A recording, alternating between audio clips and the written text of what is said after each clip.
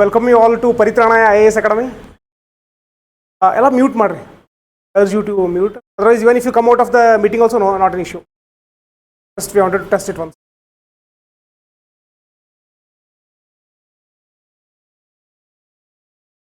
So this is the first time that we are doing both online and offline mode simultaneously. So prior to this, even though the institute was established in 2021, so for close to 1.5 years, so it was exclusively run only in offline mode. So there was no online classes and all. In January 2023, we started in online mode as well. For that, we established a separate studio. So akade ಒಂದು studio establish ಮಾಡಿದ್ವಿ. Starting ಒಳಗೆ ನಮ್ಮ ಕಲ್ಪನಾ ಬೇರೆ ಐತಿ, ಇಲ್ಲಿ class ಹೋಗೋದು disturb ಆಗ್ತೈತಿ, ಆ ಸ್ಟುಡಿಯೋ ಸಪ್ರೇಟ್ ಇರಲಿ ಅಂತೇಳಿ ಅಲ್ಲಿ ಮಾಡಿದ್ವಿ. ಅಲ್ಲಿ ಒಂದು ಆನ್ಲೈನ್ ಬ್ಯಾಚಸ್ ಸ್ಟಾರ್ಟ್ ಮಾಡಿದ್ವಿ. ಗಣೇಶ್ ಸ್ವಲ್ಪ ಈ ಕಡೆ ಬರ್ರಿ. ಆನ್ಲೈನ್ ಬ್ಯಾಚಸ್ ಸ್ಟಾರ್ಟ್ ಮಾಡಿದ್ವಿ. ಬಟ್ ಏನಾಯ್ತು ಅಂತಾರೆ, ಕೆಲಸ ಡಬಲ್ ಆಯಿತು. So there we started batch in online mode. Initially ಹುರುಪಿತ್ತು. 8 ತಿಂಗಳಿಂದ ಡೈಲಿ ವೀಡಿಯೋಸ್ ಮಾಡೋದು, ರೆಕಾರ್ಡ್ ಮಾಡೋದು, ಅಪ್ಲೋಡ್ ಮಾಡೋದು ಎಲ್ಲ ಮಾಡಿದ್ವಿ. So once in a while weekly ಅಂತಲೇ ಒಂದು ಇಂಟ್ರಾಕ್ಟಿವ್ ಕ್ಲಾಸ್ ಅಂತ ಮಾಡಿದ್ವಿ. ಬಟ್ ಮುಂದೆ ಬರ್ತಾ ಇದ್ಲ ಅದು ಭಾಳ ಚಾಲೆಂಜಿಂಗ್ ಆಯಿತು. ಯಾಕಂದ್ರೆ 2 ಸತಿ ಮಾಡೋದು ಕ್ಲಾಸಸ್ ಮತ್ತು ನೋಟ್ಸ್ ಮಾಡೋದು. ಸೊ ಹೆಚ್ಚು ಕಡಿಮೆ 1 ವರ್ಷ ಆಯ್ತು ಅದನ್ನು ಆನ್ಲೈನ್ ಮೋಡ್ದ ಆಲ್ಮೋಸ್ಟ್ ಅದು ಸ್ಟಾಗ್ನೇಟ್ ಆಗಿಬಿಟ್ಟಿತ್ತು. It was not making any kind of progress. Then this year I thought, because majority of the other institutes they run in this mode, so offline online mode, so they will be running simultaneously. ಅವಾಗ ಅನ್ನಿಸ್ತು ಮಾಡೋಣ ಅಂತೇಳಿ. So ಎಲ್ಲ ಭಾಳ fast, ಒಂದು weak ಹಿಂದೆ decision ಆದದ್ದು ಎಲ್ಲ ಸೆಟಪ್ ಆಯಿತು. ಹೀಗೆ ಪೂಜೆ ಮಾಡೋದು ಅಂತ ಲಾಸ್ಟ್ ಮೊಮೆಂಟಿಗೆ ಫಿಕ್ಸ್ ಆಯಿತು.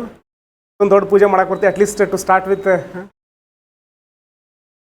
ದೇವ್ರ ನೆನ್ಸ್ಗಳು ಅಂತೇಳಿ. So this also very first experience for me, because offline mode we can engage, because whatever the mistakes that you are going to commit, it will remain within the class room. And on top of that, if anyone shares also, there is a limited span where they can share. Maximum ಒಂದು ಫ್ರೆಂಡ್ಸ್ಗೆ 5 ಜನ 10 ಜನ share ಮಾಡ್ಬೋದು. So ಏನೋ ತಪ್ಪಾದರೂ ಒಂದು 15-20 ಜನ ಇಷ್ಟು reach ಆಗ್ಬೋದು. ಈ ಆನ್ಲೈನ್ ಮೋಡ್ದಾಗ ರೆಕಾರ್ಡೆಡ್ ವೀಡಿಯೋಸ್ ಏನಾಗ್ತದೆ, ನಾವು ಆಮೇಲೆ ಅದು ಎಡಿಟ್ ಮಾಡ್ಬೋದು ಏನು ತಪ್ಪು ಮಾಡಿದ್ವಿ ಅಂದ್ರೆ. ಈ ಲೈವ್ ಹೋಗುತ್ತೆ ಏನಾಗ್ತೈತಿ, ಈ ಒಂದು ಮಿಸ್ಟೇಕ್ ಮಾಡಿದ್ರೆ ಭಾರಿ ಯಾರು ಅವ್ರು ಕ್ಯಾಪ್ಚರ್ ಮಾಡಿ ವೈರಲ್ ಮಾಡೋದು ಚಾನ್ಸ್ ಇರ್ತೈತಿ. We need to be very cautious. First time means we are going live like this. ಮೊದಲಿಂದ ಇಂಟ್ರಾಕ್ಟಿವ್ ಕ್ಲಾಸಸ್ ಮಾಡ್ತಿದ್ದೀವಿ, ಬಟ್ ಲಿಮಿಟೆಡ್ ಸ್ಟೂಡೆಂಟ್ಸ್. ಆ ಸ್ಟೂಡೆಂಟ್ಸ್ಗೆ ಎಷ್ಟು ಸೀಮಿತವಾಗಿತ್ತು, ಹೊರಗಿನವ್ರು ಯಾರು ಜಾಯ್ನ್ ಆಗ್ತಿರಲ್ಲ. ಸೊ ಎಸ್ಟರ್ಡೇ ಏನು ಮಾಡಿದ್ವಿ, ಎಲ್ಲ ಕಡೆ ಲಿಂಕ್ ಶೇರ್ ಮಾಡಿದ್ವಿ. ಭಾಳ ಜನ ಜಾಯ್ನ್ ಆಗತ್ತಾರೆ ಈಗ ಆ್ಯಕ್ಚುಲಿ. ಅಂದ್ರೆ for 10 days we initially kept it as free. Those who want to join they can join. So first experience for me as well.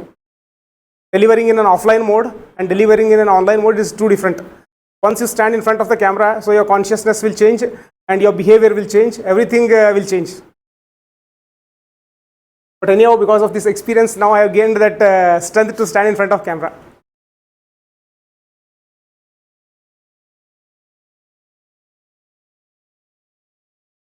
So before we move ahead, can we have a quick introduction? Because we cannot have the introduction of the online students. At least of the offline students, we can have a quick introduction. You need not stand. You can sit and you can introduce yourself. Your name, so which is your graduation, so to which place you belong to, and how many years you want to prepare for civil service. Yes, you can start from you.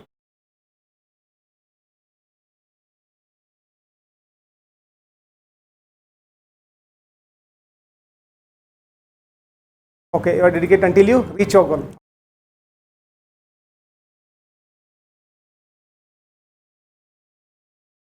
Tiffin ಮಾಡಿರಲಿ ನೋಡಿ, ನೀವು ಮುಂಜಾನೆ ಹೋಗೋದು ಸ್ವಲ್ಪ ಜೋರು ಹೇಳಿರುತ್ತೆ.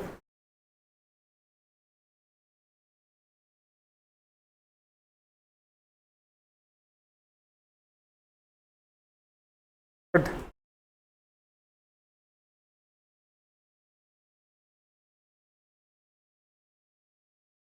So you want to prepare for how many years? 6 months, 1 year, 2 year, 3 year, or until you exhaust all your attempts? 6 months, sir.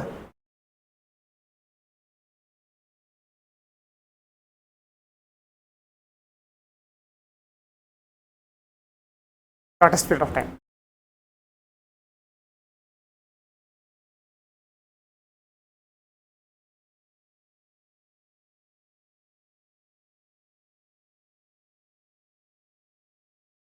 Oh, that's great to hear. Yes.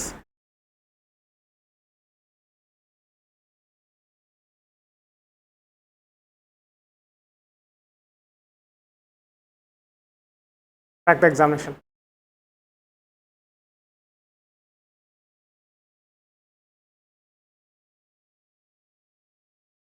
You want to crack this year itself. Good.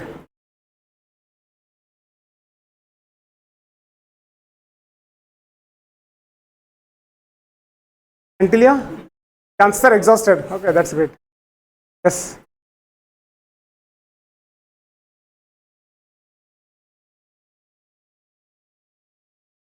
This year only. Okay, that's the spirit. Okay. Yes.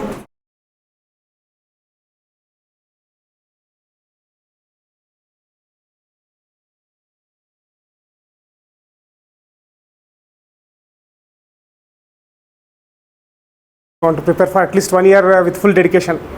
Yes.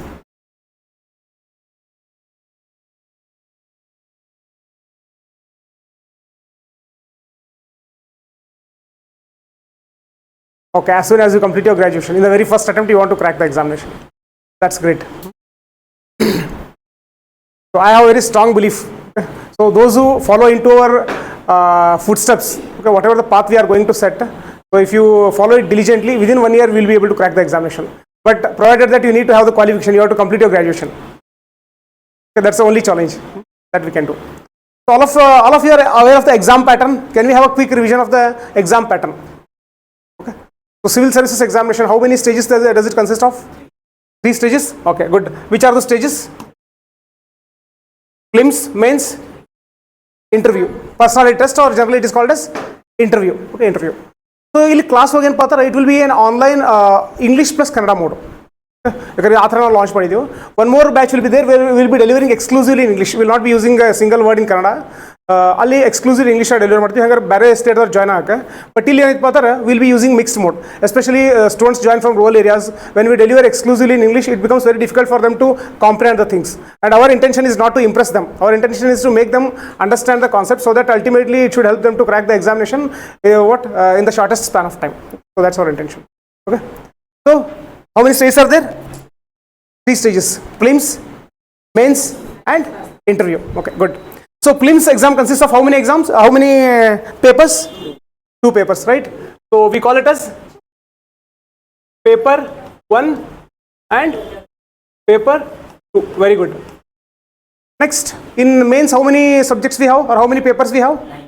We have 9 papers, right? So can you just recall few? We have essay. Very good. Next.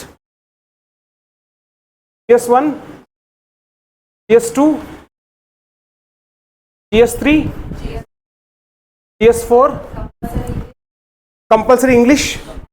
Okay, I'll write compulsory English and compulsory Kannada at the last. Next, we have how many optional? We have 1 or 2? Only 1 option. Okay, this we should have clarity. Only optional we have 1. But with this optional paper, it has 2 papers. Paper 1. Okay, paper 2. Next, compulsory English. Next, compulsory Indian language, a scheduled language. Okay, so generally we'll write Kannada. I think Rakshita will write in Hindi. Kannada itself. Okay, so this is about the main stage. Next is personality test, right? So I'll call it as personality test. Personality test. So in prelims, paper 1 carries how many marks? Paper 1 200.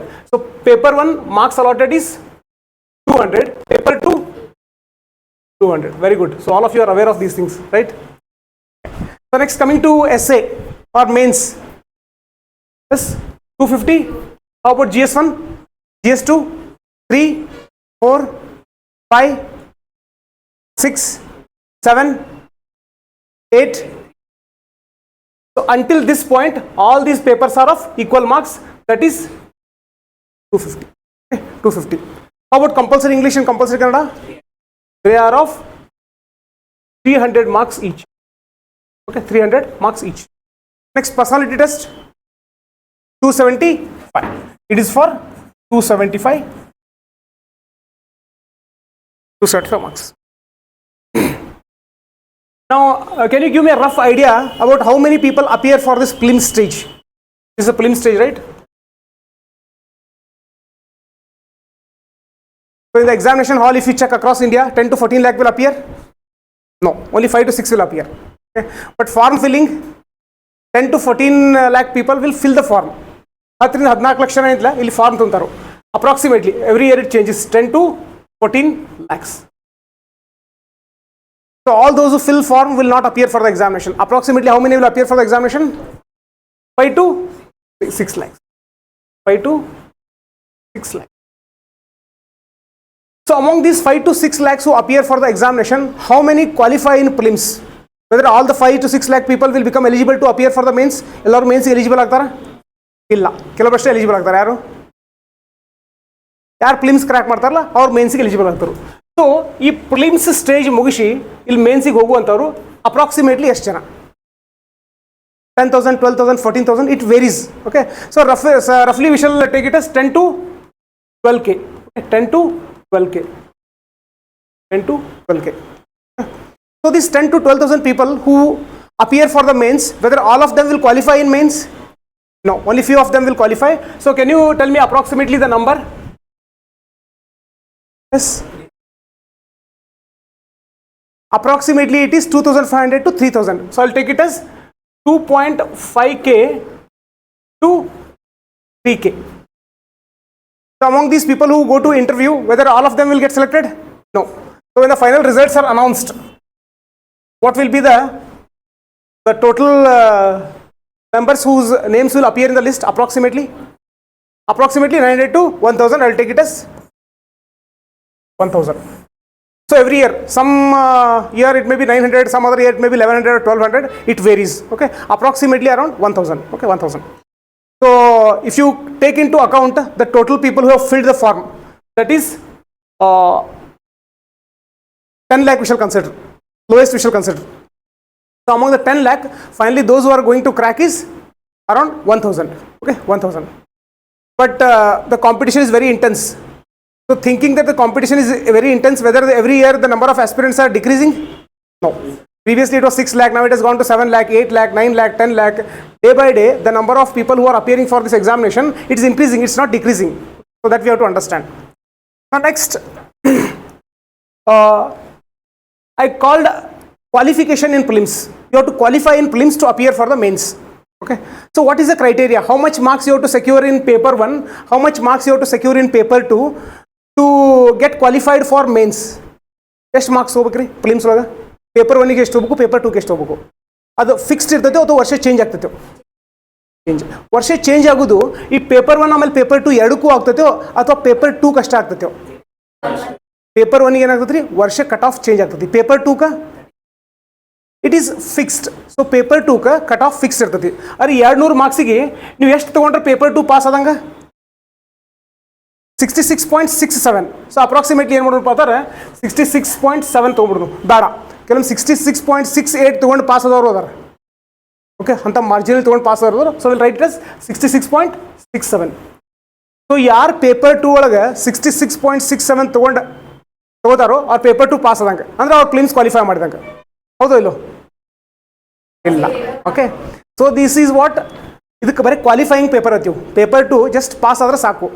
So ಇವು ಯಾರೋ ಒಬ್ಬ ಶಾಣೆ ಇದ್ದಂತವ 66.67 ತೊಗೊಳ್ ಬದಲಿ 200 ತೊಗೊಂಡ. If he secures 200, so whether UPSC is going to call him and award him something, ಶಬಾಷ್ ಅಂತ ಹೇಳ್ತಾರೆ? ಹೇಳಂಗಿಲ್ಲ. So this is just qualifying paper. ನೀವು 66 ತೊಗೊಳಿಲ್ಲ, 66.67 ತೊಗೊಳ್ದೆ ಬರೀ 65 ತೊಗೊಂಡ್ರೆ ಇಫ್ ಈ ಸೆಕ್ಯೂರ್ 65, ವೇಸ್ಟ್. ಅದು ಭಾರಿ ಥಿನ್ ಎಜ್ ಇದ್ಲ, 66.67 ಕ್ರಾಸ್ ಆಗಬೇಕು, ಆಗ್ತದೆ. ನೆಕ್ಸ್ಟ್ ಪೇಪರ್ 1 ಇದೇನು 200 ಮಾರ್ಕ್ಸ್ ಇದ್ಲ. So what is the marks required to qualify in paper 1? So this as you mentioned it every year it varies. ಪ್ರತಿ ವರ್ಷ ಚೇಂಜ್ ಆಗ್ತತಿ. ಸೊ ಈಗ ನಾವು ಹಳೇದು ಹೋಗೋದು ಬೇಡ, ಈಗ ರೀಸೆಂಟ್ಲಿ ಬಂದಂಥ ರಿಸಲ್ಟ್ 2024. ಮತ್ತು ಅಲ್ಲಿ ಬೇರೆ ಬರ್ತೈತಿ. ಜನರಲ್ ಮೆರಿಟ್ ಬೇರೆ, OBC ಬೇರೆ, ಶೆಡ್ಯೂಲ್ಡ್ ಕಾಸ್ಟ್ ಬೇರೆ, ಶೆಡ್ಯೂಲ್ಡ್ ಟ್ರೈಬ್ ಬೇರೆ, ಆಮೇಲೆ physically handicapped 1, 2, 3 category, economically weaker sections ಎಲ್ಲ ಬರ್ತಾವೆ. ಎಷ್ಟೆಲ್ಲ ಡಪ್ ತಗೋದು ಬೇಡ, we shall only consider general merit into account. So general merit cut off 2024 ಒಳಗೆ ಎಷ್ಟಿತ್ತು? 80, 84. Yes, it's the 83 cut off. It was somewhere close to 88. 2024 ಒಳಗೆ ಪೇಪರ್ 1 ಕಟ್ ಆಫ್ ಇದ್ದು ಎಷ್ಟು ಪಾತಾರೆ? 88. ಅಂದ್ರೆ ಜನರಲ್ ಮೆರಿಟ್ ಒಳಗೆ ಯಾರ್ಯಾರು ಪೇಪರ್ 2 ಒಳಗೆ 66.67ಗಿಂತ ಜಾಸ್ತಿ ತೊಗೊಂಡಾರು, ಆಮೇಲೆ ಪೇಪರ್ 1 ಒಳಗೆ 88ಗಿಂತ ಜಾಸ್ತಿ ತೊಗೊಂಡಾರು, ಅವರೆಲ್ಲರೂ ಏನಿಲ್ಲ ಮೇನ್ಸಿಗೆ ಕ್ವಾಲಿಫೈ ಆದರು. They are qualified in mains. ಇನ್ನು ಮತ್ತು OBC ಗೆ ಅಂತ ಒಂದು 2-3 ಮಾರ್ಕ್ಸ್ ಕಡಿಮೆ, 86 ಏನೋ ಐತಿ, ಆಮೇಲೆ ಶೆಡ್ಯೂಲ್ಡ್ ಕಾಸ್ಟಿಗೆ 80. So it varies. Okay, it varies.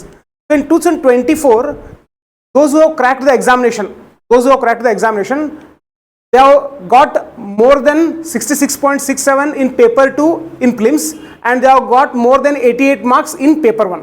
Okay, in paper 1. So idu ಏನು ಗೊತ್ತಾಯ್ತು, paper 2 the cutoff is fixed, paper 1 the cutoff varies every year. Okay, every year it varies. So coming to mains, so there are totally 9 papers. So to say that you are qualified in mains, ನೀವು mains qualify ಆಗಿರಿ, ಇಂಟರ್ವ್ಯೂಗೆ eligible ಆಗಿರಿ ಅಂದರೆ ನೀವು ಎಷ್ಟು marks ತಗೋಬೇಕು? What is the marks that is required? Again we shall take from the general merit perspective ತಗೊಂಡಾಗ ಎಷ್ಟು ಮಾರ್ಕ್ಸ್ ತಗೊಂಡಿರ್ಬೇಕು? Any rough idea?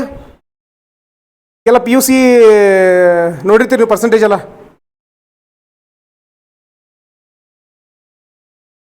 90-95 it has become a norm. ಹೌದಲ್ಲ? ಯಾರು 70K ತೊಗೊಂಡಿದ್ರೆ ಅವ್ರ ಹತ್ರ ಫೇಲ್ ಗಿಲ್ಲಿ ಕನ್ಸಿಡರ್ ಮಾಡ್ತಾರೆ. ಸೊ ಆ ದೃಷ್ಟಿ ತಲೆ ಇಟ್ಕೊಂಡೆ ನೀವು UPSC one of the toughest examination the world ಕರೀತಾರಲ್ಲ, ಸೊ ಅದು ಎಷ್ಟು ಇರ್ಬೋದು ಕಟ್ ಆಫ್?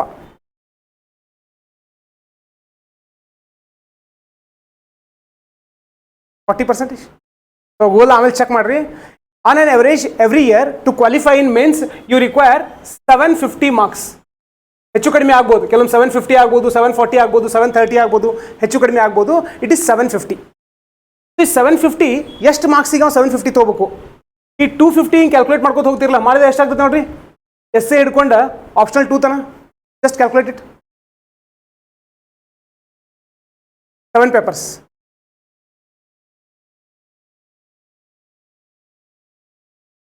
1750 ಆಗುತ್ತೆ. ಇಲ್ಲಿ 2 ಪೇಪರ್ ಬಿಟ್ಟಿವಿ ನಾವು, ಒಂದು ಇಂಗ್ಲೀಷ ಮತ್ತೊಂದು ಕನ್ನಡ. ಯಾಕೆ ಬಿಟ್ಟಿವಿ ಇಲ್ಲಿ? ಇಲ್ಲಿ ಹೆಂಗೆ ಪ್ರಿಲಿಮ್ಸ್ ಒಳಗೆ ಪೇಪರ್ 2 ಐತ್ಲ, ಜಸ್ಟ್ ಪಾಸ್ ಆದ್ರೆ ಸಾಕು, ಅವ್ರ ಮಾರ್ಕ್ಸ್ ಅಂತ ಲೆಕ್ಕಕ್ಕಿಲ್ಲ, ಅವ್ರು ಎಷ್ಟು ಓದ್ತಾರಲ್ಲ ಅದಕ್ಕಿಂತ ಜಾಸ್ತಿ ಲೆಕ್ಕಕ್ಕಿಲ್ಲ. ಹಂಗೆ ಈ 2 ಪಾಸ್, ಇಂಗ್ಲೀಷ್ ಆಮೇಲೆ ಕನ್ನಡ ಒಳಗೆ ಏನು ಪಾತ್ರ, ನಾವು ಜಲ್ದಿ ಕನ್ನಡ ಬರಿತೀವಲ್ಲ, ಇಂಗ್ಲೀಷ್ ಒಳಗೆ 75 ಮಾರ್ಕ್ಸ್ ಹೋಗ್ಬೇಕು, ಕನ್ನಡ ಒಳಗೆ 75 ಮಾರ್ಕ್ಸ್ ಹೋಗ್ಬೇಕು. ಇಷ್ಟು ತೊಗೊಂಡ್ರೆ ಇಂತ ಮುಗೀತು, ಅಷ್ಟು ತೊಗೊಂಡ್ರೆ ಮುಗೀತು. ಆಮೇಲೆ ಈ ನೆಕ್ಸ್ಟ್ ಮೇನ್ಸಿಗೆ ನೀವು ಕ್ವಾಲಿಫೈ ಆಗಿರೋ ಡಿಟರ್ಮೈನ್ ಮಾಡ್ಲಿಕ್ಕೆ ಬರೀ ಈ ಮಾರ್ಕ್ಸ್ ಅಷ್ಟೇ ಕನ್ಸಿಡರ್ ಆಗ್ತೈತಿ. ಇಲ್ಲಿ ಎಲ್ಲ 250ಕ್ಕೆ 250 ತೊಗೊಂಡ್ರಿ, ಲೆಟ್ಸ್ ಅಸ್ಯೂಮ್. ಓಕೆ, 1750 ತೊಗೊಂಡಿರಿ. ಆದ್ರೆ ಇಲ್ಲಿ ಇಂಗ್ಲೀಷ್ ಒಳಗೆ 74 ತೊಗೊಂಡಿರಿ, ಕನ್ನಡದಾಗ 76 ತೊಗೊಂಡಿರಿ. Will you be eligible for interview? ಅವ್ರು ಕ್ಲಿಯರ್ಲಿ ಮೆನ್ಷನ್ ಮಾಡ್ತಾರೆ, ನೀವೆಲ್ಲರೂ ಈ ಪೇಪರ್ಸ್ ಫೇಲ್ ಆದ್ರೆ ಅಂದ್ರೆ ಈ ಮೇಲಿನ ಪೇಪರ್ ಚೆಕ್ ಮಾಡಂಗಿಲ್ಲ. 2 ಪೇಪರ್ ಫೇಲ್ ಆದ್ರೆ ಅಂದ್ರೆ ಮೇಲಿನ ಪೇಪರ್ ಚೆಕ್ ಮಾಡಂಗಿಲ್ಲ. ಹೀಗಾಗಿ ನಿಮ್ಮ ಮಾರ್ಕ್ಸ ಬರಂಗಿಲ್ಲ. ನಾಳೆ ನೀವು ಬೈ ಚಾನ್ಸ್ ಎಲ್ಲ ಫೈನಲ್ ರಿಸಲ್ಟ್ ಎಲ್ಲ ಬಿಟ್ಟ ಮೇಲೆ ಎಲ್ಲರದು ಮಾರ್ಕ್ಸ್ ರಿಲೀಸ್ ಮಾಡ್ತಾರೆ. ಬಟ್ ಮಾರ್ಕ್ಸ್ ರಿಲೀಸ್ ಮಾಡಿದಾಗ ನೀವು ಕ್ಲೇಮ್ ಮಾಡಕ್ಕೆ ಬರಂಗಿಲ್ಲ, ಮಾರ್ಕ್ಸ್ ಎಷ್ಟು ಗೊತ್ತಾಗಿಲ್ಲ. If you are failed in language paper. ಭಾಳಷ್ಟು ಜನರಿಗೆ ಅದು ಅಂಜಿಕೆ ಇರ್ತದೆ, ಲ್ಯಾಂಗ್ವೇಜ್ ಪೇಪರ್ ನಾವು ಪಾಸ್ ಆಗ್ತೀವೋ ಇಲ್ಲ ಅಂತೇಳಿ. ಯಾಕಂದರೆ ಭಾಳಷ್ಟು ಟಚ್ ಲಾಸ್ ಆಗಿರ್ತೈತಿ. So when I wrote appeared for the mains in 2019, so almost ಹೆಚ್ಚು ಕಡಿಮೆ ಒಂದು 15-16 ವರ್ಷ ಇದ್ದ ಕನ್ನಡ ಬರದೇ ಇರಲ್ಲ. ಯಾಕಂದ್ರೆ PUC ಒಳಗೂ ಹಿಂದಿ ತೊಗೊಂಡಿದ್ದೀವಿ. ಸೊ ಕನ್ನಡ ಬರೆದಿಲ್ಲ, ಒಂಥರ ಅಂಜಿಕೆ ಒಳಗೆ ಪಾಸ್ ಆಗ್ತೈತೆ ಇಲ್ಲೋ ಅಂತೇಳಿ. ಹಿಂಗೆ ಲಾಸ್ಟ್ ಮೂಮೆಂಟ್ ನಾವು ಇಲ್ಲ, ಲಾಸ್ಟ್ ಒಂದು 2-3 ದಿವಸ ಏನೋ ಸ್ವಲ್ಪ ಪ್ರಿಪ್ರೇಷನ್ ಮಾಡಿದ್ದೀವಿ. ಬಟ್ ಆಮೇಲೆ ಎಕ್ಸಾಮ್ ಬರ್ದಾಗ ಗೊತ್ತಾಯ್ತು, yes will easily pass it. ಆದ್ರೆ ಕೆಲವೊಬ್ಬರು ಲ್ಯಾಂಗ್ವೇಜ್ ಪೇಪರ್ದಾಗ ಫೇಲ್ ಅಂತಾರೆ. ಅದರ ಎಕ್ಸಾಂಪಲ್ಸ್ ಏನಪ್ಪ ಅಂತಾರೆ, ಅವ್ರ ಬಹುಶಃ ಎಲ್ರಿ ಕೇಂದ್ರೀಯ ವಿದ್ಯಾಲಯ ಹಂತಲಿಂದಲೇ ಓದಿರ್ತಾರೋ, ಸೊ ಅವ್ರು ಹಿಂದಿ ತೊಗೊಳ್ಬಿಟ್ಟು ಏನೋ ಕನ್ನಡ ಆಪ್ಟ್ ಮಾಡಿರ್ತಾರೋ, ಏನೋ ಕಾರಣಾಂತರದಿಂದ ಕನ್ನಡದ ಫೇಲ್ ಅಂತ ಎಕ್ಸಾಂಪಲ್ಸು ಅದಾವೆ. ಸೊ ಬಟ್ ಅಷ್ಟೇನಿಲ್ಲ ಸ್ಟ್ರೆಸ್ ತೊಗೊಳ್ಳೋಂಥ ನೆಸೆಸಿಟಿ ಇಲ್ಲ. We can easily clear even if you have the basic knowledge. So these 2 papers are qualifying where we are expected to secure 75 marks each. 75 marks each. ಏನು preparation ಮಾಡಿರಲ್ಲ. English ಅನ್ಕ 152, ಕನ್ನಡ ಇಲ್ಲಿ hardly I got around 120 or 130. So more than the required cut off. And I consider myself as a very weak student in Kannada, because after a gap of 16 years when you write it will be difficult. So these are qualifying papers. ಅಂದರೆ ಇಲ್ಲಿ pass ಅನ್ಕ compulsory ಆಗಬೇಕು. ಇವು pass ಆದ್ರೆ ಮೇಲಿನ paper check ಮಾಡ್ತಾರೆ. ಅಂದರೆ ಇಲ್ಲಿ 750 marks ಐತ್ಲ, ಎಷ್ಟು ಮಾರ್ಕ್ಸಿಗಿದೆ? 1750.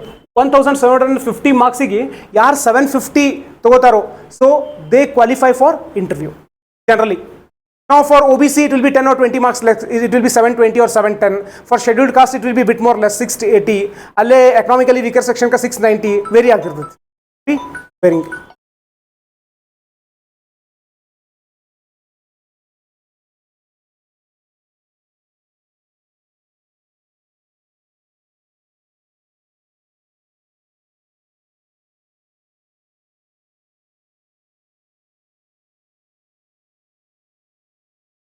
ಸೊ ಲೆಟ್ಸ್ ಅಸ್ಯೂಮ್ ಈ 750 ಮಾರ್ಕ್ಸ್ಗಿಂತನೂ ಜಾಸ್ತಿ ಮಾರ್ಕ್ಸ್ ತೊಗೊಂಡವರು ಎಷ್ಟು ಜನ ಇರ್ತಾರೋ ಅಂದಾಜ?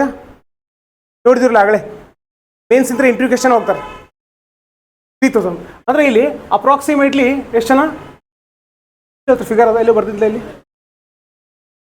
2.5 to 3K. ಸೊ ಇಷ್ಟು ಜನ ಏನಿಲ್ಲ ಇದು 750 ಮಾರ್ಕ್ಸ್ ಇದೆ ಜಾಸ್ತಿ ತೊಗೊಂಡರು ಇವ್ರು ಇಂಟರ್ವ್ಯೂಗೆ ಹೋಗ್ತಾರೆ. ಸೊ ಇಂಟರ್ವ್ಯೂ ಎಷ್ಟೈತಿ 275 ಮಾರ್ಕ್ಸಿಗೆ. ಸೊ ಇಂಟರ್ವ್ಯೂ ಮುಗಿದ್ಮೇಲೆ ಏನು ಮಾಡ್ತಾರಪ್ಪ ಅಂದ್ರೆ ಬರೀ ಇಂಟರ್ವ್ಯೂ ಮಾರ್ಕ್ಸ್ ಬೇಸಿಸ್ ಮೇಲೆ ರ್ಯಾಂಕ್ ಬಿಡ್ತಾರೋ ಅಥವಾ ಫಿಲಿಮ್ಸ್ ಆಮೇಲೆ ಮೇನ್ಸ್ 2 ಮಾರ್ಕ್ಸ್ ಕನ್ಸಿಡರ್ ಮಾಡ್ತಾರೋ ಫಿಲಿಮ್ಸ್ದ ಕನ್ಸಿಡರ್ ಮಾಡಂಗಿಲ್ಲ. ಓಕೆ, ಸೊ ನೆಕ್ಸ್ಟ್ ಇಲ್ಲಿ ಕನ್ಸಿಡರ್ ಮಾಡೋದು ಅಂದ್ರೆ ನೀವು 1750 ಮಾರ್ಕ್ಸಿಗೆ ಎಷ್ಟು ಮಾರ್ಕ್ಸ್ ತೊಗೊಂಡಿರಿ. ಫಾರ್ ಎಕ್ಸಾಂಪಲ್ ಒಂದು imaginary candidates person 1, person 2, person 3. So ಒಬ್ಬ 750 ತನಕ ಮಿನಿಮಮ್ ತೊಗೋಬೇಕು. ಒಬ್ಬ 800 ತೊಗೊಳೋನು 800, ಒಬ್ಬ 850 ತೊಗೊಳೋನು, ಮತ್ತೊಬ್ಬ 900. So there are 3 candidates, person 1, person 2, person 3. One has secured 800, another one 850, 900. All of them will go to interview. So when they go to interview, so let's assume some person will perform interview extremely well. So 800 ತೊಗೊಂಡಾಗ ಏನಪ್ಪ ಅಂತಾರೆ ಇವಾಗ interview ಒಳಗೆ 220 marks ಕೊಡ್ತಾರೆ ಅನ್ಕೊಳ್ಳು. 850 ತೊಗೊಂಡಾಗ ಇವ mediocre perform ಮಾಡ್ತಾನೆ ಎಷ್ಟು ಪಾತಾರೆ ಇವಾಗ 170 ಕೊಡ್ತಾರೆ ಅನ್ಕೊಳ್ಳು. ಇವಾಗ ಅಗದಿ ಪುವರ್ ಪರ್ಫಾರ್ಮರ್ ಜಸ್ಟ್ 130 ಕೊಡ್ತಾರೆ. So what happens? The mains marks and the interview marks, both of them they will be clubbed together. So what will be the total of person 1? 1020. Person 2? Yes.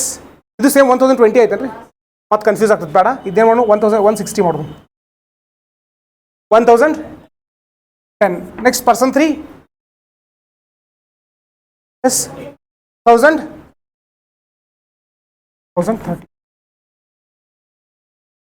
ಇಲ್ಲಿ ಏನು ನೋಡ್ತೀವಪ್ಪ ಅಂದ್ರೆ ಈ 3 ಮಂದಿ marks highest ಯಾರ್ದಿದ್ರಿ person 3, second highest person 1, third highest person 2. So who will be ranked as number 1? Person 3. Next number 2 person 1, person 2 third rank. ಇಲ್ಲಿ just observe ಮಾಡಿದಾಗ if you look at the performance of person 1 and person 2 in mains, who has performed well? Person 2. But whether it is guaranteed that the person who is going to perform well in mains is definitely going to secure a much more higher rank compared to person 1? It also depends on interview. ಇಲ್ಲಿ marks 850 ಅದಾವ ಇನ್ನು 800 ಅದಾವ ಆದ್ರೆ interview ಚಲೋ perform ಮಾಡಿ ಇವನ್ಕಿಂತ marks ಜಾಸ್ತಿ ತಗೊಂಡ ಅವನ ರ್ಯಾಂಕ್ ಚಲೋ ಬಂತು. ಸೊ ಈಗ ರ್ಯಾಂಕ್ 1, ರ್ಯಾಂಕ್ 2, ರ್ಯಾಂಕ್ 3 ಹಿಂಗೆ ಅಪ್ರಾಕ್ಸಿಮೇಟ್ಲಿ 1000 ರ್ಯಾಂಕ್ಸ್ ಕೊಡ್ತಾರೆ. Approximately they will award around 1000 ranks. So all these 1000 rank holders they will become IAS. So what are the other posts available apart from the IAS? Yes, we have IFS, we have Indian Police Service, Revenue Service, Forest Service. Okay, Forest Service there is a slight change when it comes to mains. So Postal Department, there are so many services. Okay, so many services. But generally the aspirants who appear for this examination, so which is the post which they pursue generally? ಯಾವ post ಜಾಸ್ತಿ ಆಸೆ ಇರ್ತದ್ರಿ IAS. Okay, IAS ಬಿಟ್ಟರೆ next IPS. ಕೆಲವೊಬ್ರು Indian foreign service prefer ಮಾಡ್ತಾರೆ. ಆದರೆ ಎಲ್ಲಿ ಇಂಡಿಯಾದಾಗ ಇರೋದು ಸುಮ್ ಫಾರಿನ್ ದೇಶ ಹೋಗಿ ಅಂತ ಅಲ್ಲಿ ತಿರುಗಾಡ್ಬೋದು ಹೇಳಿ so they prefer Indian foreign service as well. ಅವ್ರ ಇಂಟ್ರೆಸ್ಟ್ ಅದು. But generally majority of the Indians they prefer IAS. First preference will be for IAS, second preference will be for IPS and third ಮತ್ತೆ change ಆಗ್ತಾವೆ. ಕೆಲವರು IFS ಹೋಗ್ತಾರೆ, ಕೆಲವರು Indian revenue service, ಹಿಂಗೆ ಬೇರೆ change ಆಗ್ತು. ಎಷ್ಟೋ ಮಂದಿ ಎಕ್ಸಾಮ್ ಬರೆದು ಮುಗಿಸೋತಾನೆ ಇಲ್ಲ ಬೇರೆ ಸರ್ವಿಸ್ ಬಗ್ಗೆ ಗೊತ್ತೇ ಇರೋಂಗಿಲ್ಲ. ಯಾಕೆ ತಲೆಗೆ ಬರೀ 2 ಸರ್ವಿಸ್ ಇರ್ತಾವೆ, ಒಂದು IAS ಇಲ್ಲಾಂದ್ರೆ IPS. ಸೊ ಅಷ್ಟೊಂದು ಕ್ಲಾರಿಟಿ ಇರ್ತೈತಿ. ಮುಂದೆ ಎಕ್ಸಾಮ್ ಪ್ರೊಸೆಸ್ ಬಿದ್ದ ಮೇಲೆ ಅಂತಲೇ ನಮಗೆ ಒಂದು ಕ್ಲಾರಿಟಿ ಬಿಲ್ಡ್ ಆಗುತ್ತೆ. ಅಷ್ಟು ಮಿನಿಟ್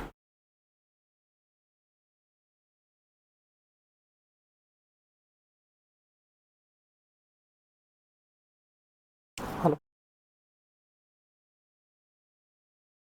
ಫೋನ್ ಹಚ್ಚಿರಿ class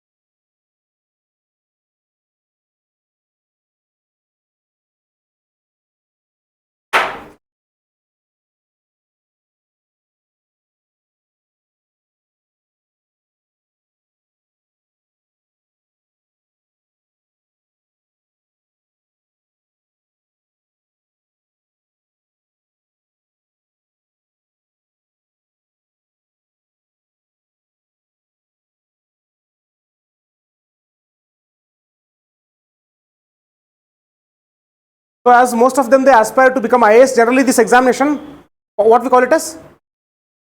Generally we refer to this examination as IAS examination. But if you look at the government notification, it is called as civil services examination. Civil services examination. So who is going to conduct this examination? UPSC. And sometimes commonly we refer it as UPSC examination. But UPSC, it is not conducting civil services examination alone. It is also involved in conducting other examinations like NDA. There are many examinations. But predominantly, so whenever we say UPSC, we connect it with UPSC civil services examination itself. Civil services.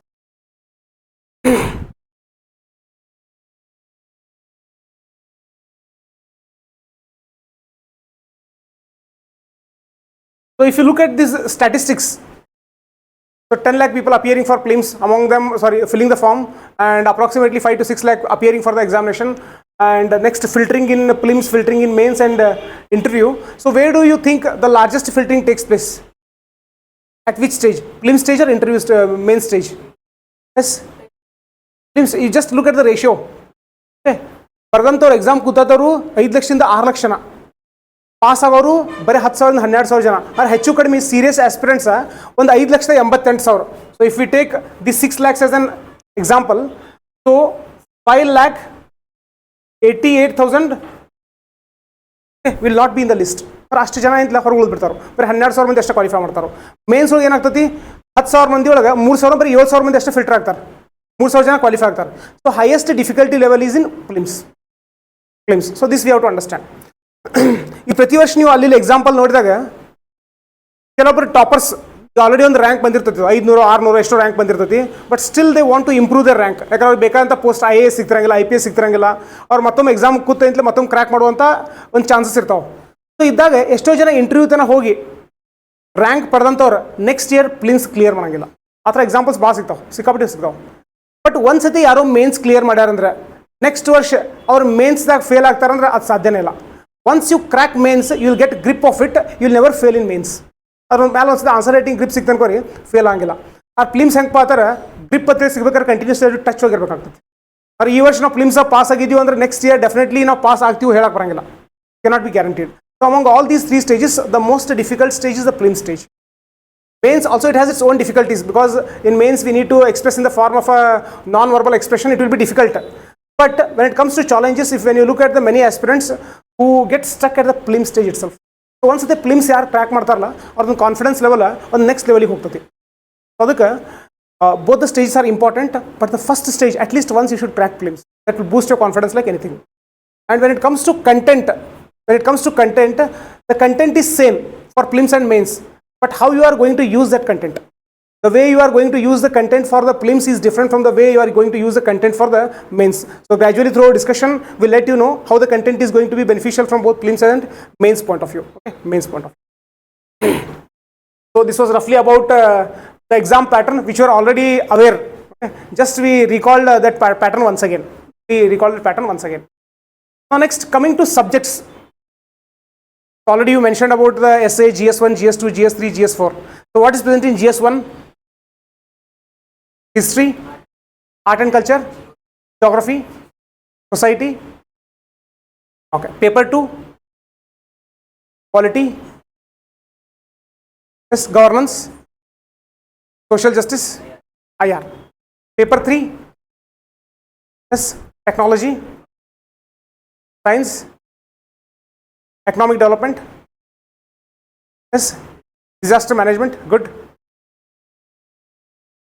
security.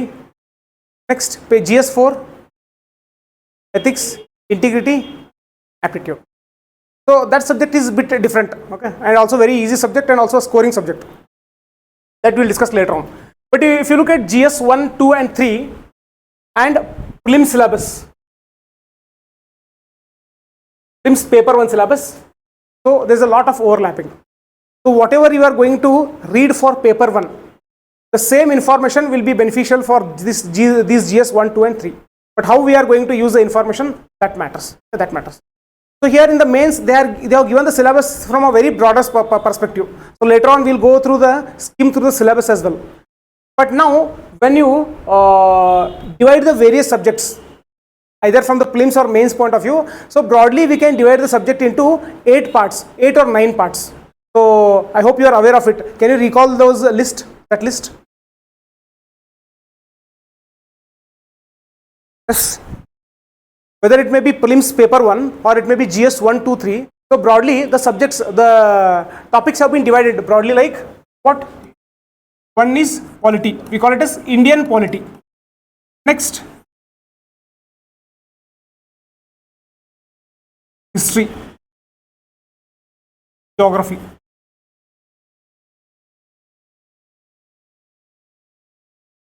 Next, economics. Good.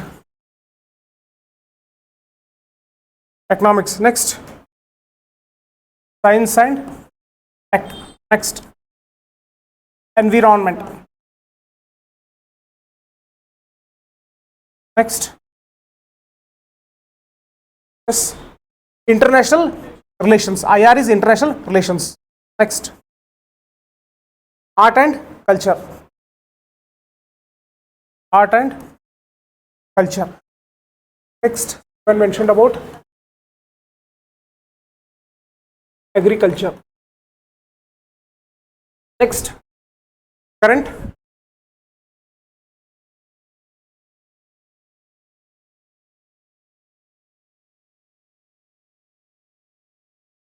So these are the broader subjects. We have polity, history, geography, economics, science and technology, environment, international relations, art and culture, agriculture, current affairs. So ಕೆಲವೊಬ್ರು classification different ಥರ ಮಾಡ್ತಾರೆ. ಬರ hard and fast rule UPSC ಅಲ್ಲಿ classification ಮಾಡಿಲ್ಲ. UPSC has not done any such kind of classification.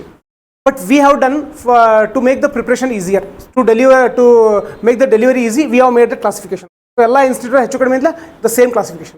ಈ broader ಹೆಂಗೆ ಮಾಡ್ತಾರೆ, ಈ ಆರ್ಟ್ ಆ್ಯಂಡ್ ಕಲ್ಚರ್ ಐತ್ಲ ಕೆಲವ್ರು ಏನು ಮಾಡ್ತಾರೆ ಇದನ್ನ ತೊಗೊಂಬಂದು ಹಿಸ್ಟ್ರಿ ಒಳಗೆ ಪ್ಲೇಸ್ ಮಾಡ್ತಾರೆ. They place it under history. Okay, some of them. But it's a separate topic, will discuss it separately. Here will be discussing it separately. Next, agriculture ಅಂತ ತೊಗೊಂಡಾಗ ಕೆಲವೊಬ್ರು ಇದನ್ನ ಜಾಗ್ರಫಿ ಪಾರ್ಟ್ ಆಗಿ ಡಿಸ್ಕಸ್ ಮಾಡ್ತಾರೆ. ಆಮೇಲೆ geography, ಆಮೇಲೆ ಎನ್ವೈರ್ಮೆಂಟ, agriculture ಕೆಲವೊಂದು ಕಡೆ ಓವರ್ಲ್ಯಾಪ್ ಆಗ್ತಾವೆ. ಅಂದರೆ ಒಂದಕ್ಕೊಂದು ವಿಷಯಗಳು ಓವರ್ಲ್ಯಾಪ್ ಆಗ್ತಾವೆ. ಸೊ ಅಷ್ಟೇ ಅಂತ ಗೆರಿ ಕೊಡೋದ ಇದು ಯಾವ್ದು ಅಗ್ರಿಕಲ್ಚರ, ಯಾವ್ದು ಜಾಗ್ರಫಿ, ಯಾವ್ದು ಎನ್ವೈರ್ಮೆಂಟ, ಆ ಥರ ಅಂತ ಕ್ವಶನ್ಸ್ ಕೇಳಂಗಿಲ್ಲ. So they are not going to ask you like segregate the following questions into geography, environment and agriculture. ಆ ಥರ ಕ್ವಶನ್ಸ್ ಕೇಳಂಗಿಲ್ಲ. ನಮ್ಗೇನಪ್ಪ ಆ ಥರ ಪ್ರಿಪ್ರೇಷನ್ ಈಸಿ ಆಗಲಿ, ನಾವು ನೋಟ್ಸ್ ಕಂಪೈಲೇಷನ್ ಮಾಡೋಕ್ಕೆ ಈಸಿ ಆಗಲಿ ಅಂತೇಳಿ ಆ ಥರ division ಮಾಡ್ಕೊಂಡಿವು. So this is a broader division. Okay, around 9, 10, finally 10th one is current affairs. Okay, current affairs.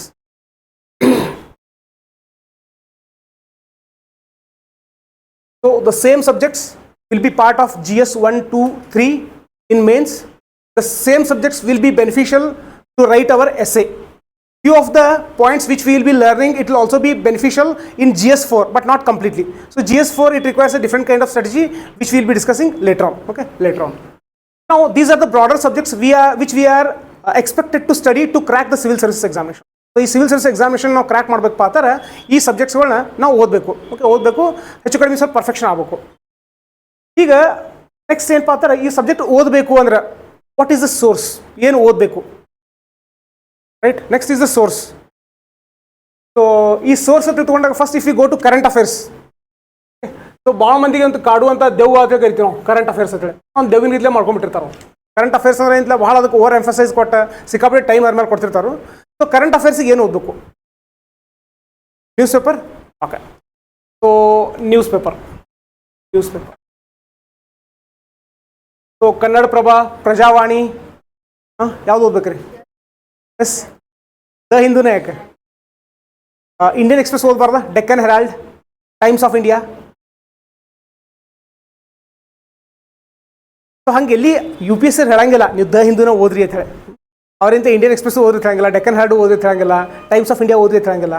But when you look at the quality of the content every year, when you look at the question paper, ನೀವು ಹಳೆ ಒಂದು ವರ್ಷದ news paper ಎಲ್ಲರೂ follow ಮಾಡಿದ್ರಿ ಅಂದ್ರೆ there are very high chances that if you have followed the Hindu diligently, then you will be able to address few questions of current affairs in prelims, and mains definitely you will be able to perform well because of the command that you will develop over the language. The Hindu ಇಂತಲೇ ಭಾಳ ವರ್ಷ ನೀವು ಓದಿದ್ರಿ ಅಂದ್ರೆ ಅದ್ರ ಜೊತೆ associate ಮಾಡಿದ್ರಿ ಅಂದ್ರೆ ನಿಮ್ಗೆ ಗೊತ್ತಿರಲಾರ್ದ್ರೆ ನಿಮ್ಮ ಒಳಗೆ ಇಂತಲೇ ಆ ಲ್ಯಾಂಗ್ವೇಜ್, ಇಂಗ್ಲೀಷ್ ಲ್ಯಾಂಗ್ವೇಜ್ ಮೇಲೆ ಕಮಾಂಡ್ ಬಂದಿರ್ತದೆ. ಸೊ ನಾಳೆ ಎಕ್ಸಾಮ್ ಒಳಗೆ ನೀವು ಮೇನ್ಸ್ ಬರೆಯುವಾಗ ಇಂತಲೇ definitely it will be beneficial. And from the knowledge point of view, so definitely the type of content which appears in the Hindu, you cannot find such kind of content in other newspapers. ಮತ್ತೊಂದು ಏನಾಗಿರ್ತೈತಪ್ಪ ಅಂದ್ರೆ conditioning ಆಗಿರ್ತೈತಿ. ಯಾರೋ ಒಬ್ರು senior ಹೇಳ್ತಾರೆ the Hindu ಅಂತ ಹೇಳಿ, ನೀವು ಅದನ್ನ ಓದಕ್ಕೆ ಶುರು ಮಾಡಿರ್ತೀರಿ. ಒಂದು ವರ್ಷ ದ ಹಿಂದೂ ಓದಿರೋರೆ ಒಂದು ದಿವಸ ಯಾರೋ ಒಬ್ರು ಇಂಡಿಯನ್ ಎಕ್ಸ್ಪ್ರೆಸ್ ಕೊಟ್ರ ಅಂದ್ರೆ ಅದನ್ನ ಓದಕ್ಕೆ ಮನಸ್ಸು ಬರಂಗಿಲ್ಲ. ಅದಾಗೈತಿ. ಇವತ್ತು ಒಂದು ದಿವಸ ವಿದ್ಯಾರ್ಥಿ ದ ಹಿಂದೂ ಬಂದಿರಂಗಿಲ್ಲ. ಈಗಿನ ಸಾಫ್ಟ್ ಸಬ್ಸ್ಕ್ರಿಪ್ಷನ್ ತೊಗೊಂಡಿರ್ತೀವಿ ನಾವು. ಬಟ್ ಅವ್ರು ಬಂದಿರ್ಲಿಕ್ಕೆ ಫಿಸಿಕಲ್ ಕಾಪಿ ಫ್ರೀದಾಗ ಕೊಟ್ಟರು ಇಂಡಿಯನ್ ಎಕ್ಸ್ಪ್ರೆಸ್ ಓದಕ್ಕೆ ಆಗಿಲ್ಲ. ಯಾಕಂದ್ರೆ ಮನಸ್ಸು ಬರೀ ಹಿಂದೂನ ಬಯಸಿರ್ತೈತಿ. ಯಾವುದನ್ನೋ ಅದ್ರ ಮೇಲೆ ನಾವು ಅಟ್ಯಾಚ್ಮೆಂಟ್ ಇಟ್ಬಿಟ್ಟಿರ್ತೀವಲ್ಲ. So we cannot switch. Okay, we cannot switch. But based on my experience from the past 16 years, I am reading The Hindu, okay? And I have compiled notes for close to 8 years. 2014 ಹಿಡ್ಕೊಂಡು 2022 continuously compare ಮಾಡಿದ್ದೀನಿ. ಈಗ ನಡ್ಬಾರ್ಕು ಒಂದು 2 ವರ್ಷ institute build ಮಾಡೋಣ, ಬೇರೆ ಬೇರೆ ಇರಕ್ಕೆ ಬಿಟ್ಟಿನಿ. But again I have started it. So I have seen that every year there are many questions which can be answered from The Hindu if we follow The Hindu diligently. So very important. ಆಮೇಲೆ ಕೆಲವೊಬ್ರು ಹೇಳ್ತಿರ್ತಾರೆ ಅಲ್ಲಿ interview ಒಳಗೆ ಏನಪ್ಪ ಆ ಥರ ನಾ 2, 3, 4 ಓದಿದ್ದೆ ನ್ಯೂಸ್ ಪೇಪರ್ ಅಂತೇಳಿ. ಸೊ ನಾನು ಹೇಳ್ತೀನಿ ಫಸ್ಟ್ ಒಂದೇ ಓದ್ರಿ, it is sufficient. Once you are able to complete one newspaper, that would be more than sufficient. Next one separate discuss ಮಾಡೋಣ. Newspaper ಅಂತ ಯಾವ ಥರ ಓದಬೇಕು ಅಂತೇಳಿ. Again we'll be having a separate class for it. We'll be having separate discussions regarding newspaper. So here first we'll stick with The Hindu. The Hindu. Next The Hindu newspaper ಒಂದು ಓದಿದ್ರೆ ಸಾಕು ಅಥವಾ ಮತ್ತೇನಾದ್ರು ಬೇರೆ ಓದಬೇಕು? Magazines, which magazine? Kurukshetra, Yojana. So ಯೋಜನಾ,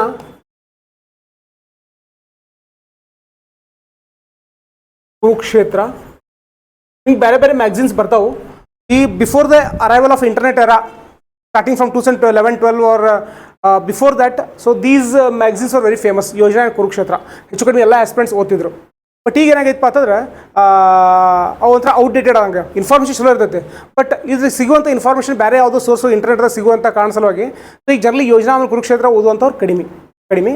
ನೀವು ಓದ್ಬೋದು, but ಏನಂತಲ್ಲ we have to balance the time. ಯಾಕಂದರೆ ಎಲ್ಲನೂ ಮುಗ್ಸೋಕ್ಕಾಗಿಲ್ಲ. ಸೊ ಅದಕ್ಕೆ for time being I will just leave these things. For time being will stick to the Hindu. Again there are few other things also will be discussing later on.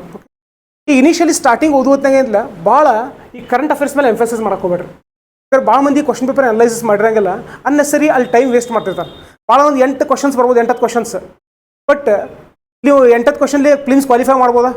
ಅಲ್ಲಿ 88 marks ತೊಗೋಬೋದಾ? ತೊಗೊಳಕ್ಕಾಗಿಲ್ಲ. So ಬಾಕಿ ನಿಮ್ಮ 70 marks approximately you have to secure from what static part. So these are the subjects whom we call it as static. ಅಂದರೆ ಈ subjects ಮೇಲೆ focus ಮಾಡಬೇಕು. ಏನೋ current affairs ಮೇಲೆ focus ಮಾಡಿದ್ರು without compromising on these subjects. Or ಈ subjects compromise ಮಾಡಲಾರ್ದನ ನೀವು ಕರೆಂಟ್ ಅಫೇರ್ಸ್ ಪ್ರಿಪೇರ್ ಮಾಡಬೇಕು. So this is very important. This is very important. So next when it comes to these subjects, so current affairs again we'll discuss later on. When it comes to these subjects, can you make a rough list of the subjects or books that we generally refer? So polity. So which are the books that we can refer for polity? Can you make a list?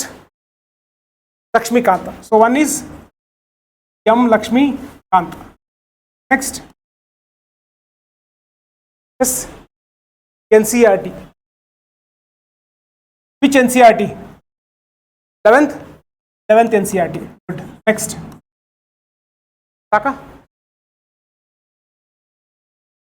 Next, ಮತ್ತೆ subject history. So history ತಗೊಂಡಾಗ history has been classified into 3 types. Or 3 groups. One is modern history, modern. Next, medieval and ancient. Modern history ಯಾವ book ಓದ್ಬೋದು? Spectrum. ಒಬ್ರು ಯಾರು ಹೇಳಿದ್ರು? Bipin Chandra. Good. ಮತ್ತೆ ಸಾಕ? Ancient and medieval RS Sharma. Next NCERT. Next ಮತ್ತೆ ಯಾವ್ದ್ರಿ? ತಮಿಳ್ನಾಡು ಬುಕ್ಸ್. ನೆಕ್ಸ್ಟ್ ಎಷ್ಟಾದ್ರು subject? 2. Polity and history. Next which subject we are disturbed? Geography. Okay, geography ಹೇಳ್ಬೋದು ಬುಕ್ಸ್? NCERT. ಒಬ್ರು ಯಾರೋ ಸ್ಪೆಸಿಫಿಕಲಿ ಹೇಳಿದ್ರಿ ಏನ್ರಿ ಇದು? 11th and 12th. ಮತ್ತೊಬ್ರು ಏನೋ ಫಂಡಮೆಂಟಲ್ ಏನು ಹೇಳಿದ್ರಲ್ಲ? Okay physical. ಸೊ ಇಲ್ಲಿ 11th and 12th physical and fundamental geography. 11th and 12th ಸಾಕಾ? 6 to 10th ಬೇಡ ನೋಡಿರಿ. ಫಸ್ಟ್ ಅಟೆಂಪ್ಟ್ ಕ್ರ್ಯಾಕ್ ಮಾಡ್ಬೇಕಾದ್ರೆ 6 to 10th ಬೇಕು ಬೇಡ? ಬೇಕು, ಅದನ್ನೂ ಆ್ಯಡ್ ಮಾಡೋಣ. 6 to 10th ಸಾಕಾ? NCERT. Can you recall few other books which are important? Oxford Dictionary, Oxford Map, Atlas ಹೇಳ್ತೀರಿ. Atlas. Okay. Oxford Atlas. Oxford Atlas. Next. ಭಾಳ ಫೇಮಸ್ಲಿ ಎಲ್ಲರೂ ಹೇಳ್ತಿರ್ತಾರೆ, ನೀವು ಆನ್ಲೈನ್ದಾಗ ಕೇಳಿರ್ಬೋದು ಒಂದು book. C Leong. C Leong. ಮತ್ತೆ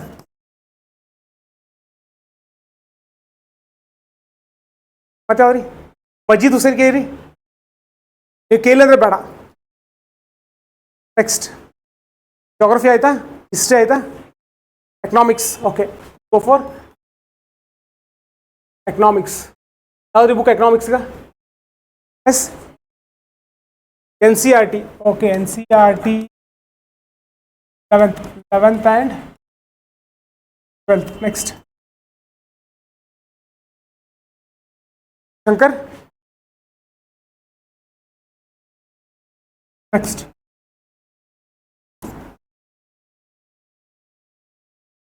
ಫೇಮಸ್ ಬುಕ್ ಕೇಳಿರ್ಬೋದು, ರಮೇಶ್ ಸಿಂಗ್ ಅಂತ ಕೆಲವು ರೆಫರ್ ಮಾಡ್ತಿರ್ತಾರೆ.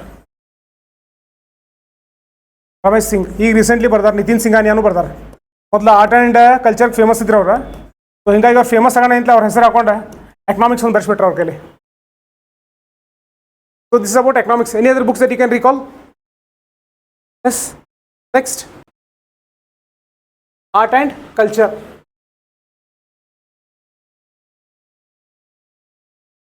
ನಿತಿನ್ ಸಿಂಘಾನಿಯಾ NCERT. NCERT ಏನು ಸ್ಪೆಸಿಫಿಕಲಿ ಹೇಳ್ಬೋದು? ಯಾವ್ದು ಹೇಳ್ತಾರೆ?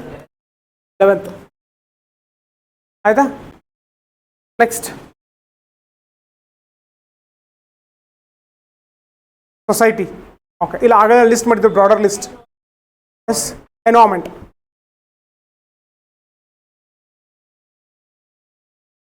ಎನ್ವೈರನ್ಮೆಂಟ್ ಯಾವ ಬುಕ್ ರೀ? Good. IAS. Next famous book ಐತಿ EMF. ಮತ್ತು NCERT ಕೆಲವೊಂದಿಷ್ಟು ಎನ್ವೈರನ್ಮೆಂಟ್ ಪಾರ್ಟ್ ಬರ್ತೈತಿ. ಆಯ್ತಾ? How many subjects you acquired? Polity, history, geography, economics, environment. Which are the other subjects left? Art and culture ಮುಗಿತಾ? ಸೈನ್ಸ್ ಆ್ಯಂಡ್ ಟೆಕ್ ಯಾವ್ದು book? ಒಂದು book refer ಮಾಡ್ತಾರೆ, ಯಾವ ಥರ? ಅಗ್ರಹಾರಿ ಅಂತ ಹೇಳಿ. ನೆಕ್ಸ್ಟ್ ಮತ್ತೆ ಸಬ್ಜೆಕ್ಟ್ ಉಳಿತು? Agriculture. There is no book. Book ಇರಲಾರ್ದು ಹೆಂಗೆ ಓದಬೇಕು ಅದು ನಾವೇ ನೋಡೋದು. ಸ್ಟ್ಯಾಂಡರ್ಡ್ ಬುಕ್ ಅಂತ ಇಲ್ಲ. ಕರೆಂಟ್ ಅಫೇರ್ಸ್ ಸಾಲ್ವ್ ಮಾಡೋಕೆ ಟ್ರೈ ಮಾಡ್ತಾರೆ. Next international relations, IR book.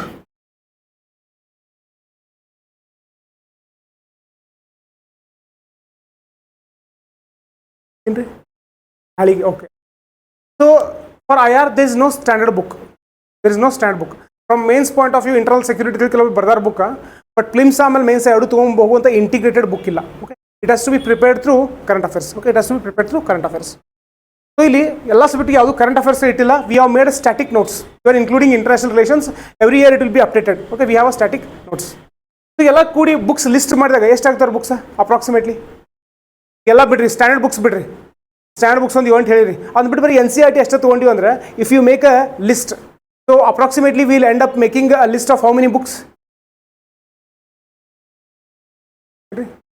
6th ಇಂದ 12th ತನಕ ಮಾಡಿದ್ರೆ ಎಷ್ಟು ಬರ್ತಾವೆ ರೀ?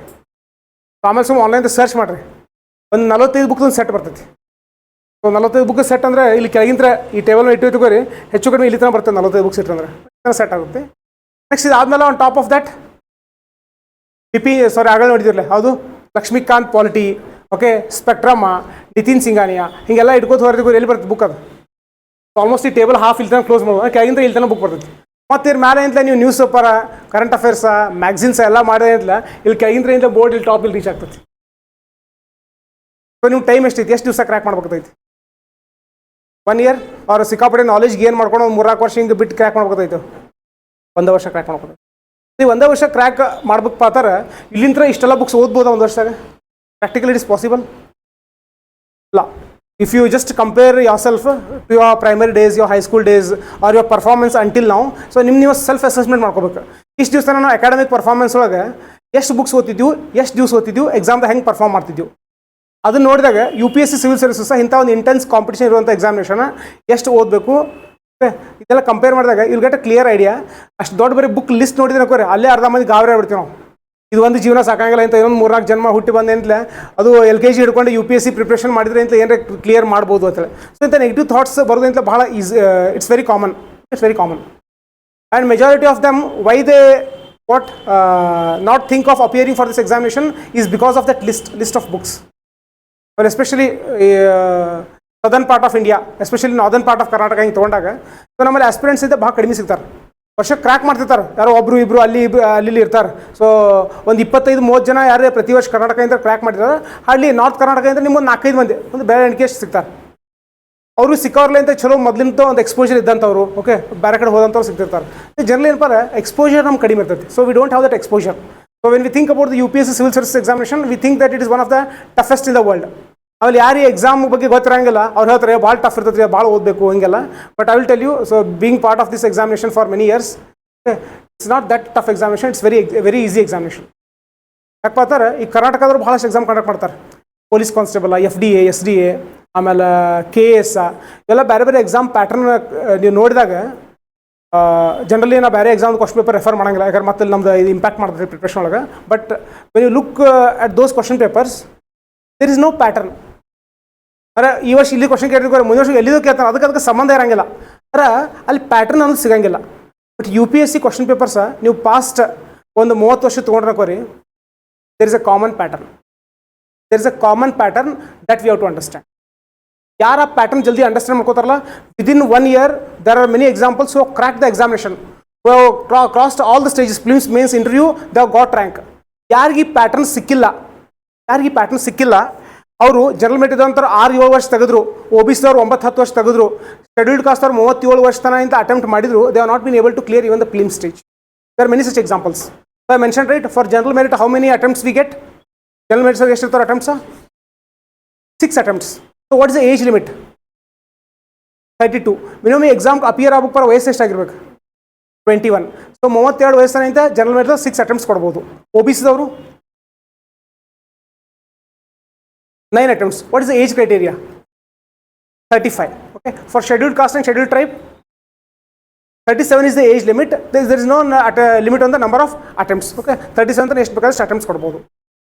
ಅವ್ರು ಎಲ್ಲರೂ ಏನಿಲ್ಲ 6 ಅಟೆಂಪ್ಟು ಎಲ್ಲರೂ ಕೊಡಂಗಿಲ್ಲ, 9 ಅಟೆಂಪ್ಟು ಕೊಡಂಗಿಲ್ಲ. 37 ಏಜ್ ಆಗುತ್ತೆ ಎಲ್ಲರೂ ಶೆಡ್ಯೂಲ್ ಕಾಸ್ಟರು ಅಟೆಂಪ್ಟ್ಸ್ ಕೊಡಂಗಿಲ್ಲ. ಒಂದು 3-4 ಅಟೆಂಪ್ಟ್ ಕೊಟ್ಟಬೇಕಂತಲೇ ಎಲ್ಲರೂ ಸುಸ್ತಾಗ್ಬಿಡ್ತಾರೆ, ಸಾಕ್ಪಾತ್ ಅನ್ಸುತ್ತೆ. ಯಾರು ಅಟ್ಲೀಸ್ಟ್ ಫಿಲ್ಮ್ ಸ್ಟೇಜ್ ಕ್ಲಿಯರ್ ಮಾಡಿರ್ತಾರೋ ಅವ್ರಿಗೆ ಕಾನ್ಫಿಡೆನ್ಸ್ ಇರ್ತೈತಿ. ಯಾರು ಯಾವುದು ಸ್ಟೇಜ್ ಕ್ಲಿಯರ್ ಮಾಡಿರಂಗಿಲ್ಲ ಇನ್ನು ಎಕ್ಸಾಮ್ ಸಾಕು ಮತ್ತೆ ಯಾರೇ ಬೇರೆ ಆಲ್ಟರ್ನೇಟಿವ್ ನೋಡ್ಬೇಕು ಹೇಳಿ ಬಿಡ್ತಾರೋ. ಸೊ ಯಾರು ಜಲ್ದಿ ಕ್ರ್ಯಾಕ್ ಮಾಡ್ತಾರಲ್ಲ those people who crack the examination very early. So they have got that path. correct path. So here not only about the number of books that we are going to read, it's also about the correct path. Okay. We need to understand that correct path. Without understanding the correct path, we will not be able to crack the exam. Okay. So that's very important. So generally I say to these things to my students. What is that? So whatever the books that you want to read, okay, I will urge you to make the list of all those books. Okay. Make the list of all those books. You just maintain that list. But to crack the examination, whatever the notes that I am going to give you, whatever the direction that I am going to set, so you have to follow in that direction. So if you follow in that direction for 1 year, I am sure in the very first attempt you can crack the examination. And the list which you have made, the list of books which you have not read. So what I will urge is, once you become an officer, once you sit on a luxury chair, once you get that comfortable time after signing all the documents, in that luxury time, whichever NCERT you have skipped, you can open it. Whichever standard books you have skipped it, you can open it. Whichever books in the world you think you have missed, you can open it and start reading. But until that point, our goal should be to hit the bullseye. So today you are read for 10 hours, 12 hours, 10 ತಾಸ 12 ತಾಸ ಓದಿದ್ರಿ. ನಿಮ್ಮ parents ಎಲ್ಲ ಕಡೆ ಹೇಳ್ತಿರ್ತಾರೆ, ಏನು ನನ್ನ ಮಗಾರಿ 12 ತಾಸು ಓದ್ತಾರೋ 15 ತಾಸು ಓದ್ತಾರೋ. ಬಟ್ ನಾಳೆ ಹೊರಗೆ ಬಂದಾಗ ಇಂಥ ಸೊಸೈಟಿ ಕೇಳೋದು ಒಂದ, ನಿಮ್ಮ ಮಗ ಎಕ್ಸಾಮ್ ಕ್ರ್ಯಾಕ್ ಮಾಡೋಣ ಇಲ್ಲೋ ಮಗಳು ಎಕ್ಸಾಮ್ ಕ್ರ್ಯಾಕ್ ಮಾಡೋಣ. ಓಕೆ, ನೀವು ನಂಬರ್ ಆಫ್ ಅವರ್ಸ್ ಏನು ಸ್ಟಡಿ ಮಾಡ್ತಿರ್ತಿರಲ್ಲ, ಅದು ಖುಷಿ ನಿಮ್ಗೆ ಆಗ್ತಿರ್ತೈತಿ, ನಿಮ್ಮ ಪೇರೆಂಟ್ಸ್ ಆಗ್ತಿರ್ತಿ. ನಿಮ್ಮ ಪೇರೆಂಟ್ಸ್ ಆಗೋ ಖುಷಿ ನೋಡಿ ನಿಮಗೂ ಖುಷಿ ಆಗ್ತಿರ್ತೈತಿ. ಬಟ್ ಅಲ್ಟಿಮೇಟ್ಲಿ ಅವ್ರ ಖುಷಿ ಅಷ್ಟೇ ಸಾಕಾಗಿಲ್ಲ, ನೀವು ಖುಷಿ ಯಾರನ್ನ ಪಡಿಸ್ಬೇಕು ಅಂತಾರೆ, ಸೊಸೈಟಿನ ಪಡಿಸ್ಬೇಕು. Okay, ultimately that fame you want, right? So to get that fame, okay, it's about the right strategy, not about the number of hours ಕೊಡಬೇಕು. Hard work is required, but at the same time smart strategy is also equally important. Without smart strategy, just if you work like a donkey, then you'll not be able to taste that success. So in this period, okay, so whosoever is going to join, we'll take you through that shortest path, okay, because we already tested. So within a short span of 3.5 years, we have produced result. We have not started any kind of other courses. So it does not mean that we cannot start courses, but we have not started courses for any other examination. Either it may be state level examination like police, PSI or constable or including KS. We have not even started a KS batch because our focus is exclusively on the UPSC civil service. Because whatever the strength we have, that is with respect to the UPSC civil service examination. So that strength we have built. So we have discovered that shortest path.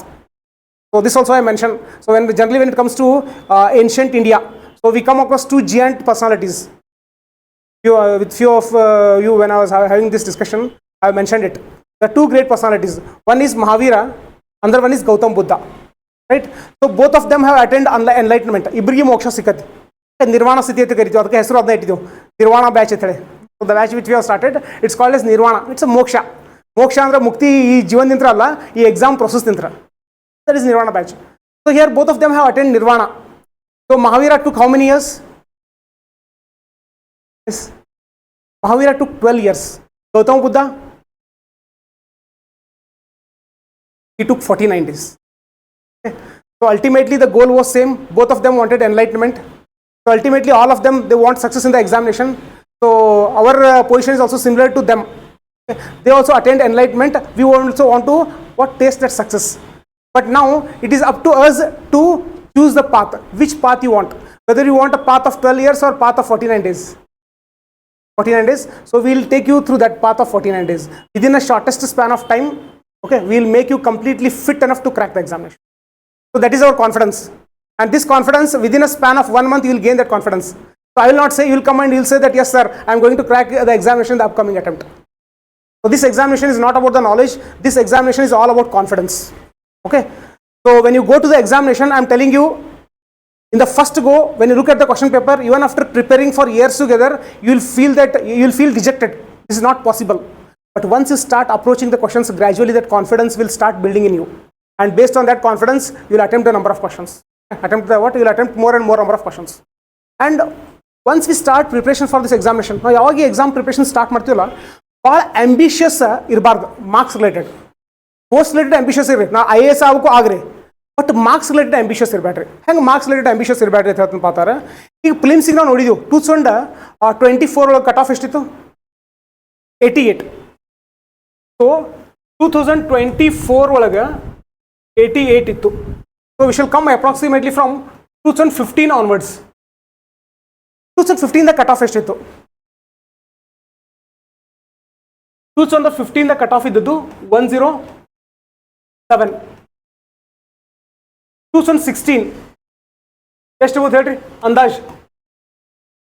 2018, 2019, 20, 21, 22, 23 ಆಗ ಸಾಲಂತು, ಅದಕ್ಕೆ ಹಿಂಗೆ ಬರ್ತೀವಿ.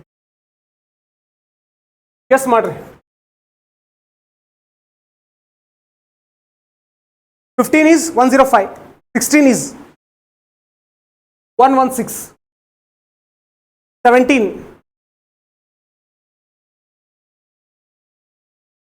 105, 18, yes, ಪಕಡೆ ಕಡೆ explore ಮಾಡಿ just ಏನು ಬರ್ಬೋದು ನೋಡ್ರಿ. It was 98. 2019 again it was 98. 2020 COVID year, cutoff was 92. 21 cutoff was 88. Sorry, 21 88. 22 somewhere it came to 87 ಎಲ್ಲೋ ಬಂತು. 23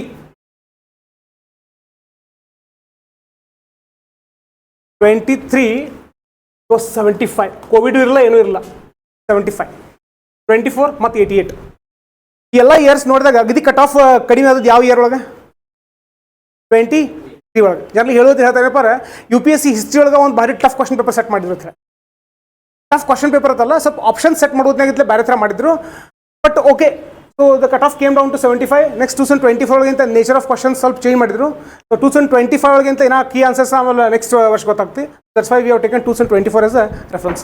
ಸೊ ಎಲ್ಲ ನೋಡಿದಾಗ ಆನ್ ಆನ್ ಅವರೇಜ್ ಈಗ ಪ್ರೆಸೆಂಟ್ ಒಂದು 5-6 ವರ್ಷದ ಟ್ರೆಂಡ್ ತೊಗೊಂಡ್ರೆ what can be the maximum cut off that it can go for general merit? ಒಂದು 6 ವರ್ಷದ ನೋಡ್ರಿ, ಈಗ 98, 98, 92, 88, 87, 820. ಎಸ್ ಅಂದ್ರೆ 95, 90 ಎಷ್ಟು ತಗೋರಿ, ಒಂದು 100 ಅದೇ ಟಾರ್ಗೆಟ್ ಇಟ್ಕೊಂಡಿರ್ಕೋರಿ. ವೆದರ್ ಇಟ್ ಇಸ್ ಸೇಫ್ ಅಂದರೆ ಒಂದು 100 ಮಾರ್ಕ್ಸ್ಗಿಂತನೂ ಜಾಸ್ತಿ ತೊಗೊಂಡ್ರೆ ನೀವು ಸೇಫ್ ಅದಿರಿ, ಯಾವುದು ಟೆನ್ಷನ್ ಇಲ್ಲ ಅಂತೇಳಿ.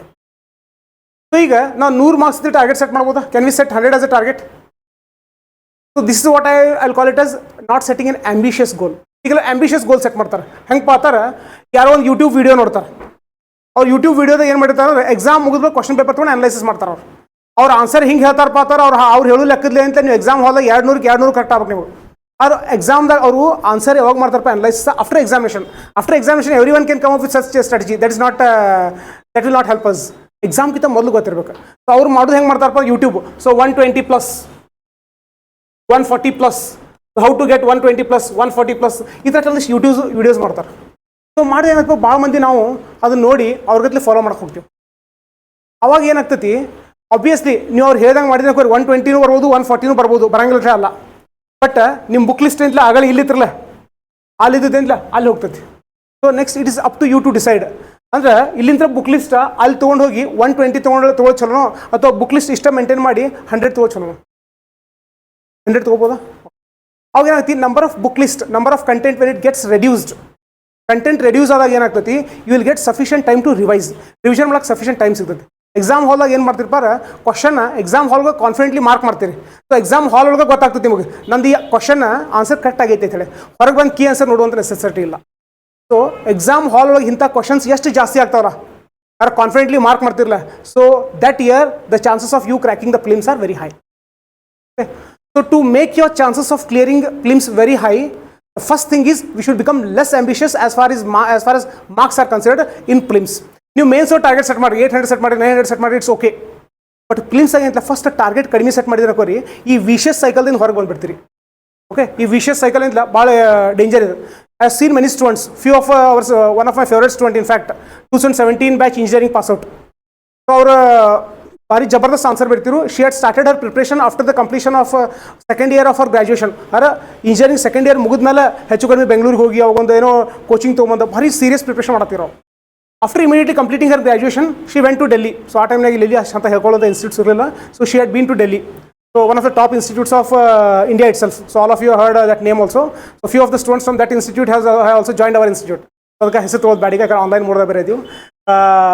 ಸೊ ಅಲ್ಲಿ ಹೋದಂಥವ್ರು 2017-18 ಒಂದು ವರ್ಷ ತೊಗೊಂಡು ಬಂದ್ರು ಕೋಚಿಂಗ್. ತೊಗೊಂಬಂದಿಲ್ಲ ಇಲ್ಲೇ ಊರಾಗಿದ್ದು ಸ್ಟಡಿ ಮಾಡಿದ್ರು. ಮತ್ತು ಇನ್ನು 5-6 ಮಂತ್ಸ್ ಇಲ್ಲಿ ಸ್ಟಡಿ ಮಾಡಿದ್ದಕ್ಕೆ ಯಾಕೋ ಸರಿಯಾಗಿ set. Again she went back to Delhi. ಅಲ್ಲಿ ಹೋಗಿ ಅಂತ 2 ವರ್ಷ ಓದಿದ್ರು. ಅಲ್ಲಿ 1 ವರ್ಷ ಓದ್ಬೇಕು ಪಾರ ಡೆಲ್ಲಿ ಒಳಗೆ. ಫೀಸ್ ಅಷ್ಟೇ ಅಲ್ಲ, ತಿಂಗಳ ಇರುವಂಥ ಖರ್ಚು ಭಾಳ ಐತಿ. ಮಿನಿಮಮ್ ಒಂದು 20,000 ಖರ್ಚು ಬೇಕು ಡೆಲ್ಲಿ ಒಳಗೆ. ಅರೆ 1 ವರ್ಷಕ್ಕೆ ನೀವು ಸ್ಟೇ ಮಾಡ್ಕೊಂಡು ಮಿನಿಮಮ್ 2.5 lakhs. ಹಂಗೊಂದು 2 ವರ್ಷ ಸ್ಟೇ ಮಾಡಿ ಎಲ್ಲ ಮುಗಿಸಿ 2-3 ವರ್ಷ ಹೆಚ್ಚು ಕಮ್ಮಿ ಡೆಲ್ಲಿ ಒಳಗೆ ಇದ್ರು. ಅಷ್ಟೆಲ್ಲ ಮುಗಿಸ್ಕೊಂಡು ಬಂದ ಮತ್ತು ಊರಾಗ ಪ್ರಿಪ್ರೇಷನ್ ಮಾಡಿದ್ರು. She gave 6 attempts, 18, 19, 20, 21, 22, 23. In all the 6 attempts she could not clear films. ನಾ ಏನು ಹೇಳ್ತಿದ್ದೆ ಪಾರ, ನೀವು ಒಂದ್ಸತಿ ಎಲ್ಲ ಫಿಲ್ಮ್ಸ್ ಕ್ರ್ಯಾಕ್ ಮಾಡಿದ್ರಿ ಅಂದರೆ your name will be in top 10. ಭಾರಿ ವಂಡರ್ಫುಲ್ ಆನ್ಸರ್ ಬಿಡ್ತಿರೋ, ಯಾಕಂದ್ರೆ ಭಾಳಷ್ಟು ಆನ್ಸರ್ಸ್ ಇವ್ಯಾಲ್ಯೂಟ್ ಮಾಡಿಲ್ಲ. So I know how the what toppers write their answers. So based on that, my judgment, I always used to tell her that if you crack films, then you will be among the top 10. But unfortunately, she was on the general merit. Even after exhausting all the 6 attempts, she could not qualify in films. So ಭಾಳಷ್ಟು ಜನ ಇಂತ ಇದು ಭಾಳ mistake ಮಾಡ್ತಾರೆ. ಏನಪ್ಪ ಅಂತಾರೆ, starting preparation ಮಾಡೋದ್ನಾಗ ಅವ್ರ ತಲೆಗೆ ಬರೀ ಮೇನ್ಸ್ ಆನ್ಸರ್ ರೈಟಿಂಗ್ ಬರೀಬೇಕು ಇರ್ತೈತಿ. ಸೊ ಮೇನ್ಸ್ ಆನ್ಸರ್ ರೈಟಿಂಗ್ ಇಂದ ಅದನ್ನೂ ಮಾಡ್ತಿರ್ತೈತೆ. Definitely you can do it. But without having the foundation, without having the basics, someone asks you to write the answers, you cannot write the answers. First you need to have that foundation. Only when you have the foundation, on top of that you can frame the answers and you can write the answers. So hence that PLIMS foundation is very important. That PLIMS foundation is very important. On top of that, definitely we can write mains answers as well. And our goal will be very simple and optimistic, that is 100. Some target in the 100 ಇಟ್ಕೊಂಡು ಹೋದಾಗ ನಾವು ಹೆಂಗೆ sources reduce ಮಾಡ್ಬೋದು ಅದು ಮುಂದೆ ಬರ್ತಾ ಇಂತ ಒಂದೊಂದು we shall have a discussion. have a discussion one by one. One by ಹೋಗ್ಬೇಕಾ ನಡೀತಿರಲ್ಲ.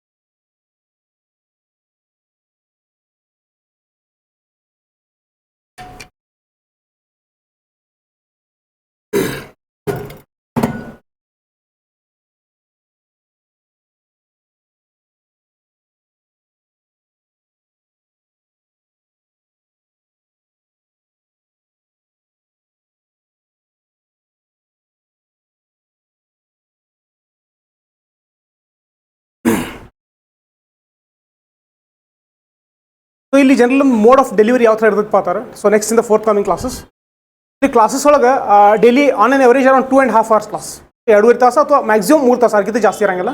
ಸೊ 1.5 ತಾಸು ಆಗ್ಬೇಕು. After 1.5 hour will be giving a break for 10-15 minutes.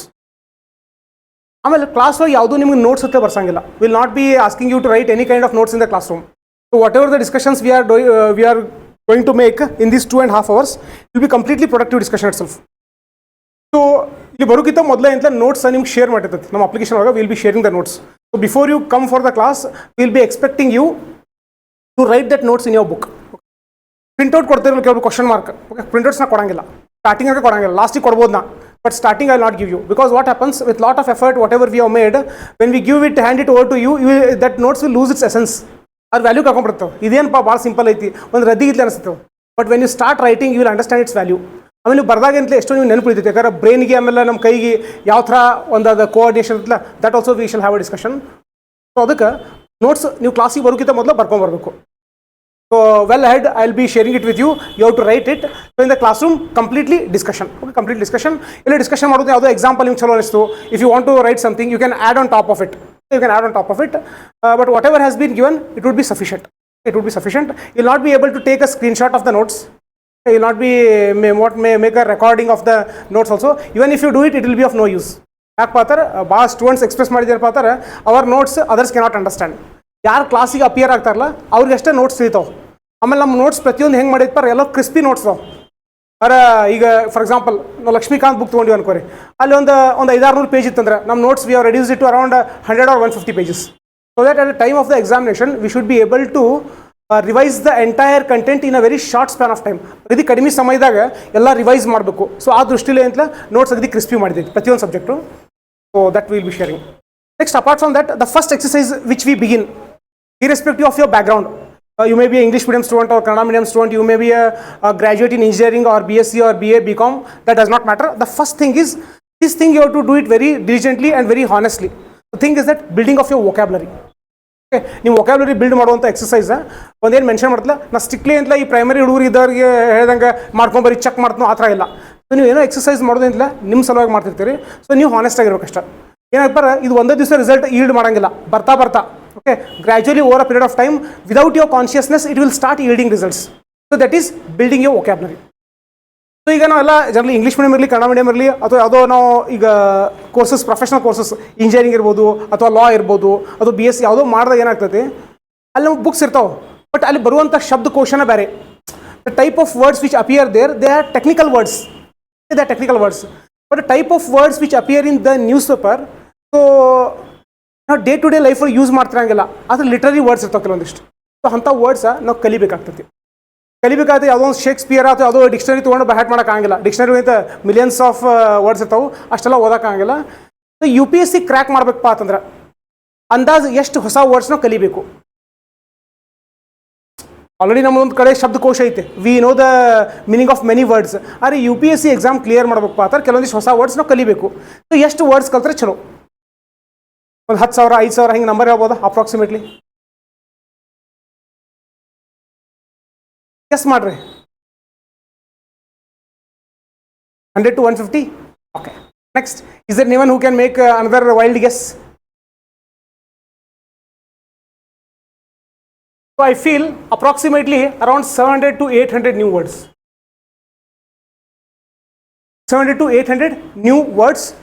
ಈ ಕೆಲವರು ಒಕ್ಯಾಬುಲರಿ ಚಲೋ ಇರ್ಬೋದು, ಅವ್ರು 700ರಿಂದ 800 ಹೋಗಿ 500 ಆಗ್ಬೋದು. ಬಟ್ ಅಪ್ರಾಕ್ಸಿಮೇಟ್ಲಿ ಒಂದು 700ರಿಂದ 800 ಹೊಸ ವರ್ಡ್ಸ್ ನೀವು ಕಲಿಬೇಕಾಗ್ತದೆ. ಹೆಂಗೆ ಕಲಿತೀರಿ? ಡಿಕ್ಷನರಿ ತೊಗೊಂಡು ಕಲಿಯಂಗಿಲ್ಲ. If you open a dictionary and if you start from alphabet A, it will not be possible. So how you are going to prepare these new words is through newspaper. Through newspaper. So ಪ್ರತಿ ದಿವಸ ಏನು ಮಾಡ್ತೀರಪ್ಪ ಅಂದ್ರೆ news ಪೇಪರ್ದಾಗಿಂದ ಎಷ್ಟು words ಓದ್ತೀರಿ? ಒಂದು 5 words. ಈಗ starting ಒಳಗೆ ಭಾಳ ambitious ಇದ್ದ 10 ವರ್ಡ್ ತೊಗೋಬೋದು. ಬಟ್ ನನಗೇನಪ್ಪ ಕನ್ಸಿಸ್ಟೆನ್ಸಿ ಇಸ್ ವೆರಿ ಇಂಪಾರ್ಟೆಂಟ್. ಇವತ್ತೊಮ್ಮೆ 20 ವರ್ಡ್ ಓದ್ತೀರಿ, ಮುಂದೊಂದು ತಿಂಗಳು ಗ್ಯಾಪ್ ಕೊಡ್ತೀರಿ, ಹಂಗೆ ಬೇಡ. Let us take only 5 words. So news ಪೇಪರ್ನ 5 ವರ್ಡ್ಸ್ ಪಿಕ್ ಮಾಡ್ತೀರಿ. ಈಗ for example I will show you.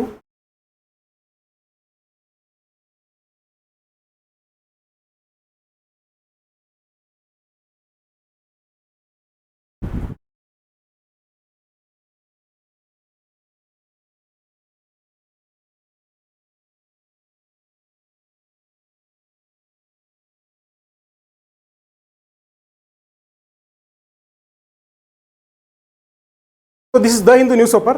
So ಇದರಿಂದ ಡೈಲಿ ಸಾಫ್ಟ್ ಕಾಪಿ ಶೇರ್ ಕೆಲಸದ ಮರ್ತಿರ್ತೀನಿ, ಯಾರು ನೆನಪು ಮಾಡಿದ್ರೆ ಅಂತ ವಾಪಸ್ ಗ್ರೂಪಲ್ಲಿ ಶೇರ್ ಮಾಡ್ತೀನಿ. So this is the Hindu news paper. If possible I will urge you to purchase a physical copy. Physical copy purchase ಮಾಡಿದ್ರೆ ಚಲೋ. ಓಕೆ, ಸೊ ಅದ್ರಾಗ ಏನು ಇನ್ವೆಸ್ಟ್ಮೆಂಟ್ ಮಾಡ್ತಿರಲಿಲ್ಲ, ಇಟ್ ವಿಲ್ ಬಿ ವರ್ತ್. ಅರ್ಥ ಇಲ್ಲ, ಬೈ ಚಾನ್ಸ್ ನಿಮ್ಗೆ ಮಾಡೋಕ್ಕಾಗಲಿಲ್ಲ, ಸಾಫ್ಟ್ ಕಾಪಿ ಅಂತ ಶೇರ್ ಮಾಡ್ತೀನಿ. ಸೊ ಇದು front page, this called S front page. Front page ಆದ್ಮೇಲೆ ನೆಕ್ಸ್ಟ್ ಬರ್ತದಲ್ಲ, ಇದು ಯಾವ ಎಡಿಷನ್ ಐತಿ? ಡೆಲ್ಲಿ ಎಡಿಷನ್ ಐತಿ. ಇಲ್ಲಿ ನಮ್ಮ ಕರ್ನಾಟಕ ಎಡಿಷನ್ ತೊಗೊಂಡ ಫಿಸಿಕಲ್ ಕಾಪಿ ಒಳಗೆ ಇಲ್ಲಿ ನಮ್ಮ ಕರ್ನಾಟಕ ರಿಲೇಟೆಡ್ ನ್ಯೂಸ್ ಇರ್ತೈತಿ. ಸಿದ್ದರಾಮಯ್ಯ, ಯಡಿಯೂರಪ್ಪ ಎಲ್ಲ ನ್ಯೂಸ್ ಇರ್ತೈತಿ. ಸೊ ಇದು ಹಿಂದೂ ಏನಪ್ಪ ಅಂದ್ರೆ ಸೆಕೆಂಡ್ ಹಿಡ್ಕೊಂಡು 6th ಪೇಜ್, 5 ಅಥವಾ 6th ಪೇಜ್ ತನ ಇವು ರೀಜನ್ ಟು ರೀಜನ್ ಚೇಂಜ್ ಆಗ್ತಾವೆ. ಕರ್ನಾಟಕದ ಬೇರೆ, ತಮಿಳ್ನಾಡದಾಗ ಬೇರೆ ಚೇಂಜ್ ಆಗ್ತಾವೆ. Here will not focus on regional news, will focus on first page. After that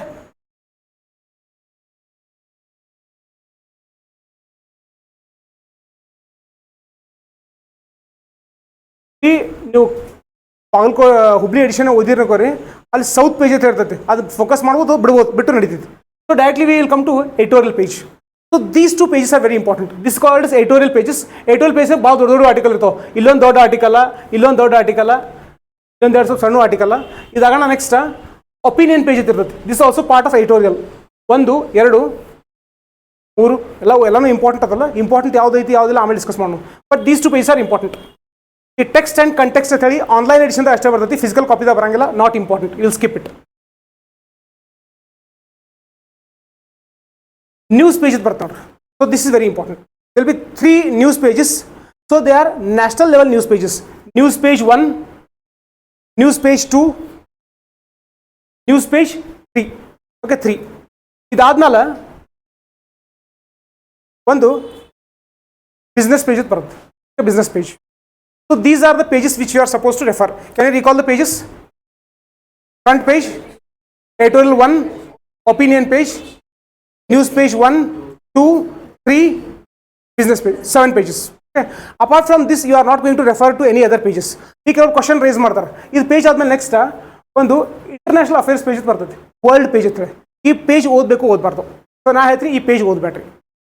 ಯಾಕೆ ಈ ಪೇಜ್ ಓದಬೇಡ್ರಿಪ್ಪ ಅಂತಂದ್ರೆ ಇದನ್ನು ಡೇ ಟು ಡೇ ಕಂಪೈಲೇಷನ್ ಮಾಡ್ಕೋತ ಹೋದ್ರಿ ಅಂದ್ರೆ ನೆನ್ಪಿಟ್ಕೋಕ್ಕಾಗಿಲ್ಲ, ಸಿಕ್ಕಾಪಟ್ಟೆ ಇನ್ಫಾರ್ಮೇಷನ್ ಇರ್ತದೆ. ಅಂದರೆ ಇಂಟರ್ನ್ಯಾಷನಲ್ ಅಫೇರ್ಸ್ ಹೆಂಗೆ ಪ್ರಿಪೇರ್ ಮಾಡೋದು? ನಮ್ದೇನು ನ್ಯಾಷನಲ್ ಲೆವೆಲ್ 3 ನ್ಯೂಸ್ ಪೇಜ್ ಅಲ್ಲ, ಅಲ್ಲೇ ಕೆಲವೊಂದಿಷ್ಟು ಇಂಟರ್ನ್ಯಾಷನಲ್ ಅಫೇರ್ಸ್ ಬಗ್ಗೆ ಬಂದಿರ್ತಾವೆ, ಅಲ್ಲಿ ಕವರ್ ಮಾಡೋದು. ಅದು ಬಿಟ್ಟರೆ editorial. Okay, so you are not going to refer this world page. So without referring to the world page itself, every year our what cost benefit ratio when it comes to international affairs is very high. Prelims ಅಂತ ಭಾಳಷ್ಟು questions ನಾವು correct ಮಾಡ್ತೀವಿ ಈ world page ಓದಲಾರ್ದನ, ಬೇರೆ ಯಾವುದು material ಓದಲಾರ್ದನ. So this page will skip. Next ಇಲ್ಲಿ ಸ್ಪೋರ್ಟ್ಸು ಬರ್ತಾವೆ, ಒಂದು 3 ಕಾಲಮ್ಸ್. ಓಕೆ, ಸ್ಪೋರ್ಟ್ಸದು ಈ ಸ್ಪೋರ್ಟ್ಸ್ ಪೇಜ್ ಮುಟ್ಟಂಗಿಲ್ಲ, ಮುಟ್ಟಂಗಿಲ್ಲ. ಮತ್ತು ಈ 2022, 23, 24 ಸ್ಪೋರ್ಟ್ಸ್ ಕ್ವಶನ್ ಅದಾವು. ಈ ಸಲದೇನು ಸ್ಪೋರ್ಟ್ಸ್ ಕ್ವಶನ್ ಅದಾವೆ. ಸೊ ಅಂಥ ಸ್ಪೋರ್ಟ್ಸ್ ಕ್ವಶನ್ನ ಈ ಸ್ಪೋರ್ಟ್ಸ್ ಪೇಜ್ಲೆ ಓದಿ ಮಾರ್ಕ್ ಮಾಡ್ಬೇಕಲ್ಲ. ಈಗ ಮೊನ್ನೆ ಅಂತಲೇ ಚೆಸ್ ಹೋಗಿ ಚಲೋ ಆಡಿದ್ರೆ ಅವ್ರ ಸರಿನಾ ಮುಖೇಶ್, ಅಥವಾ ಫ್ರಂಟ್ ಪೇಜೇ ಕೊಟ್ಟಿರ್ತಾರೆ, ಎಲ್ಲ ಎಡಿಟೋರಿಯಲ್ ಬರೆದಿರ್ತಾರೆ, ಅದ್ರ ಥ್ರೂ ಮಾಡಿದರೆ ಸಾಕು. So we need not read these what sports related pages.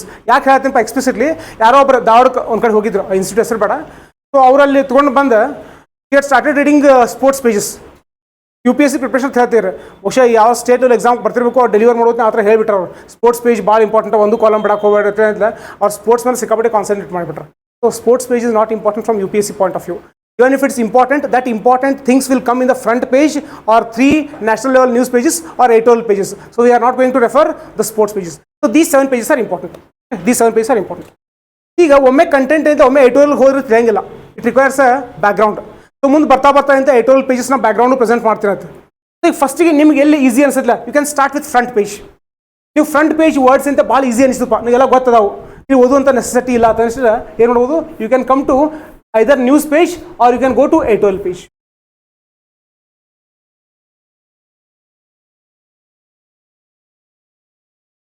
So editorial pages ಹೋಗಂತ ಡೆಫಿನೆಟ್ಲಿ ನೀವು ವರ್ಡ್ಸ್ ಸಿಗ್ತಾವೆ. ಫ್ರಂಟ್ ಪೇಜಸ್ ಸಿಗಲಾಕಿಲ್ಲ, ಬಟ್ editorial pagesದಾಗ ಸಿಗ್ತಾವೆ. ಈಗ ಯಾವ ಥರ ಪ್ರಿಪ್ರೇಷನ್ ಮಾಡ್ತೀರಿ? For example, if I take this first paragraph, so whether all the words present in the first paragraph you can understand, or do you know the meaning of all the words?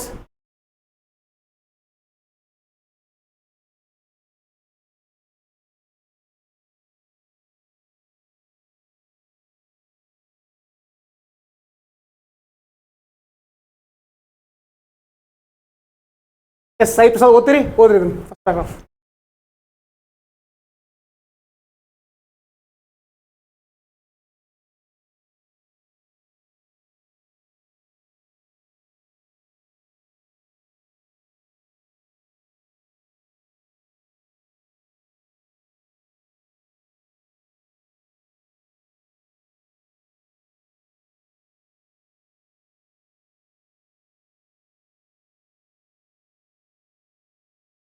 You must take notice. So did you understand the meaning of every word? ಕೆಲವಷ್ಟು words meaning ಗೊತ್ತಿರಂಗಿಲ್ಲ, ಕೆಲವರು ಜಾಸ್ತಿ ಗೊತ್ತಿರ್ತಾವೆ, ಕೆಲವು ಕಡಿಮೆ ಗೊತ್ತಿರ್ತಾವೆ. So ಹಂಗೆ ಏನು ಮಾಡ್ತೀರಿ, starting ಒಳಗೆ ಅಂತಲ್ಲ ಅವ್ರಿಗೆ ಜಾಸ್ತಿ ಗೊತ್ತೈತಿ, ನನಗೆ ಕಡಿಮೆ ಗೊತ್ತೈತಿ, ಹಿಂಗೆ ಕಂಪೇರಿಸನ್ ಬೇಡ. ಎಷ್ಟು ಸಿಂಪಲ್ ವರ್ಡ್ ಇರಲಿ, ನೀವು ಮೀನಿಂಗ್ ಗೊತ್ತಿರಲ್ಪ ಆ ಥರ. ಈ ಫಾರ್ ಎಕ್ಸಾಂಪಲ್ ಓದ್ತಿರ್ತೀರಿ, ಅಂತಲ್ಲ ಎಕ್ಸಿಸ್ಟೆನ್ಷಿಯಲ್ ನಿಮ್ಗೆ ಗೊತ್ತಿಲ್ಲ, ಕ್ರೈಸಿಸ್ ಇನಿಷಿಯಲಿ ಗೊತ್ತಿಲ್ಲ, ಏನು ಮಾಡ್ತೀರಿ, ಭಾಳ ಆಂಬಿಷಿಯಸ್ ಆಗಿ ಎಂಟೈರ್ ಆರ್ಟಿಕಲ್ ಮಾಡಂಗಿಲ್ಲ, ಬರೀ 5 words. So will write down existential ಅಂದ್ರೆ ಏನು, ಒಂದು ಸಪ್ರೇಟ್ ಬುಕ್ ಮೇಂಟೈನ್ ಮಾಡ್ತೀರಿ. ಎಕ್ಸಿಸ್ಟೆನ್ಷಿಯಲ್ ಅಂದ್ರೆ ಏನು, ಇದ್ರದ್ದು ಮೀನಿಂಗ್ ತಿಳ್ಕೊತೀರಿ.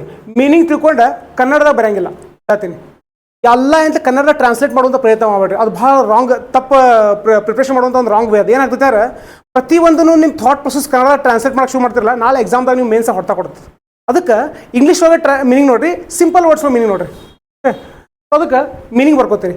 ಮೀನಿಂಗ್ ಆದ್ಮೇಲೆ ಈ ಎಕ್ಸಿಸ್ಟೆನ್ಷಿಯಲ್ ಅನ್ನುವಂಥ ಶಬ್ದ how they are going to frame sentences, Google search ಮಾಡ್ರಿ, how they are going to frame sentences. ಒಂದು 3-4 ಸೆಂಟೆನ್ಸಸ್ ನೋಡ್ರಿ, 3-4 ನೋಡಿ ಒಂದು ಯಾವ್ದು ಚಲೋ ಅನ್ಸತ್ಲ ಅದನ್ನ ಬುಕ್ದಾಗ ಬರೀರಿ. ಅದು ಆದ್ಮೇಲೆ ಮತ್ತೊಂದು ಸೆಂಟೆನ್ಸ್ ಬರೀತೀರಿ, ಅವಾಗ ಗೂಗಲ್ದಾಗ ನೋಡಂಗಿಲ್ಲ, ಗೂಗಲ್ದಾಗ ನೋಡಿ ಕಲ್ತಿರ್ತಿರಲ್ಲ ಎಕ್ಸಿಸ್ಟೆನ್ಷಿಯಲ್. ಓಕೆ, ಅದು ನೀವು ಕಂಟೆಕ್ಸ್ದಾಗ ಅಂತಲೇ ಎಲ್ಲೋ ಒಂದು ಬೇರೆ ಕಡೆ ಅಪ್ಲೈ ಮಾಡ್ತೀರಿ. For example, so India's foreign policy is currently facing on existential crisis. So some institutes in Dharwad are currently facing the existential crisis. ಬೇರೆ ಕಂಟೆಕ್ಸ್ದಾಗ ಆ ಶಬ್ದ ಯೂಸ್ ಮಾಡ್ತೀವಿ. ಬೇರೆ ಕಂಟೆಕ್ಸ್ದಾಗ ಆ ಶಬ್ದ ಯಾವಾಗ ಯೂಸ್ ಮಾಡ್ತಿರಲ್ಲ ಆ ಥರ ಯೂಸೇಜ್ ಮಾಡ್ದಂಗೆ ಏನಾಗ್ತೈತಿ, that word will become your integral part. So words becoming your integral part is very important. ಈ ಕೆಲವೊಬ್ಬರಿಗೆ ವರ್ಡ್ಸ್ ಇಂಟಿಗ್ರಲ್ ಪಾರ್ಟ್ ಆಗಿರಂಗಿಲ್ಲ, ಏನು ಮಾಡ್ತಾರೆ, ಎಲ್ಲ ಭಾಷಣ ಹೋಗಿದ್ದ ಮೊದಲೇ ಅಂತಲೇ ಅಂತ ಶಬ್ದಗಳೆಲ್ಲ ಲಿಸ್ಟ್ ನೋಡ್ಕೊಂಡು ಹೋಗ್ತಾರೆ.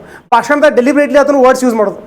So India is facing existential crisis, ಅದೇನಾಗ್ತೈತಿ, is not an integral part. You are forcefully trying to bring some kind of words to impress the audience. ಆ ಥರ ಆಗಬಾರ್ದು. UPSC ಪ್ರಿಪ್ರೇಷನ್ ಒಳಗೆ ಏನಪ್ಪ ಅಂದ್ರೆ these words should become more integral part.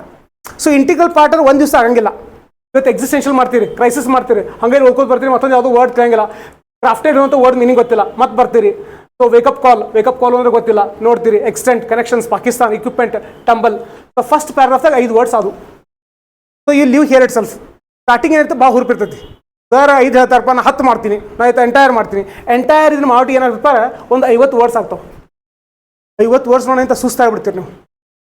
ಮತ್ತು ಮುಂದೊಂದು ತಿಂಗಳೈತೆ ವರ್ಡ್ಸೇ ಬ್ಯಾಡ ಅಂತ ಅನ್ಸುತ್ತೆ. ಅದಕ್ಕೆ ಹಂಗೆ ಮಾಡಂಗಿಲ್ಲ, ಡೈಲಿ ಬರೀ 5 ವರ್ಡ್ಸ್. ಆಮೇಲೆ same set of words will start repeating. Okay, ಅದಕ್ಕೆ ಭಾಳ ಸಾವಿರಾರು ವರ್ಡ್ಸ್ ಬೇಡ. ಹಿಂಗೆ ಡೈಲಿ 5 ವರ್ಡ್ಸ್ ಮಾಡಿದ್ರೆ ಒಂದು ತಿಂಗಳಿಗೆ ಎಷ್ಟು ವರ್ಡ್ಸ್ ಆಗ್ತಾವೆ? ಅಪ್ರಾಕ್ಸಿಮೇಟ್ಲಿ 150. 30 into 5 is 150. ಸೊ ಒಂದು 5 ತಿಂಗಳು ಮಾಡಿದ್ರೆ ಕೊರಿ 750 ವರ್ಡ್ಸ್. ಸೊ ಈ ವರ್ಡ್ಸ್ ಕಲಿದಿಲ್ಲ, this is very important. Along with the content, ನೀವೇನು ಬೇರೆ ಸಬ್ಜೆಕ್ಟ್ಸ್ ಬಗ್ಗೆ ನಾಲೆಜ್ ಪಡ್ಕೋತ ಹೋಗ್ತಿರಲ್ಲ, ಅದ್ರ ಜೋಡಿನ ಈ ವೊಕ್ಯಾಬ್ಲರಿ ಬಿಲ್ಡ್ ಆಗೋದು ಭಾಳ ಇಂಪಾರ್ಟೆಂಟ್. ಅದಕ್ಕೆ ಏನು ಮಾಡಿ, ಡೈಲಿ 5 ವರ್ಡ್ಸ್ ಒಂದು 6 ಡೇಸ್ ಮಾಡ್ತೀರಿ. 7th day for example Sunday ದಿವಸ ಏನು ಮಾಡ್ತಿರಪ್ಪ ಅಂತಂದ್ರೆ ಹೊಸ ವರ್ಡ್ಸ್ ಕಲಿಯಂಗಿಲ್ಲ, ಅವತ್ತು ಇದ್ದಂಥ ವರ್ಡ್ಸ್ ರಿವಿಷನ್ ಮಾಡ್ತೀರಿ. ಸೊ ಫಸ್ಟ್ 1 ವೀಕ್ ಆದಮೇಲೆ 30 words which you made, you will revise it. At the end of the 15th day, what you will do, whatever the words you have compiled in the 15 days, you will revise it. ಈ ಥರ revision ಮಾಡೋದನ್ನ ಕೆಲವೊಂದಿಷ್ಟು ಮರಿತೀರಿ ಮತ್ತು ಹೊಸ ಕಲಿತೀರಿ. ಹಿಂಗೆ ಮಾಡ್ಕೋತ ಹೋದಾಗ ಒಂದು 4-5 ತಿಂಗ್ ತೆಗೆದಾಗ ಕಂಪ್ಲೀಟ್ಲಿ 750 ವರ್ಡ್ಸ್ ಕಲಿಯಂಗಿಲ್ಲ. ಒಂದು 400 ವರ್ಡ್ಸ್ ಅಷ್ಟೇ ನೆನಪಿರ್ತಾವೆ, ಉಳಿಕಿದ್ದು ಮತ್ತೆ ಮರ್ತಿರ್ತೀರಿ. ಇಲ್ಲಿ ಮುಂದೆ ಏನಪ್ಪ ಅಂತಾರೆ, ಒಂದ್ಸತಿ ಬೇಸಿಕ್ ಒಂದು ಫಂಡಮೆಂಟಲ್ ಕೆಲವೊಂದಿಷ್ಟು ವರ್ಡ್ಸ್ ಗೊತ್ತಾದವು ಅನ್ಕೋರಿ, ಮುಂದೆ ಎಲ್ಲ ವರ್ಡ್ಸ್ ಮೀನಿಂಗ್ ಗೊತ್ತಾಗಬೇಕಂತ ಇಲ್ಲ. ಹಿಂಗೆ ಓದುವಾಗ ಕಂಟೆಕ್ಸ್ಟ್ ಮೇಲೆ ತಿಳಿದ್ಬಿಡ್ತದೆ. So once we start understanding, once we start comprehending the content of the newspaper based on the context, we can stop this exercise. We can stop this exercise. So until that context is built, until the basic foundation is built, so this exercise we have to do. ಪ್ರತಿ ದಿವಸ ಹೊಸ words ಕಲಿಬೇಕು, ಹೊಸ words ಕಲಿಬೇಕು. ಅದೊಂದು exercise ಅಂತ ನೀವು ತಪ್ಪಲಾರ್ದ ಮಾಡಬೇಕು. ಯಾರೂ ಚೆಕ್ ಮಾಡಂಗಿಲ್ಲ, ಯಾರು ಹೇಳಕ್ಕೂ ಬರಂಗಿಲ್ಲ. Once in while I may check. ಆ ಟೈಮ್ನಾಗ ಇಲ್ಲರಿ ಸರ್ ಮನ್ಯಾಗ ಕೆಲಸ ಇತ್ರಿ, ಹಂಗೆ ಹಿಂಗೆ ಈ ಥರ ಇದು ಬೇಡ್ರಿ. ಸೊ ನಿಮ್ಗೆ ನೀವು ಹಾನೆಸ್ಟ್ ಆಗಿರಿ, you do this exercise, it is going to benefit you like anything. So this will be the first exercise.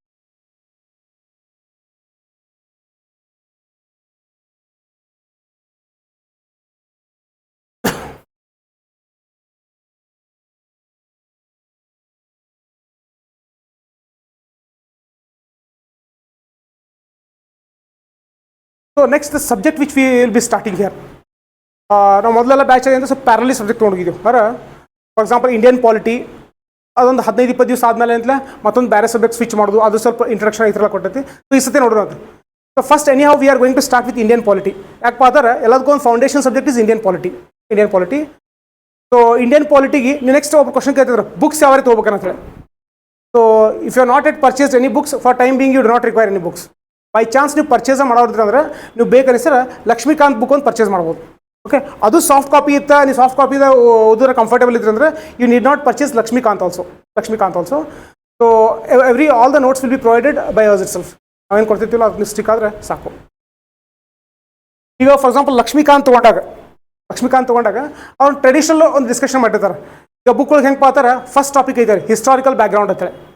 Next historical background ಆದಮೇಲೆ ಮೇಕಿಂಗ್ ಆಫ್ ದ ಕಾನ್ಸ್ಟಿಟ್ಯೂಷನ್, ಅದಾದ್ಮೇಲೆ next salient features of the constitution, ಅದಾಗಣ preamble, fundamental rights, fundamental duties, directive principles of state policy, centre state relations, inter state relations, emergency provisions, prime minister, ಆಮೇಲೆ council of ministers, president, vice president, parliament, supreme court, high court, ಈ ಭಾಳಷ್ಟು topics ಬರ್ತಾವೆ. So topics ಎಲ್ಲ ಬಂದಾಗ ಜರ್ಲಿ ಏನು mistake ಮಾಡ್ತೀವಪ್ಪ ಅಂದ್ರೆ, ಭಾಳಷ್ಟು ಜನ ಯಾರು ಸ್ವಂತ ಓದ್ತಿರ್ತಾರಲ್ಲ ಅವ್ರು ಬುಕ್ಸ್ ಪರ್ಚೇಸ್ ಮಾಡಿ ಫಸ್ಟ್ ಟಾಪಿಕ್ ಓದ್ತಿರ್ತಾರೆ, ಹಿಸ್ಟಾರಿಕಲ್ ಬ್ಯಾಕ್ಗ್ರೌಂಡ್ ಅಂತೇಳಿ. ಸೊ ಅದೇನಾಗ್ತೈತಿ, ಯಾರ ಫಸ್ಟ್ ಟಾಪಿಕ್ ಸ್ಟಾರ್ಟ್ ಮಾಡ್ತಾರಲ್ಲ ಆ ಫಸ್ಟ್ ಟಾಪಿಕ್ ಮುಗಿಸಿ ಸೆಕೆಂಡ್ ಟಾಪಿಕ್ ಹೋಗಂಗಿಲ್ಲ, ಅಲ್ಲೇ ಸ್ಟಕ್ ಆಗಿಬಿಡ್ತಾರೆ. ಅಂತ ಡಿಫಿಕಲ್ಟ್ ಟಾಪಿಕ್ ಐತವೆ. ಸೊ ಆ ಟಾಪಿಕ್ ತಿಳಿಬೇಕಪ್ಪ ಅಂತಾರೆ ಫಸ್ಟ್ ಕೆಲವೊಂದಿಷ್ಟು ಫಂಡಮೆಂಟಲ್ ಥಿಂಗ್ಸ್ ಯಾವುದಲ್ಲ ಅವು ಕನೆಕ್ಟ್ ಆಗಬೇಕು. Able to connect the fundamental aspects related to other topics. ಬೇರೆ ಟಾಪಿಕ್ಸ್ಗಳ ಬಗ್ಗೆ ನಮಗೆ ತಿಳಿದ ಮೇಲೆ then will go to first topic. ಅವಾಗ ಏನಾಗ್ತೈತೆ ಪಾರ ನಿಮಗೆ ತಿಳಿಯುವಂಥ ಚಾನ್ಸಸ್ ಜಾಸ್ತಿ ಹೈ ಇರ್ತಾವೆ. There will be very high chances that will understand the content. So first will start with Indian polity. So Indian polity first ಟಾಪಿಕಿಂದ ಸ್ಟಾರ್ಟ್ ಮಾಡೋಂಗಿಲ್ಲ, first ಒಂದು basic connection establish ಮಾಡ್ತೈತಿ. ಸೊ ಕನೆಕ್ಷನ್ ಎಸ್ಟಾಬ್ಲಿಷ್ ಅಂದ್ರೆ ಹೆಂಗೆ ಪಾತಾರೆ, day to day ಲೈಫಲ್ಲಿ ಏನೋ witness ಮಾಡ್ತಿದ್ದೀವಲ್ಲ, first will understand those entities, then will go into the deeper aspects related to the subject. ಈಗ ಪಾಲಿಟಿ ಒಳಗೆ ಏನಿಲ್ಲ, ಡೇ ಟು ಡೇ ಒಳಗೆ ನಾವು ವಿಟ್ನೆಸ್ ಮಾಡುವಂತಂದ್ರೆ ಕೆಲವೊಂದು ಎಂಟಿಟೀಸ್ ನಾವು ಸಮೀಪದಾಗ ಕಾಣುವಂಥವ್ರು ಯಾರು, ಫಾರ್ ಎಕ್ಸಾಂಪಲ್ MLAs, MPs. ಸೊ ಇವು ಟಾಪಿಕ್ ಫಸ್ಟ್ ಒಂದು ಕ್ಲಾರಿಟಿ ಬಿಲ್ಡ್ ಆಯ್ತು ಅನ್ಕೋರಿ. ಅದಾದಮೇಲೆ next will go to a topic called as parliament. Parallelly ಕೆಲವೊಂದಿಷ್ಟು ಪ್ರಿಯಾಂಬಲ್ ರಿಲೇಟೆಡ್ ಕಾನ್ಸೆಪ್ಟ್ಸ್. ಸೊ ಒಂದೊಂದಿಂದ ನಾವು ಬಿಲ್ಡ್ ಮಾಡ್ಕೊತ ಹೋಗೋಣ. ಆಮೇಲೆ ಹೋಗ್ತಾ ಕೆಲವೊಂದಿಷ್ಟ ನಾವು ಮೆಮರೈಸ್ ಮಾಡ್ಬೇಕಾಗ್ತೈತಿ. ಅವ್ರು ಮೆಮರೈಸ್ಡ್ ಫಾರ್ಮ್ದಾಗ ನೆನ್ಪಿಡ್ಬೇಕಾಗ್ತದೆ. ತಿಳ್ಕೊತೀವಿ, ಬಟ್ ತಿಳ್ಕೊಳ್ಳೋದಲ್ದ ಇಲ್ಲ, ವಿ ನೀಡ್ ಟು ಮೆಮರೈಸ್. ಯಾಕಪ್ಪ ನಾಳೆ ಮೇನ್ಸ್ ಪಾಯಿಂಟ್ ಆಫ್ ವ್ಯೂನು ಭಾಳ ಬೆನಿಫಿಟ್ ಆಗ್ತದೆ.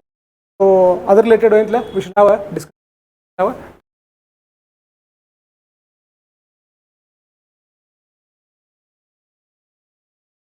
So we break for 5 to 10 minutes. So if you have any kind of doubts, you can ask me. So after that break, when we continue, we'll continue with polity itself, because we will not delay it. So once we start, we'll go in a very express train. That fashion will move forward. Okay? So ಭಾಳ completion fast ಇರ್ತದೆ ನಮ್ದು. ಯಾಕಪ್ಪ ಒಂದು notes ಮನ್ಯಾಗ ಬರ್ತಿರ್ತೀರಿ, ಇಲ್ಲಿ ಏನು time ಇರ್ತಲ್ಲ ಪ್ರತಿಯೊಂದು ಕನ್ಸ್ಟ್ರಕ್ಟಿವ್ಲಿ ಯುಟಿಲೈಸ್ ಮಾಡುವಂಥ ಟೈಮ್ ಇರ್ತೈತಿ. So will utilise it constructively. So if you have any kind of doubts, you can ask me. Yes Rakshita.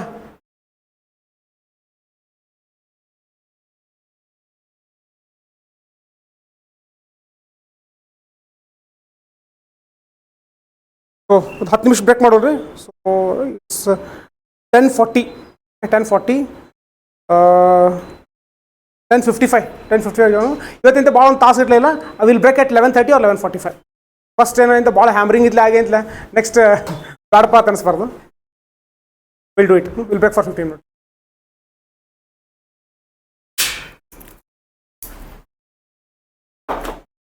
So polity ಅಂತ ತೊಗೊಂಡಾಗ will not go with the conventional definition method. What is polity, what is political system ಆ definition ಆ ಥರ ಅಲ್ಲ. So will connect the dots which surrounds. So ನಮ್ಗೆ ಸಮೀಪ ಇರುವಂಥ ಒಂದು ಎಂಟಿಟೀಸ್ನ ಕನೆಕ್ಟ್ ಮಾಡ್ಕೊ ತೊಗೊಳೋದು. ಸೊ ಕೇಳಿರ್ತೀವಿ ಭಾಳಷ್ಟು ಸತಿ, ಬಟ್ ಅದ್ರ ಬಗ್ಗೆ ಅಂತ ನಾವು ಕಂಪ್ಲೀಟ್ ಇನ್ಫಾರ್ಮೇಷನ್ ಇರೋಂಗಿಲ್ಲ. So we have heard about term called S MP, we have heard about term called S MLA, but majority of us those who are not into the journey of the civil services or other competitive examination, they are not aware of these things. They might have gained PhD in their respective field. Physics PhD ಇರ್ಬೋದು, chemistry PhD ಇರ್ಬೋದು, engineering PhD ಇರ್ಬೋದು, but ಅವ್ರು ತೊಗೊಂಡಾಗ ಎಷ್ಟೋ ಮಂದಿ ಅಂತ president ಬಗ್ಗೆ ಗೊತ್ತಿರಂಗಿಲ್ಲ. President ಎಲೆಕ್ಟೆಡೋ ನಾಮಿನೇಟೆಡೋ ಅಥವಾ ಅಪಾಯಿಂಟ್ ಅದೇ ಯಾವ್ದು ಬಗ್ಗೆನೂ ಬೇಸಿಕ್ ಇನ್ಫಾರ್ಮೇಷನ್ ಇರಂಗಿಲ್ಲ. But when we start this journey, the first thing that we should become aware is we should become aware of our surroundings. And UPSC also expects the same. It expects about your curiosity. ನಿಮ್ಮೊಳಗೆ basic ಕುತೂಹಲ curiosity ಐತೋ ಇಲ್ಲೋ. So ಈಗ will start with such kind of concept, then will start joining all the dots. So next ನಾಳೆಗೆ ಕ್ಲಾಸಿಗೆ ಏನಿಲ್ಲ, ಇವತ್ತು class ಮುಗಿದ್ಮೇಲೆ ನೀವು ಹೇಳ್ತೈತೆ ನಮ್ಮ ಅಪ್ಲಿಕೇಶನ್ ಡೌನ್ಲೋಡ್ ಮಾಡ್ಕೋಬೇಕು. ಮಾಡ್ಕೊಂಡ್ಮೇಲೆ ಒಂದು ಬ್ಯಾಚ್ ಐತೆ ಕ್ರಿಯೇಟ್ ಮಾಡ್ತೀರಲ್ಲಿ, ಅದು ಬ್ಯಾಚ್ ಕ್ರಿಯೇಟ್ ಮಾಡಿ ಅಲ್ಲಿ ಇವತ್ತು ನಾನು ಒಂದು ನೋಟ್ಸ್ ಅಪ್ಲೋಡ್ ಮಾಡ್ತೀನಿ. So that notes will be about parliament. Because in today's class we don't know to what extent we are going to cover, but from tomorrow's class onwards with these basic connections we'll start discussing about a topic called as parliament. Okay? So as per the notes in the order we'll go. Okay? In the order we'll go. Neighbors were on. ಹೌದಾ, ಈಗ ವಿಜಯಲಕ್ಷ್ಮಿ ಬಾಜು ಕುಣಿಸ್ಬಿಡ್ರಿ, ಅವ್ರ ಮಕ್ಕಳಂಗೆ ಇಲ್ಲ. Okay,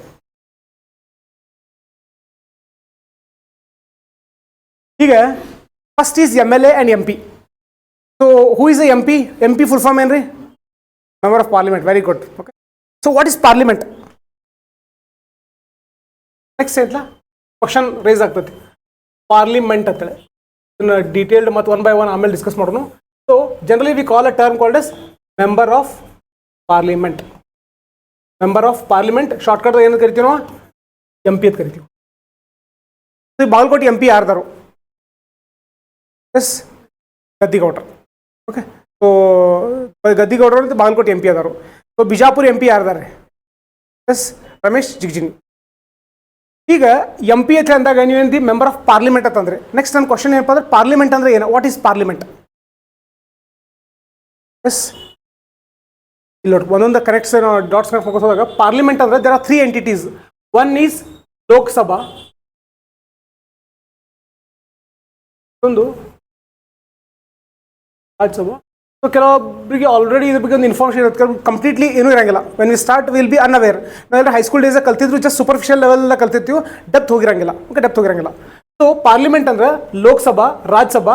ನಾವು ಮುಂದೆ formally ನೋಡ್ತೀವಿ ಏನಪ್ಪಾ ಅಂತಂದ್ರೆ ಪ್ರೆಸಿಡೆಂಟ್. ಇವು 3 ಎಂಟಿಟೀಸ್ ಸೇರಿಸಿ ನಾವೇನು ಕರಿತೀವಪ್ಪ ಅಂತಂದ್ರೆ, 3 ಜನರು ಸೇರಿಸಿ ನಾವೇನು ಕರಿತೀವಿ? ಪಾರ್ಲಿಮೆಂಟ್ ಕರಿತೀವಿ. ಲೋಕಸಭಾ, ರಾಜ್ಯಸಭಾ, ಪ್ರೆಸಿಡೆಂಟ್. ಈಗ ನಾವು ಆಗಲೇ MP ಮೆಂಬರ್ ಆಫ್ ಪಾರ್ಲಿಮೆಂಟ್ ಅಂತ ಹೇಳಿದ್ರಿ, ನೀವು ಗದ್ದಿಗೌಡ್ರು ಅಂತ ಹೇಳಿದ್ರು. Who is the Bagalkot MP? Gaddigoudar. So UPSC ಜರ್ನಿದಾಗ ಇದ್ದಂಥವ್ರು ಅಂತ ಅವ್ರು ಅಲ್ಲೇ ಕ್ವಶನ್ ಸ್ಟಾಪ್ ಮಾಡಂಗಿಲ್ಲ. ಈ ಗದ್ದಿಗೌಡರು MP ಅದಾರ ಹೌದು, ಬಟ್ ಇವ್ರು ಯಾವ್ದ್ರ ಮೆಂಬರ್ ಅದಾರ? ಲೋಕಸಭಾ ಮೆಂಬರ್ ಅದಾರೋ, ರಾಜ್ಯಸಭಾ ಮೆಂಬರ್ ಅದಾರೋ, ಅಥವಾ ಪ್ರೆಸಿಡೆಂಟ್ ಅದಾರೋ? Yes, is a member of Lok Sabha.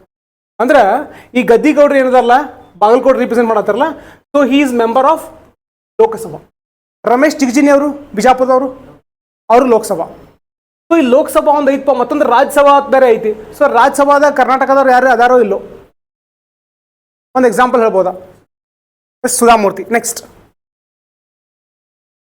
S, correct, Nirmala Sitharaman. So ಈಗ ನಮ್ಮ ಫೈನಾನ್ಸ್ ಮಿನಿಸ್ಟರ್ ಏನದಾರಲ್ಲ, ಇಂಡಿಯಾದ finance minister Nirmala Sitharaman. So she is a member of parliament. ಅವರು MP ನ. ಸುಧಾಮೂರ್ತಿ ಅವರು MP ನ. ಸೊ ನೋಡ್ರಿ, ಭಾರಿ ಎಕ್ಸಾಂಪಲ್ ಕೊಟ್ಟೆ ನೀವು, ಅಂದ್ರೆ it will be very easy for us to discuss. Sudha Murthy ಅವರು she is from Karnataka. Next Nirmala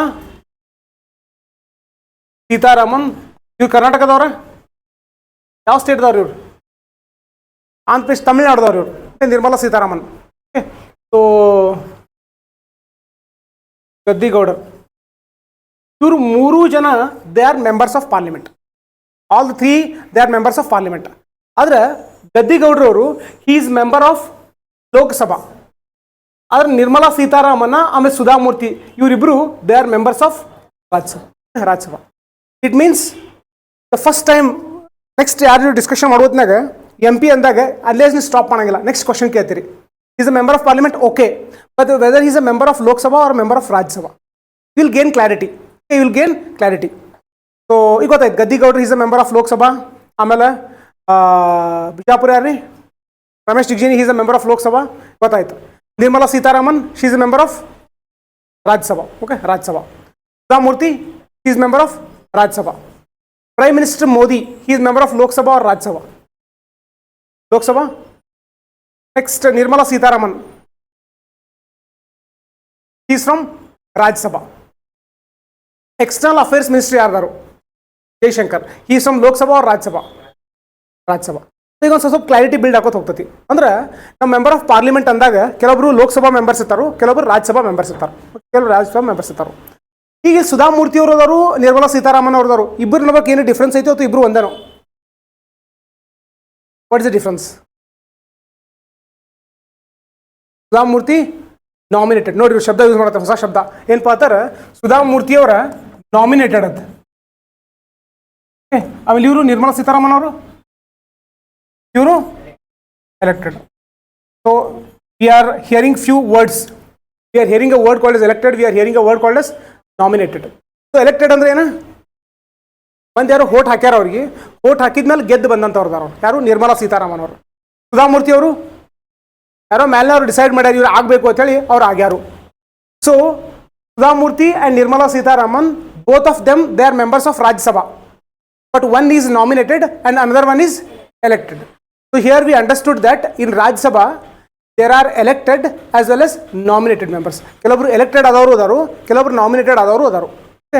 ಈಗ ನಾವು ಲೋಕಸಭಾ ತಗೊಳ್ಳೋಣ. Gaddigoudar elected nominated? Modi. Next Amit Shah elected. So next ಹಿಂಗೆ ನಾವು ಮಾಡ್ಕೋತ ಹೋದಾಗ ಟೋಟಲ್ ಲೋಕಸಭಾದಾಗ ಎಷ್ಟು ಜನ ಮೆಂಬರ್ಸ್ ಅದಾರು? Next question. ಎಸ್, ಇಲ್ಲಿ ಬುಕ್ಸ್ದಾಗ ಓದೋತ್ನಾಗ ಸ್ವಲ್ಪ ನಿಮ್ಗೆ ಕನ್ಫ್ಯೂಷನ್ ಆಗ್ತದೆ. ಏನಪ್ಪ ಅಂತಂದ್ರೆ ಲೋಕಸಭಾ ಮೆಂಬರ್ಸ್ ಅಂತ ತೊಗೊಂಡಾಗ ಲೋಕಸಭಾದಾಗ ಅವರು ಒಂದು 552 ಅಂತ ಕೊಡ್ತಾರೋ, ಆಮೇಲೆ 545 ಅಂತ ಕೊಡ್ತಾರೋ, ಆಮೇಲೆ 543 ಅಂತ ಕೊಡ್ತಾರೋ. ನೀವು ಮೂರು ಕನ್ಫ್ಯೂಷನ್ ಆಗ್ತಾವೆ. ನಮ್ಮ ತಲೆಗೆ ಏನಪ್ಪ ಅಂತ ಯಾವಾಗಲೂ ರಿಸರ್ಚ್ PhD ಮಾಡಕ್ಕೆ ಹೋಗ್ತಿರ್ತೀವಿ ನಾವು, ಡೆಪ್ತ್ ಹೋಗಿ ಅಂತ ಅಂಡರ್ಸ್ಟ್ಯಾಂಡ್ ಮಾಡ್ಕೋಬೇಕು ಅಂತೇಳಿ. ಆ ಥರ ತಲೆ ಕೆಡ್ಸ್ಕೊಬೇಡ್ರಿ. The maximum strength which the Lok Sabha can have is 552, present is 545. ಇಷ್ಟೆಲ್ಲ ಒಟ್ಟ ತಲೆ ಕೆಡ್ಸ್ಕೊಳಕ್ಕೆ ಹೋಗ್ಬೇಡ್ರಿ, ಇಷ್ಟ ನೆನ್ಪಿಟ್ಬಿಡ್ರಿ.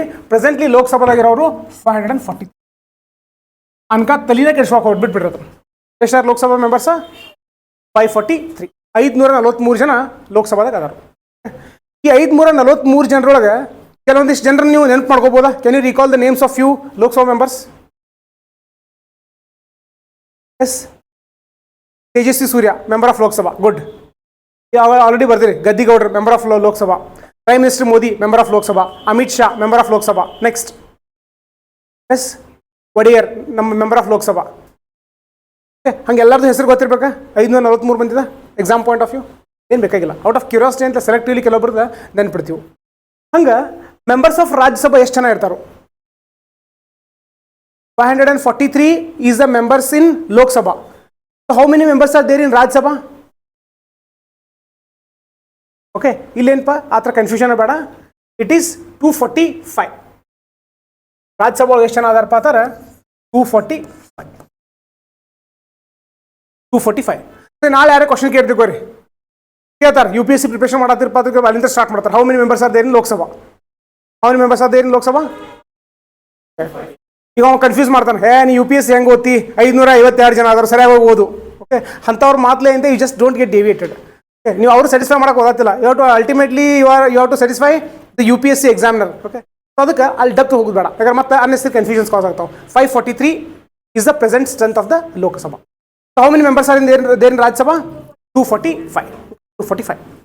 ನೆಕ್ಸ್ಟ್ ಕ್ವಶನ್, ಎಲೆಕ್ಟೆಡ್ ಆಮೇಲೆ ನಾಮಿನೇಟೆಡ್. ಎಲೆಕ್ಟೆಡ್ ಆಮೇಲೆ ನಾಮಿನೇಟೆಡ್. ನನ್ನ ಕ್ವಶನ್ ಏನಪ್ಪ ಅಂತಾರೆ, ರಾಜ್ಯಸಭಾದಾಗ ಎಲೆಕ್ಟೆಡ್ ಮೆಂಬರ್ಸ್ ಅದಾರೋ ಇಲ್ಲೋ? ಅದಾರು. ರಾಜ್ಯಸಭಾದಾಗ ನಾಮಿನೇಟೆಡ್ ಮೆಂಬರ್ಸ್ ಅದಾರೋ ಇಲ್ಲೋ? ಅದಾರು. ಒಂದು ಎಕ್ಸಾಂಪಲ್ ಎಲೆಕ್ಟೆಡ್ ಮೆಂಬರ್ಸ್ ಹೇಳ್ಬೋದಾ?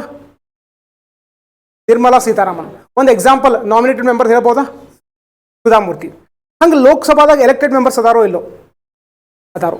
ನಾಮಿನೇಟೆಡ್ ಮೆಂಬರ್ಸ್ ಅದಾರೋ ಇಲ್ಲೋ? ಇಲ್ಲಿ ಒಂದು ಕ್ಲಾರಿಟಿ ಏನಪ್ಪ ಅಂತಾರೆ, ಮೊದಲು ನಾಮಿನೇಟೆಡ್ ಮೆಂಬರ್ಸ್ ಇಬ್ಬರು ಜನ ಇರ್ತಿದ್ರು, ಅವಾಗ 545 ಇರ್ತಿತ್ತು. ಈಗ ಇಬ್ಬರು ಮಂದಿ ನಾಮಿನೇಟೆಡ್ ಏನಿರ್ತಾರಲ್ಲ ಆಂಗ್ಲೋ ಇಂಡಿಯನ್ಸ್ ಅಂತೇಳಿ ಆ ಪ್ರಾವಿಷನ್ ತೆಗ್ದಾರ. ಈಗ ಯಾವಾಗ ತೆಗ್ದಾರು, ಎಷ್ಟು ತೆಗ್ದಾರು ಎಕ್ಸಾಕ್ಟ್ಲಿ ಬೇಡ, ಈಗ ಒಂದು 4-5 ವರ್ಷದಿಂದ ತೆಗ್ದಾರು. ಈಗೇನಪ್ಪ ಅಂತಾರೆ, ಲೋಕಸಭಾದಾಗ ನಾಮಿನೇಟೆಡ್ ಮೆಂಬರ್ಸ್ ಅನ್ನುವಂಥ ಪ್ರಾವಿಷನ್ ಇಲ್ಲ.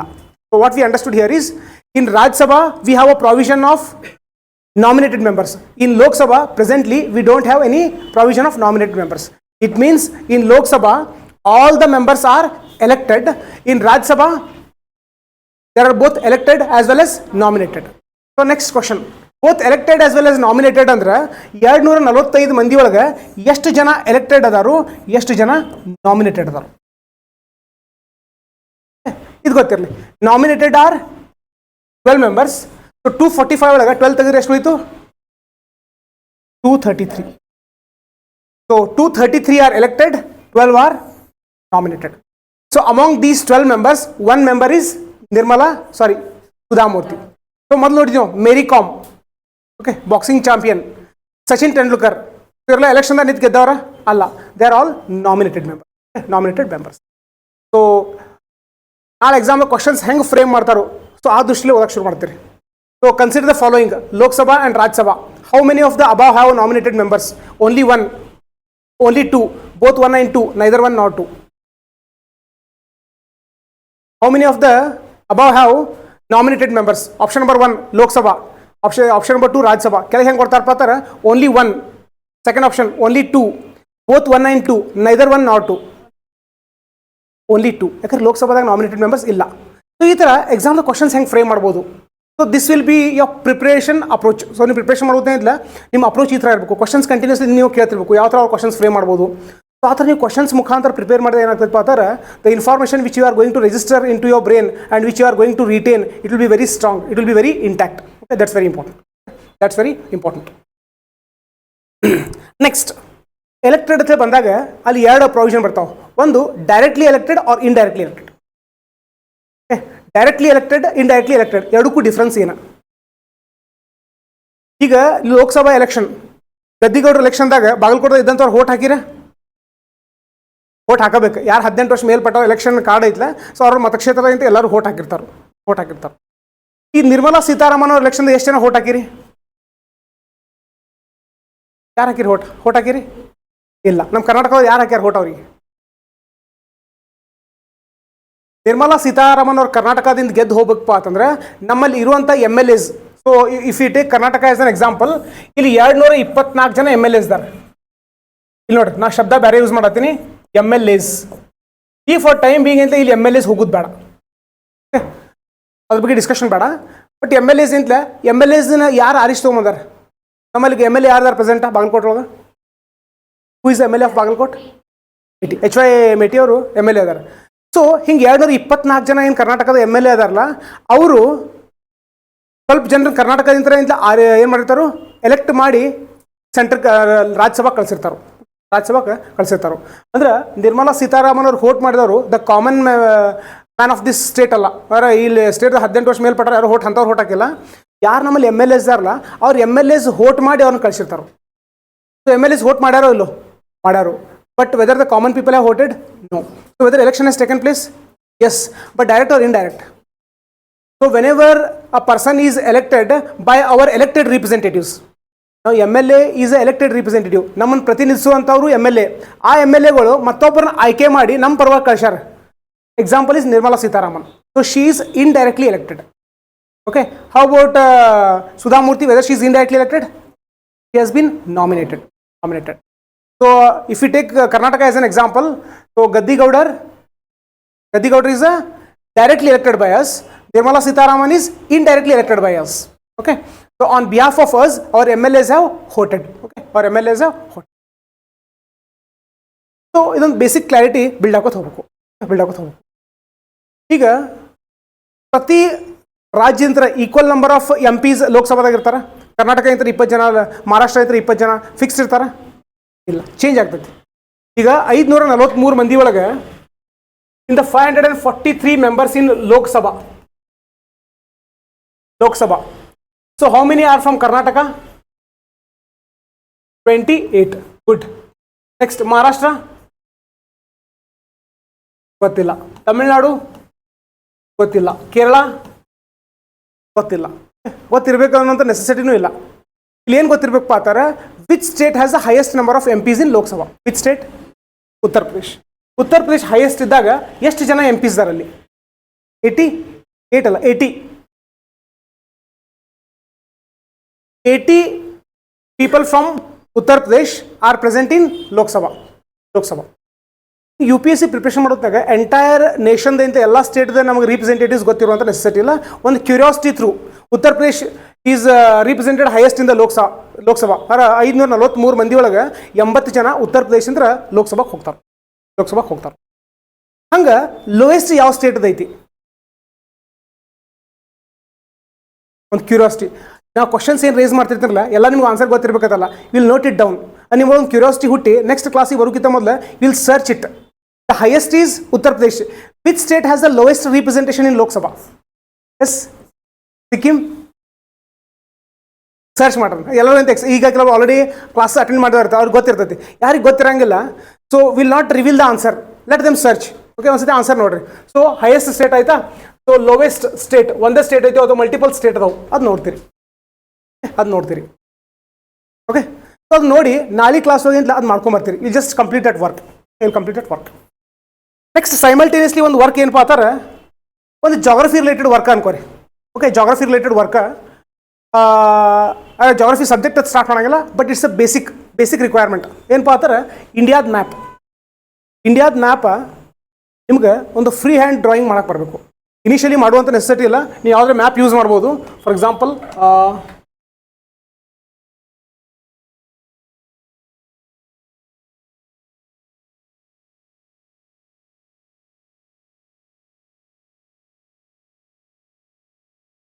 ಏನಪ್ಪ ಒಮ್ಮೆ ಪಾಲಿಟಿ ಜೋಡಿ ಒಮ್ಮೆ ಜಾಗ್ರಫಿ ತೊಗೊಂಬಂದ್ರಲ್ಲ ಅಂತೇಳಿ, because this geographical Indian map is connected to every topic, whether it is polity, whether it is economics, whether it is art and culture, whether it is environment. For every topic our map is required. Okay, map is required. First exercise ಏನು ಮಾಡ್ತೀರಿ? So ಕೆಲವೊಬ್ರಿಗೆ ಅಂತ high school ಡೇಸ್ದಾಗ primary ಡೇಸ್ದಾಗ ಕಲ್ತು ಬಿಟ್ಟಿರ್ತಾರೆ. Parents ಅಂತ ಒಂಥರ ಖುಷಿ ಪಡ್ತಿರ್ತಾರೆ. ಅವ್ರು ನಮ್ಮ ಮಗ ಅಂತ ಎಲ್ಲ ಸ್ಟೇಟ್ದಿಂದ ರಾಜ್ಯದ ರಾಜಧಾನಿಗಳು ಹೇಳ್ತಾನೋ ಅವ್ರಂತ ಖುಷಿ ಪಡ್ತಿರ್ತಾರೆ. ಸೊ ಇಲ್ಲಿ ಆ ಬೇಸಿಕ್ ಖುಷಿ ಪಡಿಸುವಂಥ ಕೆಲಸ ಮತ್ತೊಂದು ಸತಿ ಮಾಡ್ಬೇಕು ನೀವು. ಮರ್ತಿದ್ರು ಅಂತ you have to read it. What is that? First is identification of states. Okay, identification of states. Next is capital. ಈಗ ಯಾರು ಫಸ್ಟ್ ಹಂತದಾಗ ಇರಂಗಿಲ್ಲ, ಫಸ್ಟ್ ಹಂತ ಕಂಪ್ಲೀಟ್ ಮಾಡ್ತೀರಿ. ಒಮ್ಮೆ ಮ್ಯಾಪ್ ತೆಗಿದು ಬೇಡ. ಫಸ್ಟ್ ಹಂತ ಏನಪ್ಪ ಅಂತಾರೆ, you should be able to identify. If I place a dot on this state, which is state? Very good, it is Madhya Pradesh. This is Bihar. Very good. This is Ladakh.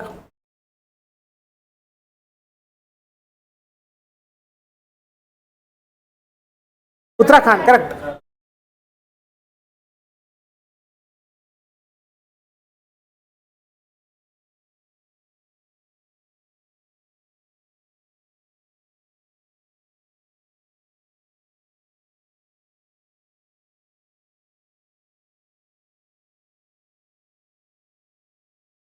Nagaland.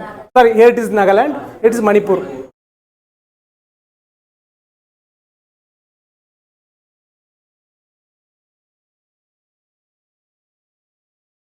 We'll dot it in note answati. It is Jharkhand. ಆಯ್ತಾ? ಯಾರು state ಉಳಿದ ನೋಡ್ರಿ. First round ಇದು map ಏಂತಲೇ identification ಮಾಡಕ್ಕೆ ಬರ್ಬೇಕು. Next ಏಂತಲೇ ಇದರ exam question ಕೇಳ್ತಾ ಇರ್ತಲ್ಲ, but this basic clarity is required. Okay, it required.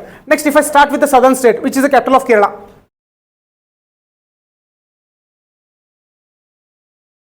ಸ್ವಲ್ಪ ಅಮರಾವತಿ. ಅದು ಕ್ಲಾರಿಟಿ ಇಲ್ಲ, ಆ ಡೆಪ್ತ್ ಹೋಗುವಂಥ ನೆಸೆಸಿಟಿನೂ ಇಲ್ಲ until that clarity arises.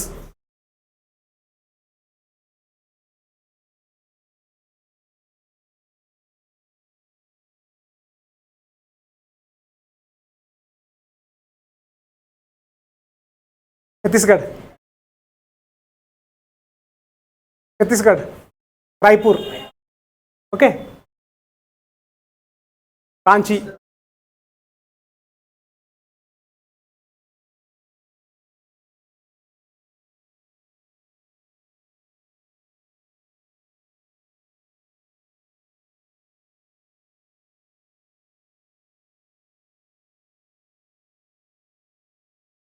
which is the state?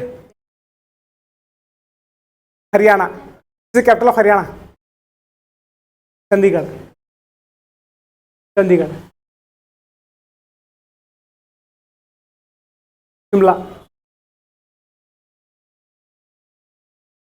ಅದು ಹಾಕ್ಬಿಟ್ರಿ ಕನಕ. Capital Patna. Next.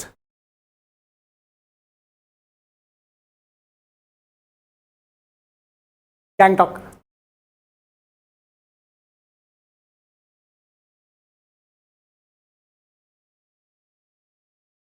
State ಹೇಳ್ಬಾರ ಡೈರೆಕ್ಟ್ಲಿ ನಾನು ಕ್ಯಾಪಿಟಲ್ ಹೇಳ್ರಿ. See where I am placing. Itanagar.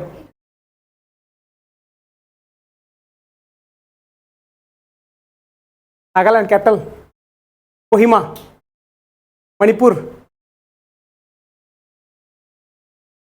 Yes. Manipur. Manipur, Imphal. Next, Mizoram. Aizawl. Tripura.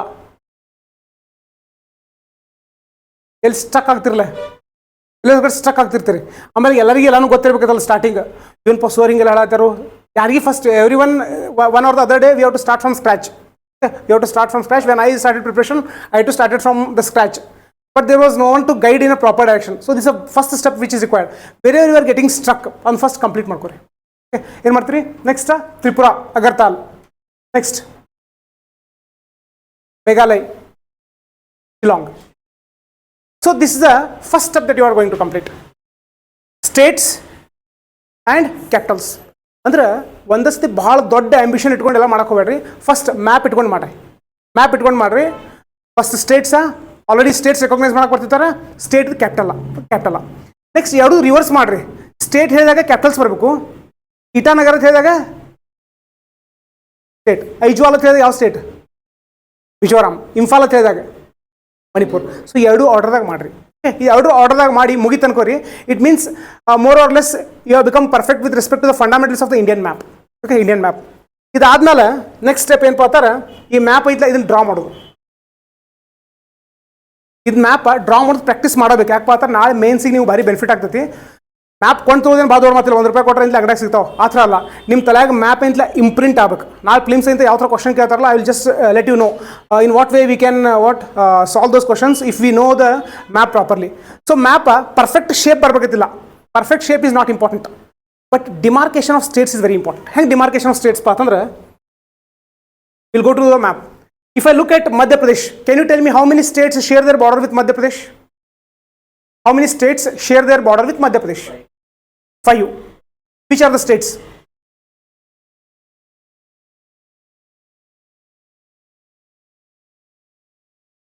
Madhya Pradesh 3, Uttar Pradesh 1, Rajasthan 2, Gujarat 3, Maharashtra 4, Chhattisgarh 5. How about Jharkhand?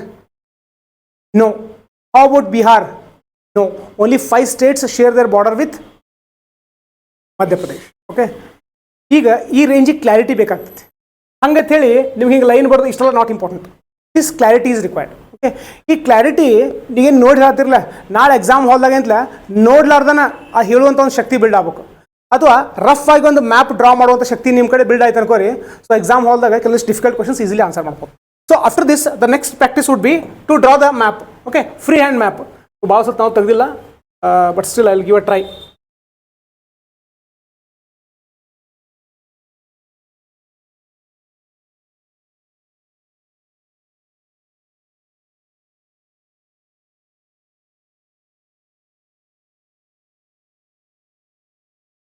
Okay, rough map perfect ಇರಲಿ ಬಿಡಲಿ, but state demarcation ಇಲ್ಲ ಅದನ್ನ perfect ಮಾಡ್ಕೊಂಡ್ಬಿಟ್ರೆ.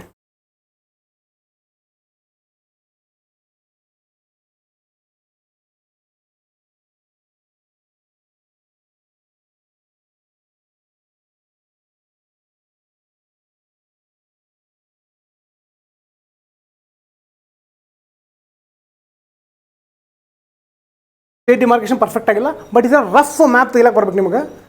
ತೆಗೆದ whether you are able to demarcate the states, that is very important. So ಆ ಥರ ಒಂದು map practice ಮಾಡಿದ್ರೆ ಕೋರಿ the basic requirement to start preparation is fulfilled. Then it becomes very easy to discuss every topic.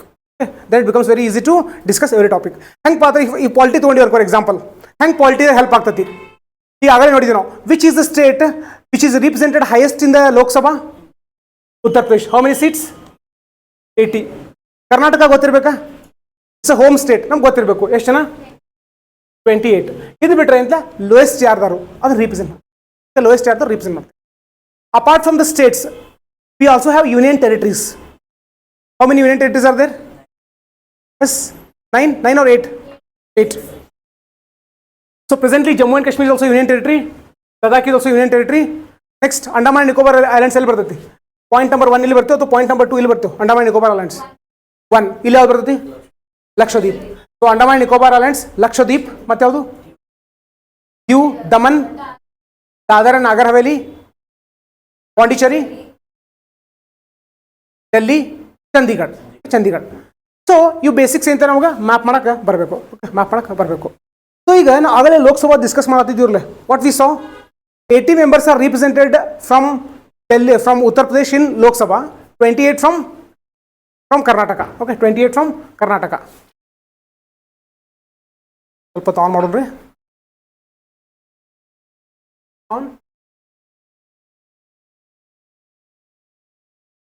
ಈ button of ಮಾಡ್ರಿ.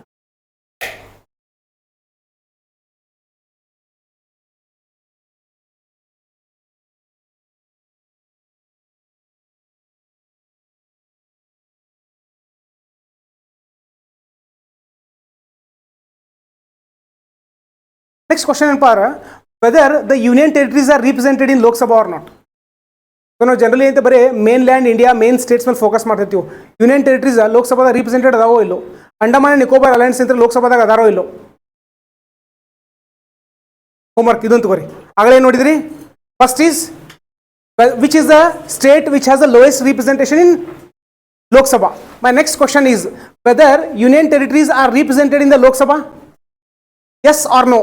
If yes, whether all the union territories are represented in Lok Sabha or only few union territories are represented in Lok Sabha? So this is the next question.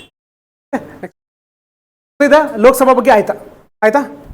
Next ಈಗ ರಾಜ್ಯಸಭಾ ಅಂತ ತಗೊಂಡಾಗ so ಯಾವ state ಇಂದ highest members ರಾಜ್ಯಸಭಾದಾಗ ಇರ್ಬೋದು? Automatically there is no other chance, Uttar Pradesh itself. So ರಾಜ್ಯಸಭಾದಾಗ highest ಎಲ್ಲಿಂದ ಇರ್ತಾರೋ? ಉತ್ತರ ಪ್ರದೇಶ ಅಂತ ಇರ್ತಾರೆ. ಈಗ ಲೋಯೆಸ್ಟ್ ಎಲ್ಲೈತಿ ರಾಜ್ಯಸಭಾದಾಗ ನೋಡ್ರಿ. ರಾಜ್ಯಸಭಾದಾಗ ಲೋಯೆಸ್ಟ್ ಯಾವ ರಾಜ್ಯದಿಂದ ಅಲ್ಲಿದಾರು representation? Tripura. Okay. So for others it will B homework. Just check it once, cross verify once. Next ರಾಜ್ಯಸಭಾದಾಗೂ same work. Weather union territories R represented in Rajya Sabha?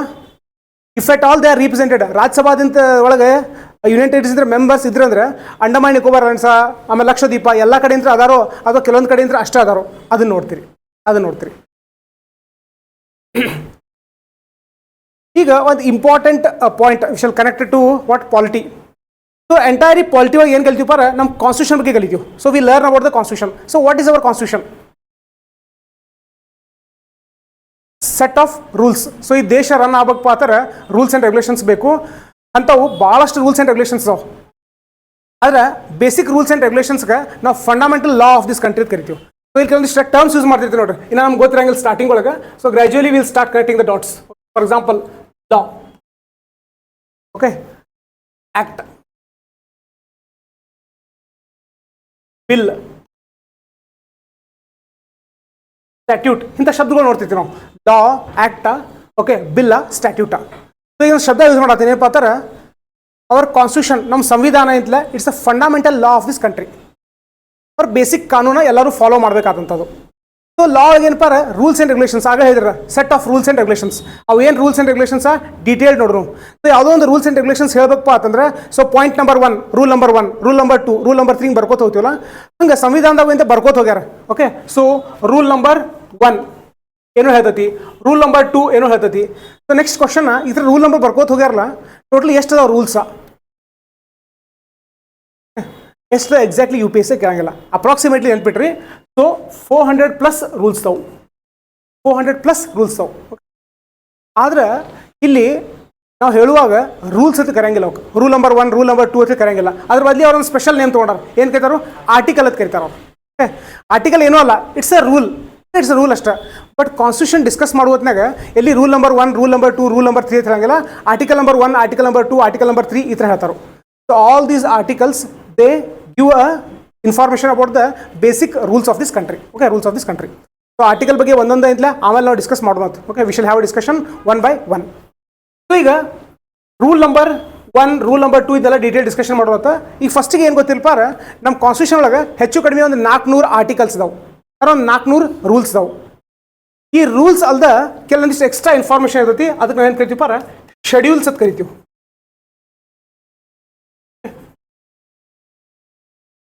Schedules starting first time ಓದುವತ್ತಾಗ ಏನಿಲ್ಲ ಎಲ್ಲ ಏನಪ್ಪ confusing ಏನು schedules ಅಂತ ಅನ್ಸವು. ಸ್ವಲ್ಪ initially memorise ಇದ್ಲೇ ಮಾಡಬೇಕಾಗುತ್ತೆ. You have to memorise. So our constitution consists of 400 articles approximately and 12 schedules. How many schedules? 12 schedules. 12 schedules. 12 schedules. So we'll not go in a chronological order. 12 schedules ಅಂದ್ರೆ schedule 1 ಏನು ಹೇಳ್ತೈತಿ, schedule 2 ಏನು ಹೇಳ್ತೈತಿ, schedule 3 ಏನು ಹೇಳ್ತೈತಿ, 4 5 6 7 8 9 10 11 12. ಇದು chronological order ಹೋಗಂಗಿಲ್ಲ. ಎಲ್ಲೆಲ್ಲಿ ಬೇಕಲ್ಲ ಅಲ್ಲಲ್ಲಿ will connect the dots. ಹಂಗೆ ಆರ್ಟಿಕಲ್ ನಂಬರ್ 1 ಏನು ಹೇಳ್ತೈತಿ ಸಾಲ್ಗಿಂತ ಆರ್ಟಿಕಲ್ ನಂಬರ್ 400 ತನಕ ಕಲಿಯಂಗಿಲ್ಲ. ಎಲ್ಲ ಆರ್ಟಿಕಲ್ಸು ಇಂಪಾರ್ಟೆಂಟ್ ಅಲ್ಲ. ಯಾವ ಇಂಪಾರ್ಟೆಂಟ್ ಆರ್ಟಿಕಲ್ಸ್ ಯಾವ ಥರ ಕಲಿಬೇಕು ಅದು ನೋಡೋಣ. ಸೊ ಈಗ ಶೆಡ್ಯೂಲ್ಸ್. ಈಗ ಯಾರು ನೆಕ್ಸ್ಟ್ ಕ್ವಶನ್ ಕೇಳ್ತೀವಿ, what does our constitution consist of? Our constitution consist of approximately around 400 plus articles, 12 schedules and 1 preamble. So preamble plus articles plus schedules. Yes, these three. Next is amendment. Okay, ಮತ್ತೊಂದು ಹೇಳಿದ್ರೆ important ಅವರ amendment. Amendments ಅವೆ ತಿದ್ದುಪಡಿಗಳು. So ಇವು 4ಕ್ಕೂ ಸೇರಿ ನಾವು ಏನು ಕರಿತೀವಿ, we call it us constitution. V call it us constitution. So ಈಗ ಈ ಟಾಪಿಕ್ಗೆ ಕನೆಕ್ಟ್ ಮಾಡಕ್ಕೆ ಬೇಕಾಗಿದ್ದರೆ ಅಷ್ಟೇ ತೊಗೊಂಬಂದಿನ. ಓಕೆ, ನೆಕ್ಸ್ಟ್ ಕ್ವಶನ್ ಏನಪ್ಪ ಅಂತಂದ್ರೆ, ಲೋಕಸಭಾದಾಗ ಕರ್ನಾಟಕದಿಂದ 28 ಜನ ಹೋಗಬೇಕು, ಉತ್ತರ ಪ್ರದೇಶದಿಂದ 80 ಜನ ಹೋಗಬೇಕು. ಅದನ್ನ ಎಲ್ಲಿ ಸ್ಪೆಸಿಫಿಕ್ ಆಗಿ ಕಾನ್ಸ್ಟಿಟ್ಯೂಷನ್ದಾಗ ಬರ್ದಿಲ್ಲ. ಆದ್ರೆ ರಾಜ್ಯಸಭಾ ರಿಲೇಟೆಡ್ ಬರ್ದಾರ. ಅದನ್ನು ಏನು ಬರ್ದಾರಪ್ಪ ಅಂತಂದ್ರೆ, ಕರ್ನಾಟಕದಿಂದ ಎಷ್ಟು ಜನ ಹೋಗಬೇಕು, ಮಹಾರಾಷ್ಟ್ರದಿಂದ ಎಷ್ಟು ಜನ ರಾಜ್ಯಸಭಾಕ್ಕೆ ಹೋಗಬೇಕು, ಉತ್ತರ ಪ್ರದೇಶದಿಂದ ಎಷ್ಟು ಜನ ರಾಜ್ಯಸಭಾಕ್ಕೆ ಹೋಗಬೇಕು, ಅದನ್ನ ಕ್ಲಿಯರ್ಲಿ ಬರ್ದಾರು. ಅದನ್ನ ಕ್ಲಿಯರ್ಲಿ ಕಾನ್ಸ್ಟಿಟ್ಯೂಷನ್ದಾಗ ಬರ್ದಾರಪ್ಪ ಅಂತಾರೆ. ಎಲ್ಲಿ ಬರ್ದಾರು, that is important. That becomes important from exam point of view. ಇಲ್ಲಿ ಡೈರೆಕ್ಟ್ಲಿ ರ್ಯಾಂಡಮ್ಲಿ ನಡ್ಬರ್ಕ್ ಹೋಗ್ಬಿಡೋನು. ಎಲ್ಲಿ ಹೋಗೋಣಪ್ಪ ಅಂತಾರೆ, ಶೆಡ್ಯೂಲ್ ಏನು 12 ಅದಾವಲ್ಲ, 12 ಒಳಗೆ 4th ಶೆಡ್ಯೂಲ್. ಸೊ ನಾಳೆ ಎಕ್ಸಾಮ್ ಪಾಯಿಂಟ್ ಆಫ್ ವ್ಯೂ ಒಂದೊಂದು ಕನೆಕ್ಟ್ ಮಾಡ್ಕೊತ ಹೋಗೋಣ. Okay, so all the members in Lok Sabha are elected, true or false? All the members of Lok Sabha are elected, true or false? All the members of Lok Sabha are directly elected, true or false? All the members of Rajya Sabha are elected, false. Some members of Rajya Sabha are nominated. Some members of Lok Sabha are nominated, false. Some members of Rajya Sabha are elected. Some members of Rajya Sabha are directly elected. Some members of Rajya Sabha are indirectly elected. Some members of Lok Sabha are indirectly elected. All members of Lok Sabha are directly elected. Okay, directly elected.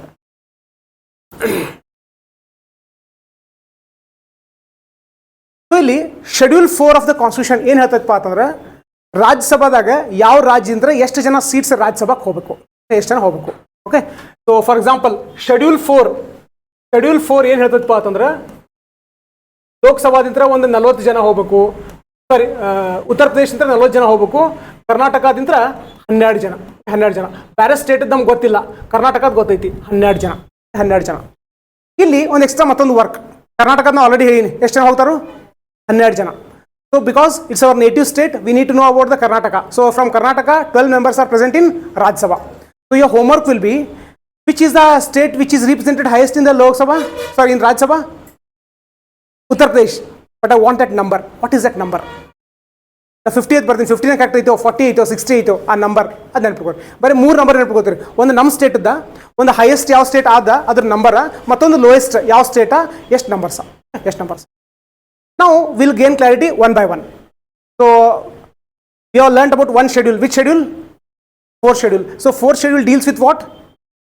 the representation of seats in the Rajya Sabha by the respective states. By the respective states. Okay, by the respective states.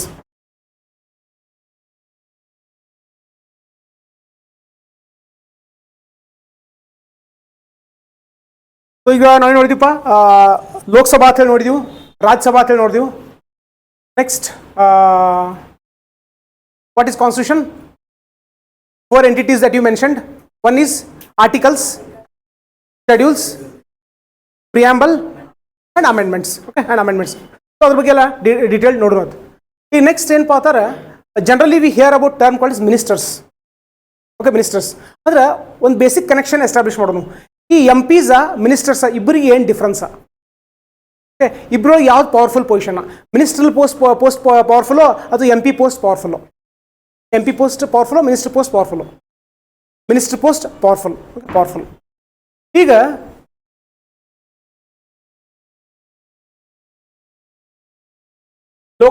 ಲೋಕಸಭಾದ ಎಷ್ಟು ಜನ ಇರ್ತಾರೆ ರೀ? 540. ನಾವು generally government ಅನ್ನುವಂಥ ಶಬ್ದ ಕೇಳಿರ್ತೀವಿ, central government ಅಂತ. Central government. So central government ಅಂದ್ರೆ ಯಾರ್ಯಾರು ಬರ್ತಾರೋ?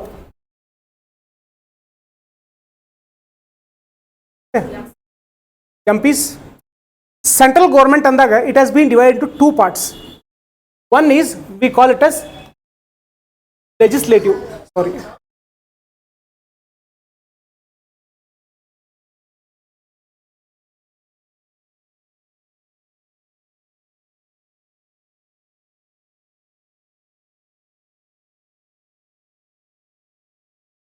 ಶಬ್ದ ಯೂಸ್ ಮಾಡ್ತಾರೆ, ಹೊಸ ಫಸ್ಟ್ ಟೈಮ್ ಕೇಳ್ತಿರ್ತೀರಿ ಕೆಲವೊಮ್ಮೆ.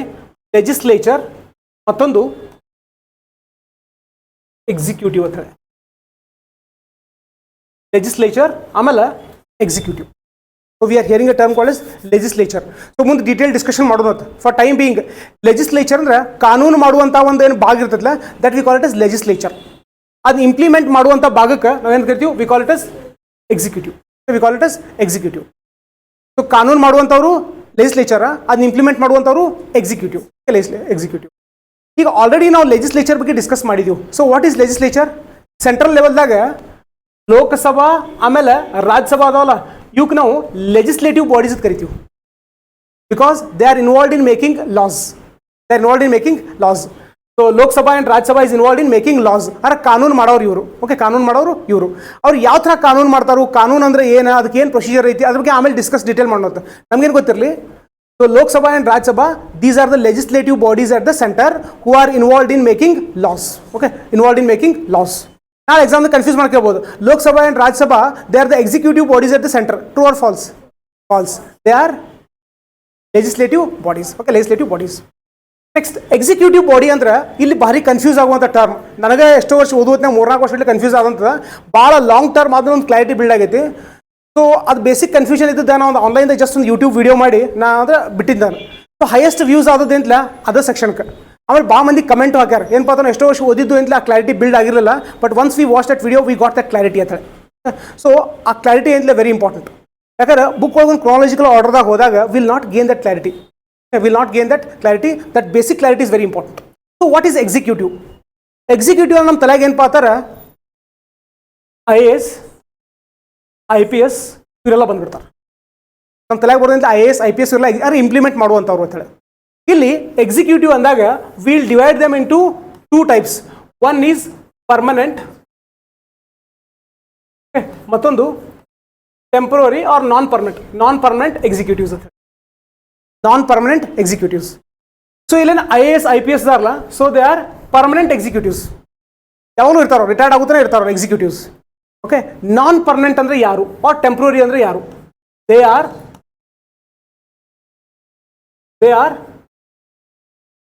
ಸೊ ಇವ್ರ ಮಿನಿಸ್ಟರ್ಸ್ ಟೆಂಪ್ರರಿ ಯಾಕಪ್ಪ ಅಂತಂದ್ರೆ 5 ವರ್ಷಕ್ಕೊಮ್ಮೆ ಚೇಂಜ್ ಆಗ್ತಾರೆ. ಜನರಲಿ 5 ವರ್ಷಕ್ಕೊಮ್ಮೆ ಚೇಂಜ್ ಆಗ್ತಾರೋ, ಅದಕ್ಕಿಂತ ಮೊದಲು ಚೇಂಜ್ ಆಗ್ಬೋದು. ಅದಕ್ಕಿಂತ ಮೊದಲು ಚೇಂಜ್ ಆಗ್ಬೇಕಪ್ಪ ಅಂತಂದ್ರೆ ಅದಕ್ಕೆ ಏನು ಕ್ರೈಟೇರಿಯಾ ಐತಿ ಅದನ್ನ ಆಮೇಲೆ ನೋಡೋಣ. Okay, V shall have please call ಕೇಳ್ಕೊಂಡು ಡೋಂಟ್ ಮೈಂಡ್, ಅದ್ರ ಏನಾದ್ರು ಕ್ಲಾಸ್ ಡಿಸ್ಕಸ್ ಮಾಡೋಣ. So we call these ministers as temporary executives. ಯಾಕಪ್ಪ ಅಂತಾರೆ ಮ್ಯಾಕ್ಸಿಮಮ್ 5 ವರ್ಷ ಇರ್ಬೋದು, ಅದಕ್ಕಿಂತ ಮೊದಲು ಎಂತಲೇ ಅವ್ರು ತಮ್ಮ ಪೊಸಿಷನ್ ಲೂಸ್ ಮಾಡ್ಕೋಬೋದು. we call them as temporary executives.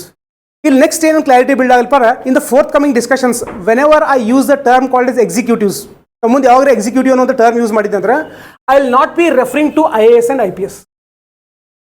ಇವ್ರಿಗೆ ರೆಫರ್ ಮಾಡಂಗಿಲ್ಲ. I will be referring to whom? Temporary executives. Temporary executives who are ministers. So temporary executives ಅರ್ಲ ಎಷ್ಟು ಜನ ಇರ್ತಾರೋ? ಈಗ ಲೆಜಿಸ್ಲೇಟಿವ್ ಬಾಡಿದಾಗ ನೋಡಿದ್ವಿ ನಾವು, ಲೋಕಸಭಾದಾಗ ಎಷ್ಟು ಜನ ಇರ್ತಾರೋ? 543 ಮೆಂಬರ್ಸ್ ಇರ್ತಾರೆ. ರಾಜ್ಯಸಭಾದಾಗ 245 ಇರ್ತಾರೆ. ನನ್ನ ಕ್ವಶನ್ ಏನಪ್ಪಾ ಅಂತಾರೆ, ಎಕ್ಸಿಕ್ಯೂಟಿವ್ದಾಗ ಟೆಂಪ್ರರಿ ಎಕ್ಸಿಕ್ಯೂಟಿವ್ಸ್ ಎಷ್ಟು ಜನ ಇರ್ತಾರೋ? ಇಲ್ಲಿ ಎಕ್ಸಾಕ್ಟ್ ಫಿಗರ್ ಇಲ್ಲ, ಅದು ವೇರಿ ಆಗ್ತಿರ್ತೈತಿ. ನಮ್ಮ ಡಿಸ್ಕಷನ್ ಈಸಿ ಮಾಡೋ ಸಲುವಾಗಿ ಏನು ತೊಗೊಳಪ್ಪ ಅಂತಂದ್ರೆ ಇಲ್ಲಿ 60 ಜನ ಇರ್ತಾರೋ, 60 ಮೆಂಬರ್ಸ್ ಇರ್ತಾರೋ. ಆ 60 ಮೆಂಬರ್ಸ್ಗೆ ಅಂತಲ 60 ಮೆಂಬರ್ಸ್ಗೆ ಒಬ್ಬ head ಇರ್ತಾನು. So they are called as ministers. Okay. They are called as ordinary ministers. One person will be called as prime minister. So these ordinary ministers, approximately 59 towards 59 ordinary plus one prime minister. So this group we call it as council of ministers.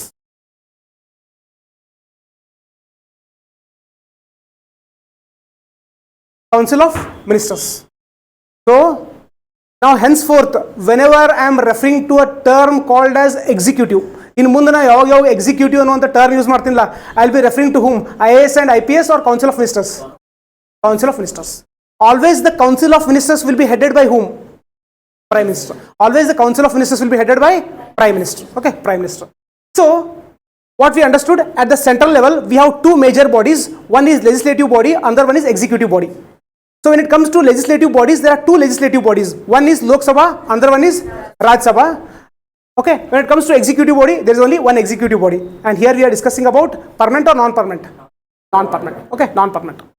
So the strength varies. The strength of the non-permanent executive body is not same. We have taken to make our discussions easier as 60. And this Council of Ministers is headed by Prime Minister. Headed by Prime Minister. So now we got some clarity. Executive.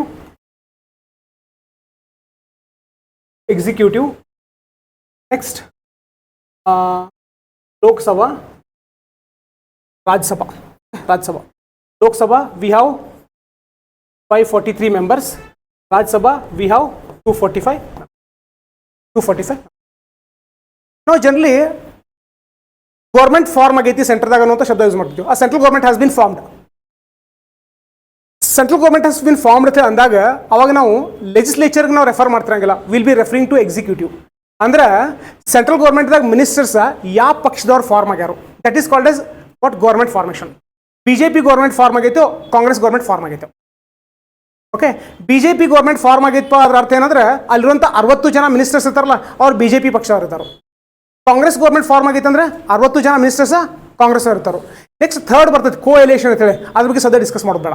Okay, either BJP or Congress will only take 2 parties. So either BJP government has formed or Congress government has formed. ಈಗ ಲೋಕಸಭಾದಾಗ ರಾಜ್ಯಸಭಾ ಐತಿ, ಇಲ್ಲಿ ಬೇರೆ ಬೇರೆ ಪಕ್ಷದವರಿಂದ election contest ಮಾಡ್ತಾರೆ. ಈ 543 ಮತಕ್ಷೇತ್ರದಾಗ 543 constituencies spread across various states and union territories. ಇಲ್ಲಿ ಗೌರ್ಮೆಂಟ್ ಅಂದ್ರೆ council of ministers plus prime minister ಇವ್ರು 60 ಜನ ಇಲ್ಲಿ ಬರ್ಬೇಕಪ್ಪ ಅಂತಂದ್ರೆ ಇವರು ಬಿಜೆಪಿದವ್ರು ಬರಬೇಕು ಅಥವಾ ಕಾಂಗ್ರೆಸ್ದವ್ರು ಬರಬೇಕು, ಯಾರು ಮಿನಿಸ್ಟರ್ಸ್ ಆಗಬೇಕು ಇದನ್ನ ಡಿಸೈಡ್ ಮಾಡೋರು ಯಾರು? Lok Sabha or Rajya Sabha? Rajya Sabha. Yes. Here Rajya Sabha does not have a role to decide who is going to form ministry at the center. All important point is ಸೆಂಟರ್ದಾಗ ಯಾರು council of ministers headed by prime minister form ಆಗ್ತಾರಲ್ಲ ಅಲ್ಲಿ ರಾಜ್ಯಸಭಾದ ಏನೂ roll ಇಲ್ಲ. ಅದು ರಾಜ್ಯಸಭಾಗೆ decision ಮಾಡೋ roll ಇಲ್ಲ. Only Lok Sabha has the decision making power. So what is the decision making power? So ಇಲ್ಲಿ 543 ಒಳಗೆ ಯಾವಾಗಲೂ ಸಿಂಪಲ್ ಮೆಜಾರಿಟಿ ತಗೋತೀವಿ ನಾವು. ಓಕೆ, 543 ಅರ್ಧ ಮಾಡಿದ್ರೆ ಎಷ್ಟಾಗ್ತೈತಿ? ವೆನ್ ಯು ಡೂ ಹಾಫ್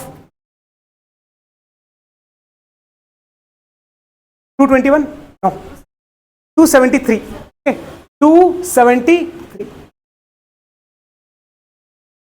ಇಲ್ಲಿ 273 ಮಂದಿ MPs ಯಾರು ಬೇಕಾತಾರಲ್ಲ, ಬಿಜೆಪಿ ಅಂದ್ರೆ ಬಿಜೆಪಿ ಗೌರ್ಮೆಂಟ್ ಫಾರ್ಮ್ ಆಗ್ತೈತಿ, ಕಾಂಗ್ರೆಸ್ ಅಂದ್ರೆ ಕಾಂಗ್ರೆಸ್ ಗೌರ್ಮೆಂಟ್ ಫಾರ್ಮ್ ಆಗ್ತೈತಿ. So it is dependent on the members of parliament of which house, Lok Sabha or Rajya Sabha? Lok Sabha. ಲೋಕಸಭಾದಾಗ ಇದ್ದಂಥ ಮೆಂಬರ್ಸ್ ಮೇಲೆ ಡಿಪೆಂಡೆಂಟ್ ಐತಿ. ಸೊ ಎಷ್ಟು ಮಂದಿ ಸಪೋರ್ಟ್ ಬೇಕು? ಅರ್ಧಕ್ಕಿಂತನೂ ಜಾಸ್ತಿ. ಅರ್ಧ ಅಂದ್ರೆ 272.5 ಆತ. ಸೊ ಸ್ವಲ್ಪ ಜಾಸ್ತಿ 273. ಸೊ 273 ಜನ, 273 ಉಳಿದವ್ರು ಎಷ್ಟು ಉಳಿದ್ರಿ ಇಲ್ಲಿ? 272 ಉಳಿದ್ರಿ. ಸೊ 272 ಜನ ಏನು ಹೇಳ್ತಾರೋ ಅದು ಇಂಪಾರ್ಟೆಂಟ್ ಅಲ್ಲ, 273 ಜನ ಏನು ಹೇಳ್ತಾರೋ ಅದು ಇಂಪಾರ್ಟೆಂಟ್. ಒಬ್ಬ ಸೀಟ್ ಐತಿ, it will make a difference. So ಇವರೆಲ್ಲ ಸೇರಿ ಹೇಳ್ತಾರೆ ನಾವು ಬಿಜೆಪಿದವ್ರು ಬೇಕು ಅಂತ ಹೇಳಿ. So BJP government will form. ಇವರೆಲ್ಲ ಸೇರಿ ಹೇಳ್ತಾರೆ ಕಾಂಗ್ರೆಸ್ ಗೌರ್ಮೆಂಟ್ ಫಾರ್ಮ್ ಆಗ್ಬೋದು, Congress government will form.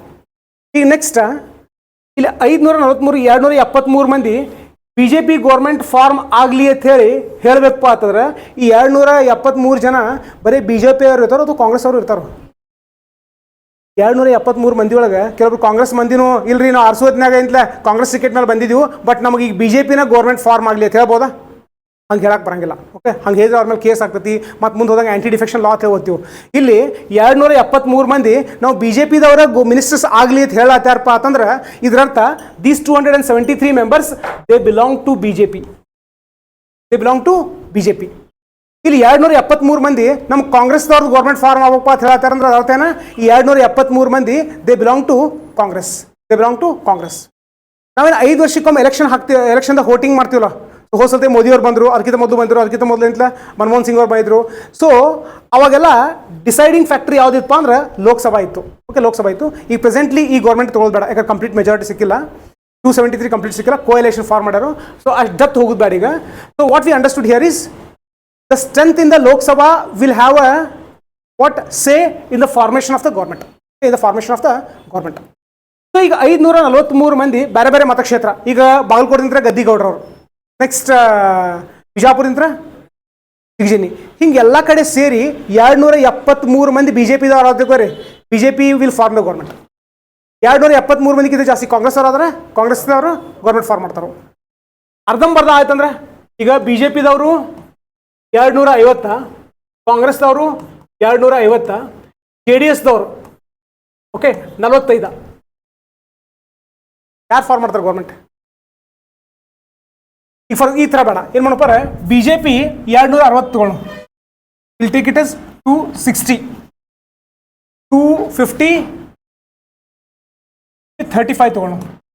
So ಎಲ್ಲ ಟೋಟಲ್ ಮಾಡಿದಾಗ 545 ಬರ್ತೈತೆ. 543 ತಗೋಬೇಕಲ್ಲ, ಏನು ಮಾಡೋಣ 33 ತಗೊಳ್ಳೋಣ, 33. ಸೊ ಟೋಟಲ್ ಮಾಡಿದರೆ 543 ಬಂತ. So in this scenario, BJP has got 260 seats, Congress has got 250 seats, and JDS has got 33 seats. Who is going to form the government at the center?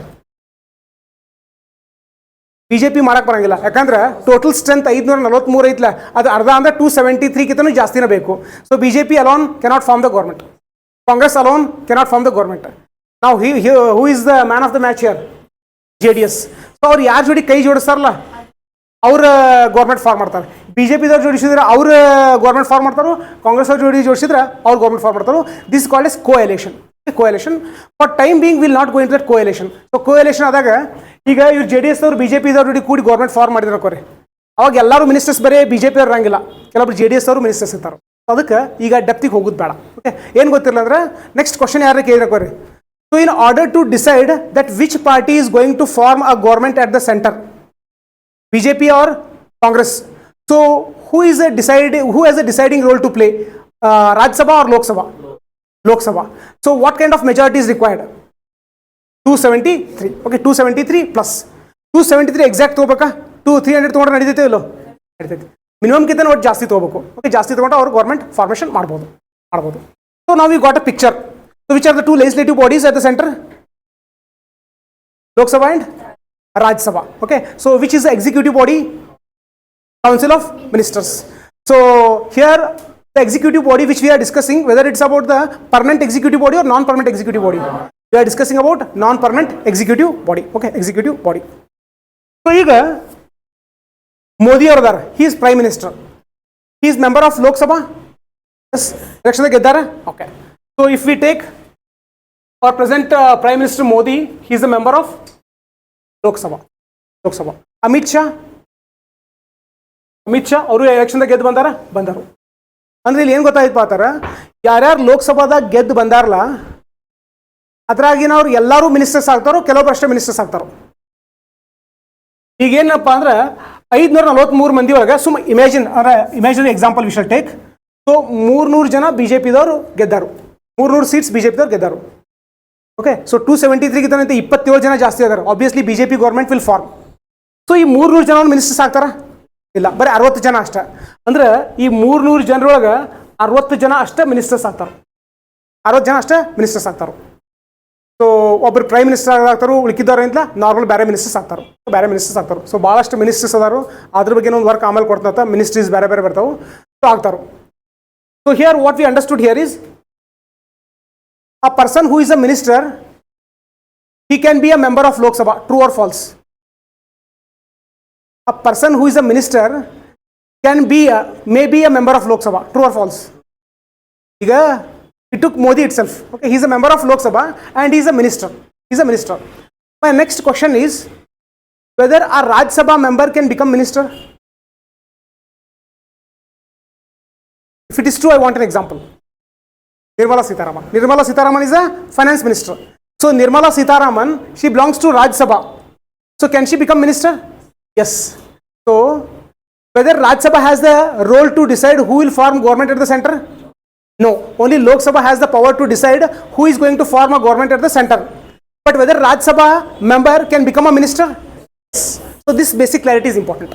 A Rajya Sabha member ಇದ್ದಂತವರು ಅವರು minister ಆಗಬಹುದು. ಆದರೆ ಸೆಂಟರ್ದಾಗ ಯಾರು government form ಮಾಡಬೇಕು ಅದನ್ನು decide ಮಾಡುವಂಥ ಶಕ್ತಿ ಏನಾರ ರಾಜ್ಯಸಭಾ ಕಡೆ ಐತೆ? ಇಲ್ಲ. Only Lok Sabha has that. So what we understood here is Lok Sabha member can become a minister? S. Lok Sabha member can become a minister? S. Rajya Sabha member can become a minister? Next, ಯಾರು ಆಲ್ರೆಡಿ ಕ್ಲಾಸ್ ಅಟೆಂಡ್ ಮಾಡಿರಲ್ಲ ಅವ್ರಿಗೆ ಅಲ್ಲಿದೆ ಬೇರೆದವ್ರ question. A person who is neither a member of Lok Sabha ನಾರ್ ಅ member of Rajya Sabha. Lok Sabha member ಇಲ್ಲ, Rajya Sabha member ಇಲ್ಲ, ಅಂಥವು minister ಆಗ್ಬೋದು ಇಲ್ಲೋ? This will B A question. ನಾಳೆ ಹುಡುಕಾಡೋಂತ ವರ್ಕ್ ಮಾಡಿ ತೊಗೊಂಬರ್ಬೇಕು ನಾಳೆ ಬರುವಾಗ. ಏನಪ್ಪ ಅಂತಾರೆ, ಆ ಪರ್ಸನ್ ಲೋಕಸಭಾ ಮೆಂಬರು ಇಲ್ಲ, ರಾಜ್ಯಸಭಾ ಮೆಂಬರು ಇಲ್ಲ, ಅವ್ ಮಿನಿಸ್ಟರ್ ಆಗ್ಬೋದು ಇಲ್ಲೋ? ಆಗ್ಬೇಕಂದ್ರೆ ಏನಾರ ಕಂಡೀಷನ್ ಐತನ, ಯಾರು ರೊಕ್ಕ ಕೊಟ್ಟೆ ಅಂತ ಮಿನಿಸ್ಟರ್ ಆಗ್ಬೋದನ? So these are the things which will find out. Okay, so we already seen a member of Lok Sabha can become a minister, a member of Rajya Sabha can become a minister. My next question is whether a person who is neither a member of Lok Sabha nor a member of Rajya Sabha, can he become minister? Okay. So that will be your work.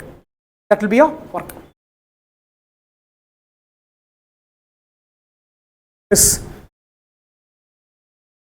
Samrin, how many members are there in Lok Sabha? 543. How many members are there in Rajya Sabha? 245. So who has the deciding role to decide who is going to form a government at the center, Lok Sabha or Rajya Sabha? Lok Sabha. So can a member of Rajya Sabha become a minister? Vijayalakshmi. So which schedule deals with the representation of the Rajya Sabha seats representation of the states in Rajya Sabha? Fourth schedule. Okay, fourth schedule. ಆಯ್ತಾ? ಈಗ ನಾವು central government ಬಗ್ಗೆ ಒಂದು picture ನೋಡಿದ್ವಿ ನಾವು. Central government ಅಂದ್ರೆ ಏನಿರ್ತಿ? So central government consist of two bodies. Which are they? Executive body, legislative body. So which are the two legislative bodies? Lok Sabha and Rajya Sabha. Okay, so when we speak about the executive body, generally we speak about which executive body? Permanent or non-permanent? We speak about non-permanent. So what is this non-permanent executive body? Council of Ministers headed by Prime Minister. ಈಗ ಒಂದು central government ಅಂತ ನೋಡಿದ್ರು ನಾವು. This is central government. State government ಅಂತ ಐತ್ಲ, state government ಯಾರ್ಯಾರು ಬರ್ತಾರೋ? ಈಗ ಸೆಂಟ್ರದಾಗ legislative bodies ನೋಡಿದ್ವು, ಹಂಗೆ ಸ್ಟೇಟ್ದಾಗ ಲೆಜಿಸ್ಲೇಟಿವ್ ಬಾಡಿ ಇರ್ತೈತೋ ಇಲ್ಲೋ? ಸ್ಟೇಟ್ ಲೆಜಿಸ್ಲೇಟಿವ್ ಬಾಡೀಸ್ ಅಂದ್ರೆ ಕಾನೂನು ಮಾಡೋರು. State executive body. State executive body. ಇಲ್ಲಿ ಸ್ಟೇಟ್ ಲೆಜಿಸ್ಲೇಟಿವ್ ಬಾಡೀಸ್ ತಗೊಂಡಾಗ ಒಂದು ಲೆಜಿಸ್ಲೇಟಿವ್ ಅಸೆಂಬ್ಲಿ, ಮತ್ತೊಂದು ಲೆಜಿಸ್ಲೇಟಿವ್ ಕೌನ್ಸಿಲ್. ಯಾರು ಮೊದಲು ಕ್ಲಾಸ್ ಅಟೆಂಡ್ ಮಾಡಿಲ್ಲ ಅವ್ರಿಗೊಂದು ಹೋಮ್ವರ್ಕ್ ಏನಪ್ಪ ಅಂತಾರೆ, ಈ ಲೆಜಿಸ್ಲೇಟಿವ್ ಅಸೆಂಬ್ಲಿ ಪ್ರತಿಯೊಂದು ಸ್ಟೇಟ್ದಾಗೂ ಇರ್ತೈತೆ. ಪ್ರತಿಯೊಂದು ಸ್ಟೇಟ್ದಾಗ MLAs ಇರ್ತಾರೋ. ಲೆಜಿಸ್ಲೇಟಿವ್ ಕೌನ್ಸಿಲ್ ಪ್ರತಿಯೊಂದು ಸ್ಟೇಟ್ದಾಗ ಐತೋ ಅಥವಾ ಇಲ್ಲೋ? ಯಾವ ಸ್ಟೇಟ್ದಾಗ ಐತಿ? So that will be homework. Please write it down. So how many states of India have legislative council and which are those states? Which are those states? So 6 states he has mentioned. You have to make a list of those 6 states. You have to make a list of those 6 states. Okay, 6 states. Okay. So center ದಾಗ ಏನು ಲೋಕಸಭಾ ಐತ್ಲ, ಲೋಕಸಭಾ ಇದ್ದಂಗ ಇದು legislative assembly. Just comparison ಮಾಡ್ಬೋದು. ಸೆಂಟ್ರದಾಗ ಹೆಂಗೆ ರಾಜ್ಯಸಭಾ ಐತ್ಲ ಅದೇ ಥರ ಹೆಚ್ಚು ಕಡಿಮೆ ಲೆಜಿಸ್ಲೇಟಿವ್ ಕೌನ್ಸಿಲ್, LC ಅಂದ್ರೆ ಲೆಜಿಸ್ಲೇಟಿವ್ ಕೌನ್ಸಿಲ್. ಓಕೆ, ಇದು ರಾಜ್ಯಸಭಾ ಇದ್ದಂಗ. ಎಕ್ಸಾಕ್ಟ್ಲಿ ಅಲ್ಲ, ಹೆಚ್ಚು ಕಡಿಮೆ. ಈ ಸದ್ಯಕ್ಕೆ ಡೆಪ್ತ್ ಹೋಗೋದು ಬೇಡ. ಡೈರೆಕ್ಟ್ಲಿ ಎಲೆಕ್ಟೆಡೋ, ಇಂಡೈರೆಕ್ಟ್ಲಿ ಎಲೆಕ್ಟೆಡೋ, ನಾಮಿನೇಟೆಡೋ ಅದೆಲ್ಲ ಬೇಡ. ಬಟ್ ಸೆಂಟ್ರದಾಗ ಹೆಂಗೆ legislative bodies Lok Sabha and Rajya Sabha ಅದಾವಲ್ಲ, ಅದೇ ಥರ ಸ್ಟೇಟ್ದಾಗ ಏನೈತಿ ಲೆಜಿಸ್ಲೇಟಿವ್ ಅಸೆಂಬ್ಲಿ ಆಮೇಲೆ ಲೆಜಿಸ್ಲೇಟಿವ್ ಕೌನ್ಸಿಲ್. ಎಲ್ಲ ಸ್ಟೇಟ್ದಾಗೂ ಲೆಜಿಸ್ಲೇಟಿವ್ ಅಸೆಂಬ್ಲಿ ಅದಾವೆ, ಆದ್ರೆ ಎಲ್ಲ ಸ್ಟೇಟ್ದಾಗೂ ಲೆಜಿಸ್ಲೇಟಿವ್ ಕೌನ್ಸಿಲ್ ಇಲ್ಲ. ಯಾರು ಹೇಳಿದ್ರಿ ಕೆಲವೊಂದು ಸ್ಟೇಟ್ ಅಷ್ಟೇ ಅದಾವೆ, ಯಾವ ಸ್ಟೇಟ್ದಾಗ ಅದು ಹೋಮ್ವರ್ಕ್. ಮತ್ತೊಂದು question, how about union territories? Whether union territories have legislative assembly? Search ಮಾಡ್ತೀರಿ. 8 ಯೂನಿಯನ್ ಟೆರಿಟರೀಸ್ ಅಲ್ಲ. How many union territories have legislative assemblies? Whether any of the union territories have legislative council? Yes or no? So this will be homework. How many states have legislative council? One though. Whether union territories have legislative assembly? If all the, how many of them have? Which are those? And whether they have legislative council? So this will be the work. Adha thara center ದಾಗ ಹೆಂಗೆ council of ministers ಇರ್ತಾರಲ್ಲ, ನಾನ್ permanent executive, ಅದೇ ಥರ ಸ್ಟೇಟ್ದಾಗೂ ಏನಿಲ್ಲ non permanent executive. ಆದರೆ KS officers, DYSP ಅವ್ರು ಬರಂಗಿಲ್ಲ. So here council of ministers will be headed by whom?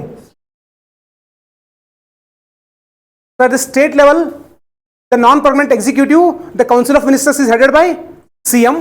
At the central level, the council of ministers is headed by prime minister. ಇಲ್ಲಿ council of ministers ಹೋಗಿ ಏನು ministers ಆಗ್ತಾರಲ್ಲ, ಇವರೆಲ್ಲ ಎಲ್ಲಿಂದ ಬರ್ತಾರೋ? Can they B members of legislative assembly? Again the same question, whether a legislative assembly member can become minister? Yes. Whether legislative council member can become a minister? A person who is neither a member of legislative assembly or legislative council, can he become a minister? The same question what I had asked, the same follows here as well. Follows here as well. Okay, follows here as well. So ಏನು ನೋಡಿದಪ್ಪ ಅಂದ್ರೆ centre ಅಥವಾ state ತಗೊಂಡಾಗ we saw legislative bodies, we saw executive body, we saw executive body.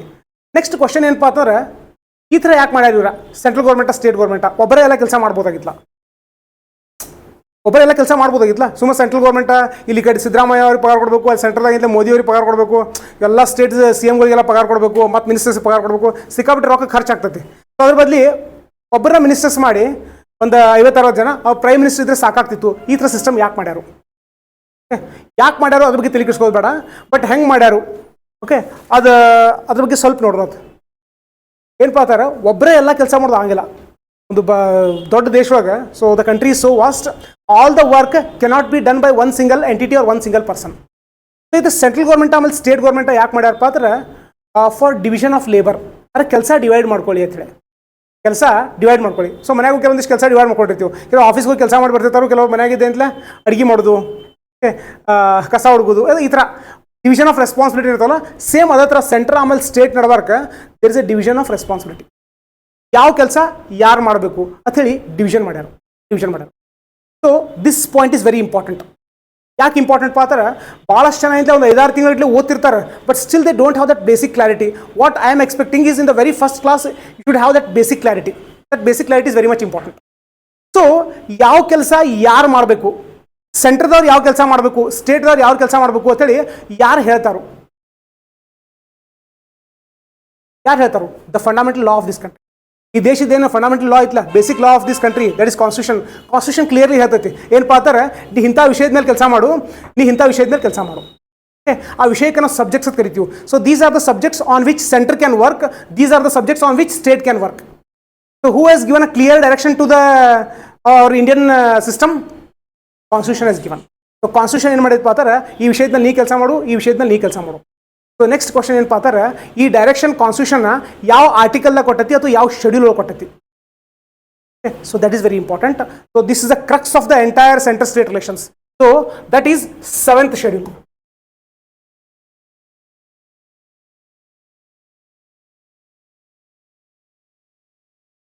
Seventh schedule. So ಒಂದು sequential ಹೋಗತ್ತಿಲ್ಲ, first second third ಆ ಥರ primary ಹುಡುಗಿರ್ತೀವಿ ಅಂತಲ್ಲ, tables ಬಯಾಟ್ ಮಾಡ್ದಂಗೆ 2 1s 2 2 3s ಆ ಥರ ಬೇಡ. Okay, wherever we require will just join the dots. Okay, will start joining the dots. So we already learn about the fourth schedule. So fourth schedule deals with the representation of seats in Rajya Sabha from states. Okay, respective state. Seventh schedule ಏನಪ್ಪ ಅಂತಾರೆ, ಯಾರು ಯಾವ ವಿಷಯದ ಮೇಲೆ ಕೆಲಸ ಮಾಡಬೇಕು. Okay, ಯಾರು ಯಾವ ವಿಷಯದ ಮೇಲೆ ಕೆಲಸ ಮಾಡಬೇಕು. ಈ ಸೆವೆಂತ್ ಶೆಡ್ಯೂಲ್ ಒಳಗೆ 3 ಲಿಸ್ಟ್ ಮೇಂಟೈನ್ ಮಾಡ್ತಾರೆ. How many list? 3 list. So one list is called S union list. Second list is called as state list. The third list is called as concurrent. Okay, union list, state list, concurrent list. Concurrent list. List ಒಳಗೆ ವಿಷಯಗಳು mention ಮಾಡ್ತಾರೆ. They have mentioned about the subjects. So starting when I started preparation, I was totally unaware. So union list ತಗೊಂಡಾಗ ಒಂದು 100 ವಿಷಯಗಳು ಅದಾವೆ. State list ತೊಗೊಂಡಾಗಿಂತ ಅದೊಂದು 60 ವಿಷಯಗಳು ಅದಾವೆ. ಕನ್ಕರೆಂಟ್ ಲಿಸ್ಟ್ ತೊಗೊಂಡಾಗ ಅದಕ್ಕೆ ಸ್ವಲ್ಪ ಕಡಿಮೆ ಅದಾವೆ. ಸೊ ಎಲ್ಲ ವಿಷಯಗಳು ನಾವು ಬಹ್ಯಾಟ್ ಮಾಡುವಂಥ ನೆಸೆಸಿಟಿ ಇಲ್ಲ. So here we have to understand the demand of the examination. As I mentioned, our goal is to hit the bullseye, not to gain mastery over the polity. So whatever part, wherever the relevant information for the examination, only that we'll extract. Okay, that we'll extract. So this understanding is important. So union list, state list, concurrent list. So ಇಲ್ಲಿ ಒಂದು list ಮಾಡ್ಯಾರ. So 1 2 3 4 5 ಹಿಂಗೆಲ್ಲ subjects ಅದಾವೆ. ಇಲ್ಲಿ ಹಂಗ 1 2 3 subjects ಅದಾವೆ. 1. So union list subject ಒಂದು example ತಗೊಳ್ಳೋಣ. For example defence. ಆಮೇಲೆ just example I am taking currency. So defence and currency is are union list subjects. ಅಂದ್ರೆ ಇದ್ರ ಅರ್ಥ ಏನಪ್ಪ ಅಂತಾರೆ, ಡಿಫೆನ್ಸ್ ರಿಲೇಟೆಡ್ ಯಾವುದೋ ಒಂದು ಕಾನೂನು ತೊಗೊಂಬರೋದಿರಲಿ ಅಥವಾ ಆ ಕಾನೂನು ಇಂಪ್ಲಿಮೆಂಟ್ ಮಾಡೋದಿರಲಿ, ಇದು ಯಾರು ಜವಾಬ್ದಾರಿಪ್ಪ ಅಂದ್ರೆ ಸೆಂಟ್ರಲ್ ಗೌರ್ಮೆಂಟ್ ಜಾಬ್. ಯಾವುದೋ ಒಂದು ರೆಜಿಮೆಂಟ್ ಬಟಾಲಿಯನ್ ಹೈಯರ್ ಮಾಡೋದೈತಿ, ಅವರಿಗೆ ಪೇಮೆಂಟ್ ಕೊಡೋದಾಯ್ತು, ಅವ್ರು ಎಲ್ಲಿ ಕಳಿಸ್ಬೇಕು, ಅರುಣಾಚಲ್ ಪ್ರದೇಶಕ್ಕೆ ಕಳಿಸ್ಬೇಕು ಅಥವಾ ಪಾಕಿಸ್ತಾನ್ ಬಾರ್ಡರ್ ಕಳಿಸ್ಬೇಕು. So all these decisions are made by central government when it comes to defence. ಆ ಥರ ಕರೆನ್ಸಿ. ಸೊ ನಮ್ಮಲ್ಲಿ all over India common currency ಇದೆ. ಸೊ ಕರ್ನಾಟಕ ಒಂದು ಕರೆನ್ಸಿ ಬೇರೆ, ಮಹಾರಾಷ್ಟ್ರ ಒಂದು ಕರೆನ್ಸಿ ಬೇರೆ, ಆ ಥರ ಐತೆ ಇಲ್ಲ. Rupee is acceptable throughout the country. So currency ಅನ್ನೋದು which concerns the entire country, entire ನೇಷನ್ಗೆ ಕನ್ಸರ್ನ್ ಇರುವಂಥ ಒಂದು ಸಬ್ಜೆಕ್ಟ್ ಯಾವಪ್ಪ currency. So this currency it's a what union list subject. So ಈ ವಿಷಯದ ಕಾನೂನು ಮಾಡುವಂಥ ಪವರು ಸೆಂಟ್ರ್ಗೆ ಐತಿ, ಆ ವಿಷಯನ ಇಂಪ್ಲಿಮೆಂಟ್ ಮಾಡುವಂಥ ಪವರು ಸೆಂಟ್ರ್ಗೆ ಐತಿ. ಹಂಗೆಲ್ಲ ಲಿಸ್ಟ್ ನೋಡೋದು ಬೇಡ. To start with these two are sufficient. Next question ಕೇಳಿದ್ನ ಅನ್ಕೋರಿ, can you recall one subject of union list? Can you recall? Yes, defence. Okay, external ಮುಂದೆ ಬರ್ತಾ ಬರ್ತಾವೆ, ಎಕ್ಸ್ಟರ್ನಲ್ ಅಫೇರ್ಸ್, ಕರೆನ್ಸಿ, ಓಕೆ ಎಲ್ಲ. ಹಂಗೆ ಸ್ಟೇಟ್ ಲಿಸ್ಟ್ ತಗೊಂಡಾಗ ಇಲ್ಲಿ ಭಾಳ ಸಬ್ಜೆಕ್ಟ್ಸ್ ಬರ್ತಾವೆ. ಇಲ್ಲಿ ಭಾರಿ famous subjects day to day life witness ಮಾಡುವಂಥವು. For example police. Police is a central list subject or state list subject? State list subject. Example ಬರ್ಕೋತೀರಿ, ಪೊಲೀಸ್. ಮತ್ತೊಂದು ಅಗ್ರಿಕಲ್ಚರ್. ಸೊ ಈ ಪೊಲೀಸ್ ಅನ್ನುವಂಥ ವಿಷಯದ ಮೇಲೆ ಇರ್ಬೋದು ಅಥವಾ ಅಗ್ರಿಕಲ್ಚರ್ ಅನ್ನುವಂಥ ವಿಷಯ ಇರ್ಬೋದು, ಅದನ್ನ ಕಾನೂನು ಮಾಡೋದು, making loss and also implementing them is the responsibility of the state government, respective state government. ಕರ್ನಾಟಕದ ಕರ್ನಾಟಕ ಗೌರ್ಮೆಂಟಾ, ಮಹಾರಾಷ್ಟ್ರದಾಗ ಮಹಾರಾಷ್ಟ್ರ ಗೌರ್ಮೆಂಟಾ, ತಮಿಳ್ನಾಡು ಗೌರ್ಮೆಂಟಾ, ಆ ಥರ ಮಾಡ್ತಿರ್ತಾರೆ. So this is state. Next concurrent list. ಒಂದು example education.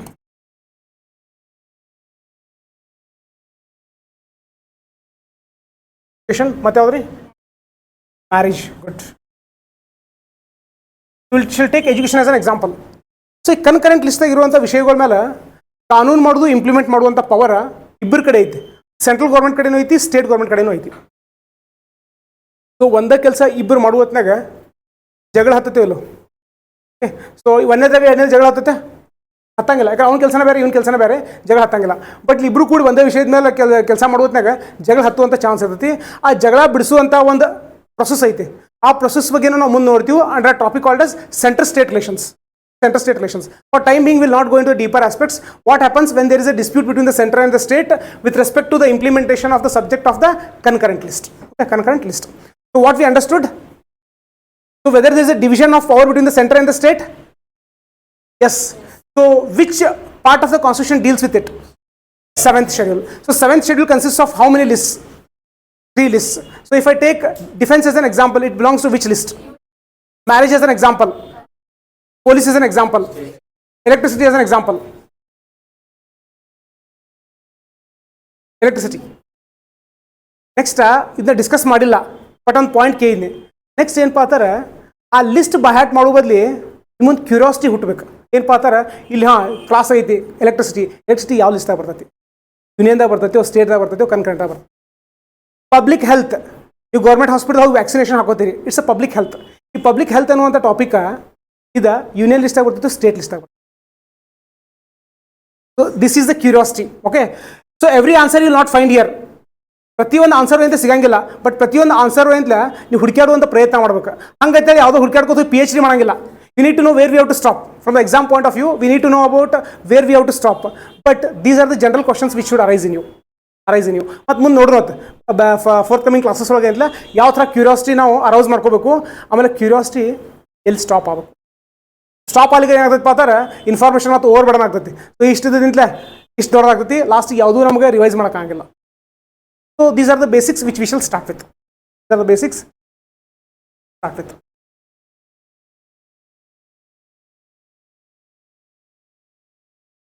I think today it's sufficient. So how many members are there in Lok Sabha? 540. How many members are in Rajya Sabha? 245. So which are the legislative bodies of center? Rajya Sabha and Lok Sabha. What is parliament? It consists of only Lok Sabha and Rajya Sabha only, plus president. So a member of Rajya Sabha cannot become minister, true or false? A member of Lok Sabha can become a minister. A nominated member of Rajya Sabha can also become a minister. A nominated member of Rajya Sabha, Sudhamurthy can become a minister, true or false?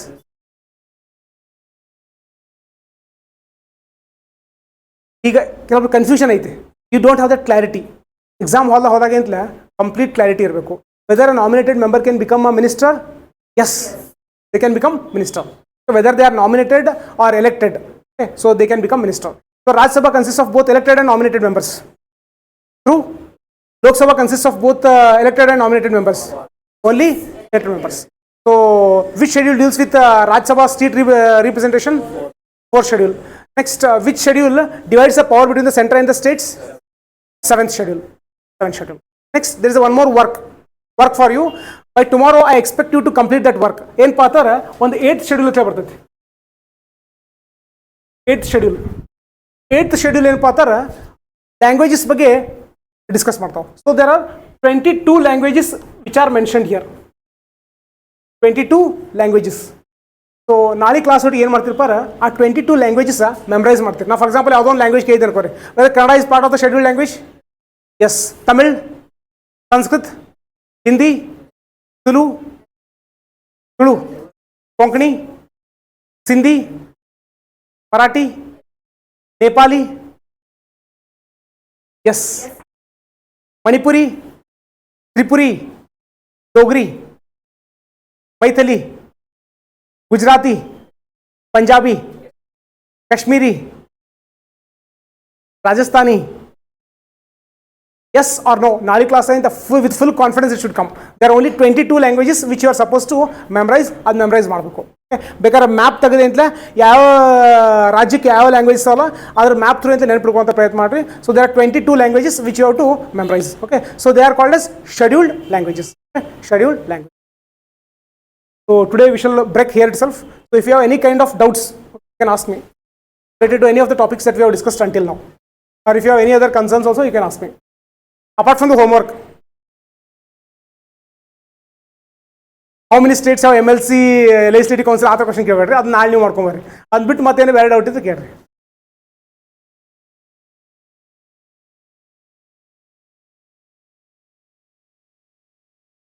ಏನ್ರಿ, why schedules are written separately? Schedules generally ಏನಪ್ಪ ಅಂತಾರೆ ಒಂದು list wise maintain ಮಾಡ್ತಾರೆ. So if you look at all the schedules from 1 to 12, they are in the format of a list. ಈಗ ಒಂದು ಯಾವುದೋ topic ಒಳಗೆ table ಗಿತ್ಲೆ ಕ್ರಿಯೇಟ್ ಮಾಡಿರ್ತೀವಲ್ಲ, ಸೊ ಅದರ ಟೇಬಲ್ ಗಿತ್ಲೆ ಮಾಡಿದ್ದು ಅದು ಸಪ್ರೇಟ್ ಮೇಂಟೈನ್ ಮಾಡ್ಯಾರ ಅಷ್ಟೇ. Separate maintain. So that much would be sufficient. Again you will not go deeper. Why, what is important here? Okay, why ಕೆಲವು ಕಡೆ ಬೇಕಾಗ್ತೈತಿ, ಬಟ್ ಇಲ್ಲಿ ಅಂತ not sufficient. Just will retain that 12 schedules. ಮತ್ತು ಮುಂದೆ ನೋಡ್ತೀವಿ, ಇನಿಷಿಯಲಿ ನಮ್ಮ ಕಾನ್ಸ್ಟಿಟ್ಯೂಷನ್ 1950ದಾಗ ಬಂದಾಗ ಈ 12 schedules ಇರಲಿಲ್ಲ. ಬರೀ 8 ಅಷ್ಟೇ ಇದ್ದು, ಆಮೇಲೆ 4 ಆ್ಯಡ್ ಮಾಡಿದ್ವಿ. ಸೊ ಯಾವಾಗ ಆ್ಯಡ್ ಮಾಡಿದ್ವಿ, ಯಾರು ಪ್ರೈಮ್ ಮಿನಿಸ್ಟರ್ ಇದ್ದಾಗ ಅದೆಲ್ಲ ಇದೆ detail discussion one by one V shall do it. But for time being it would be sufficient. The 12 schedules, already we have become aware of 2 schedules. The third schedule I have assigned you as a work. We'll again meet tomorrow at 9:15.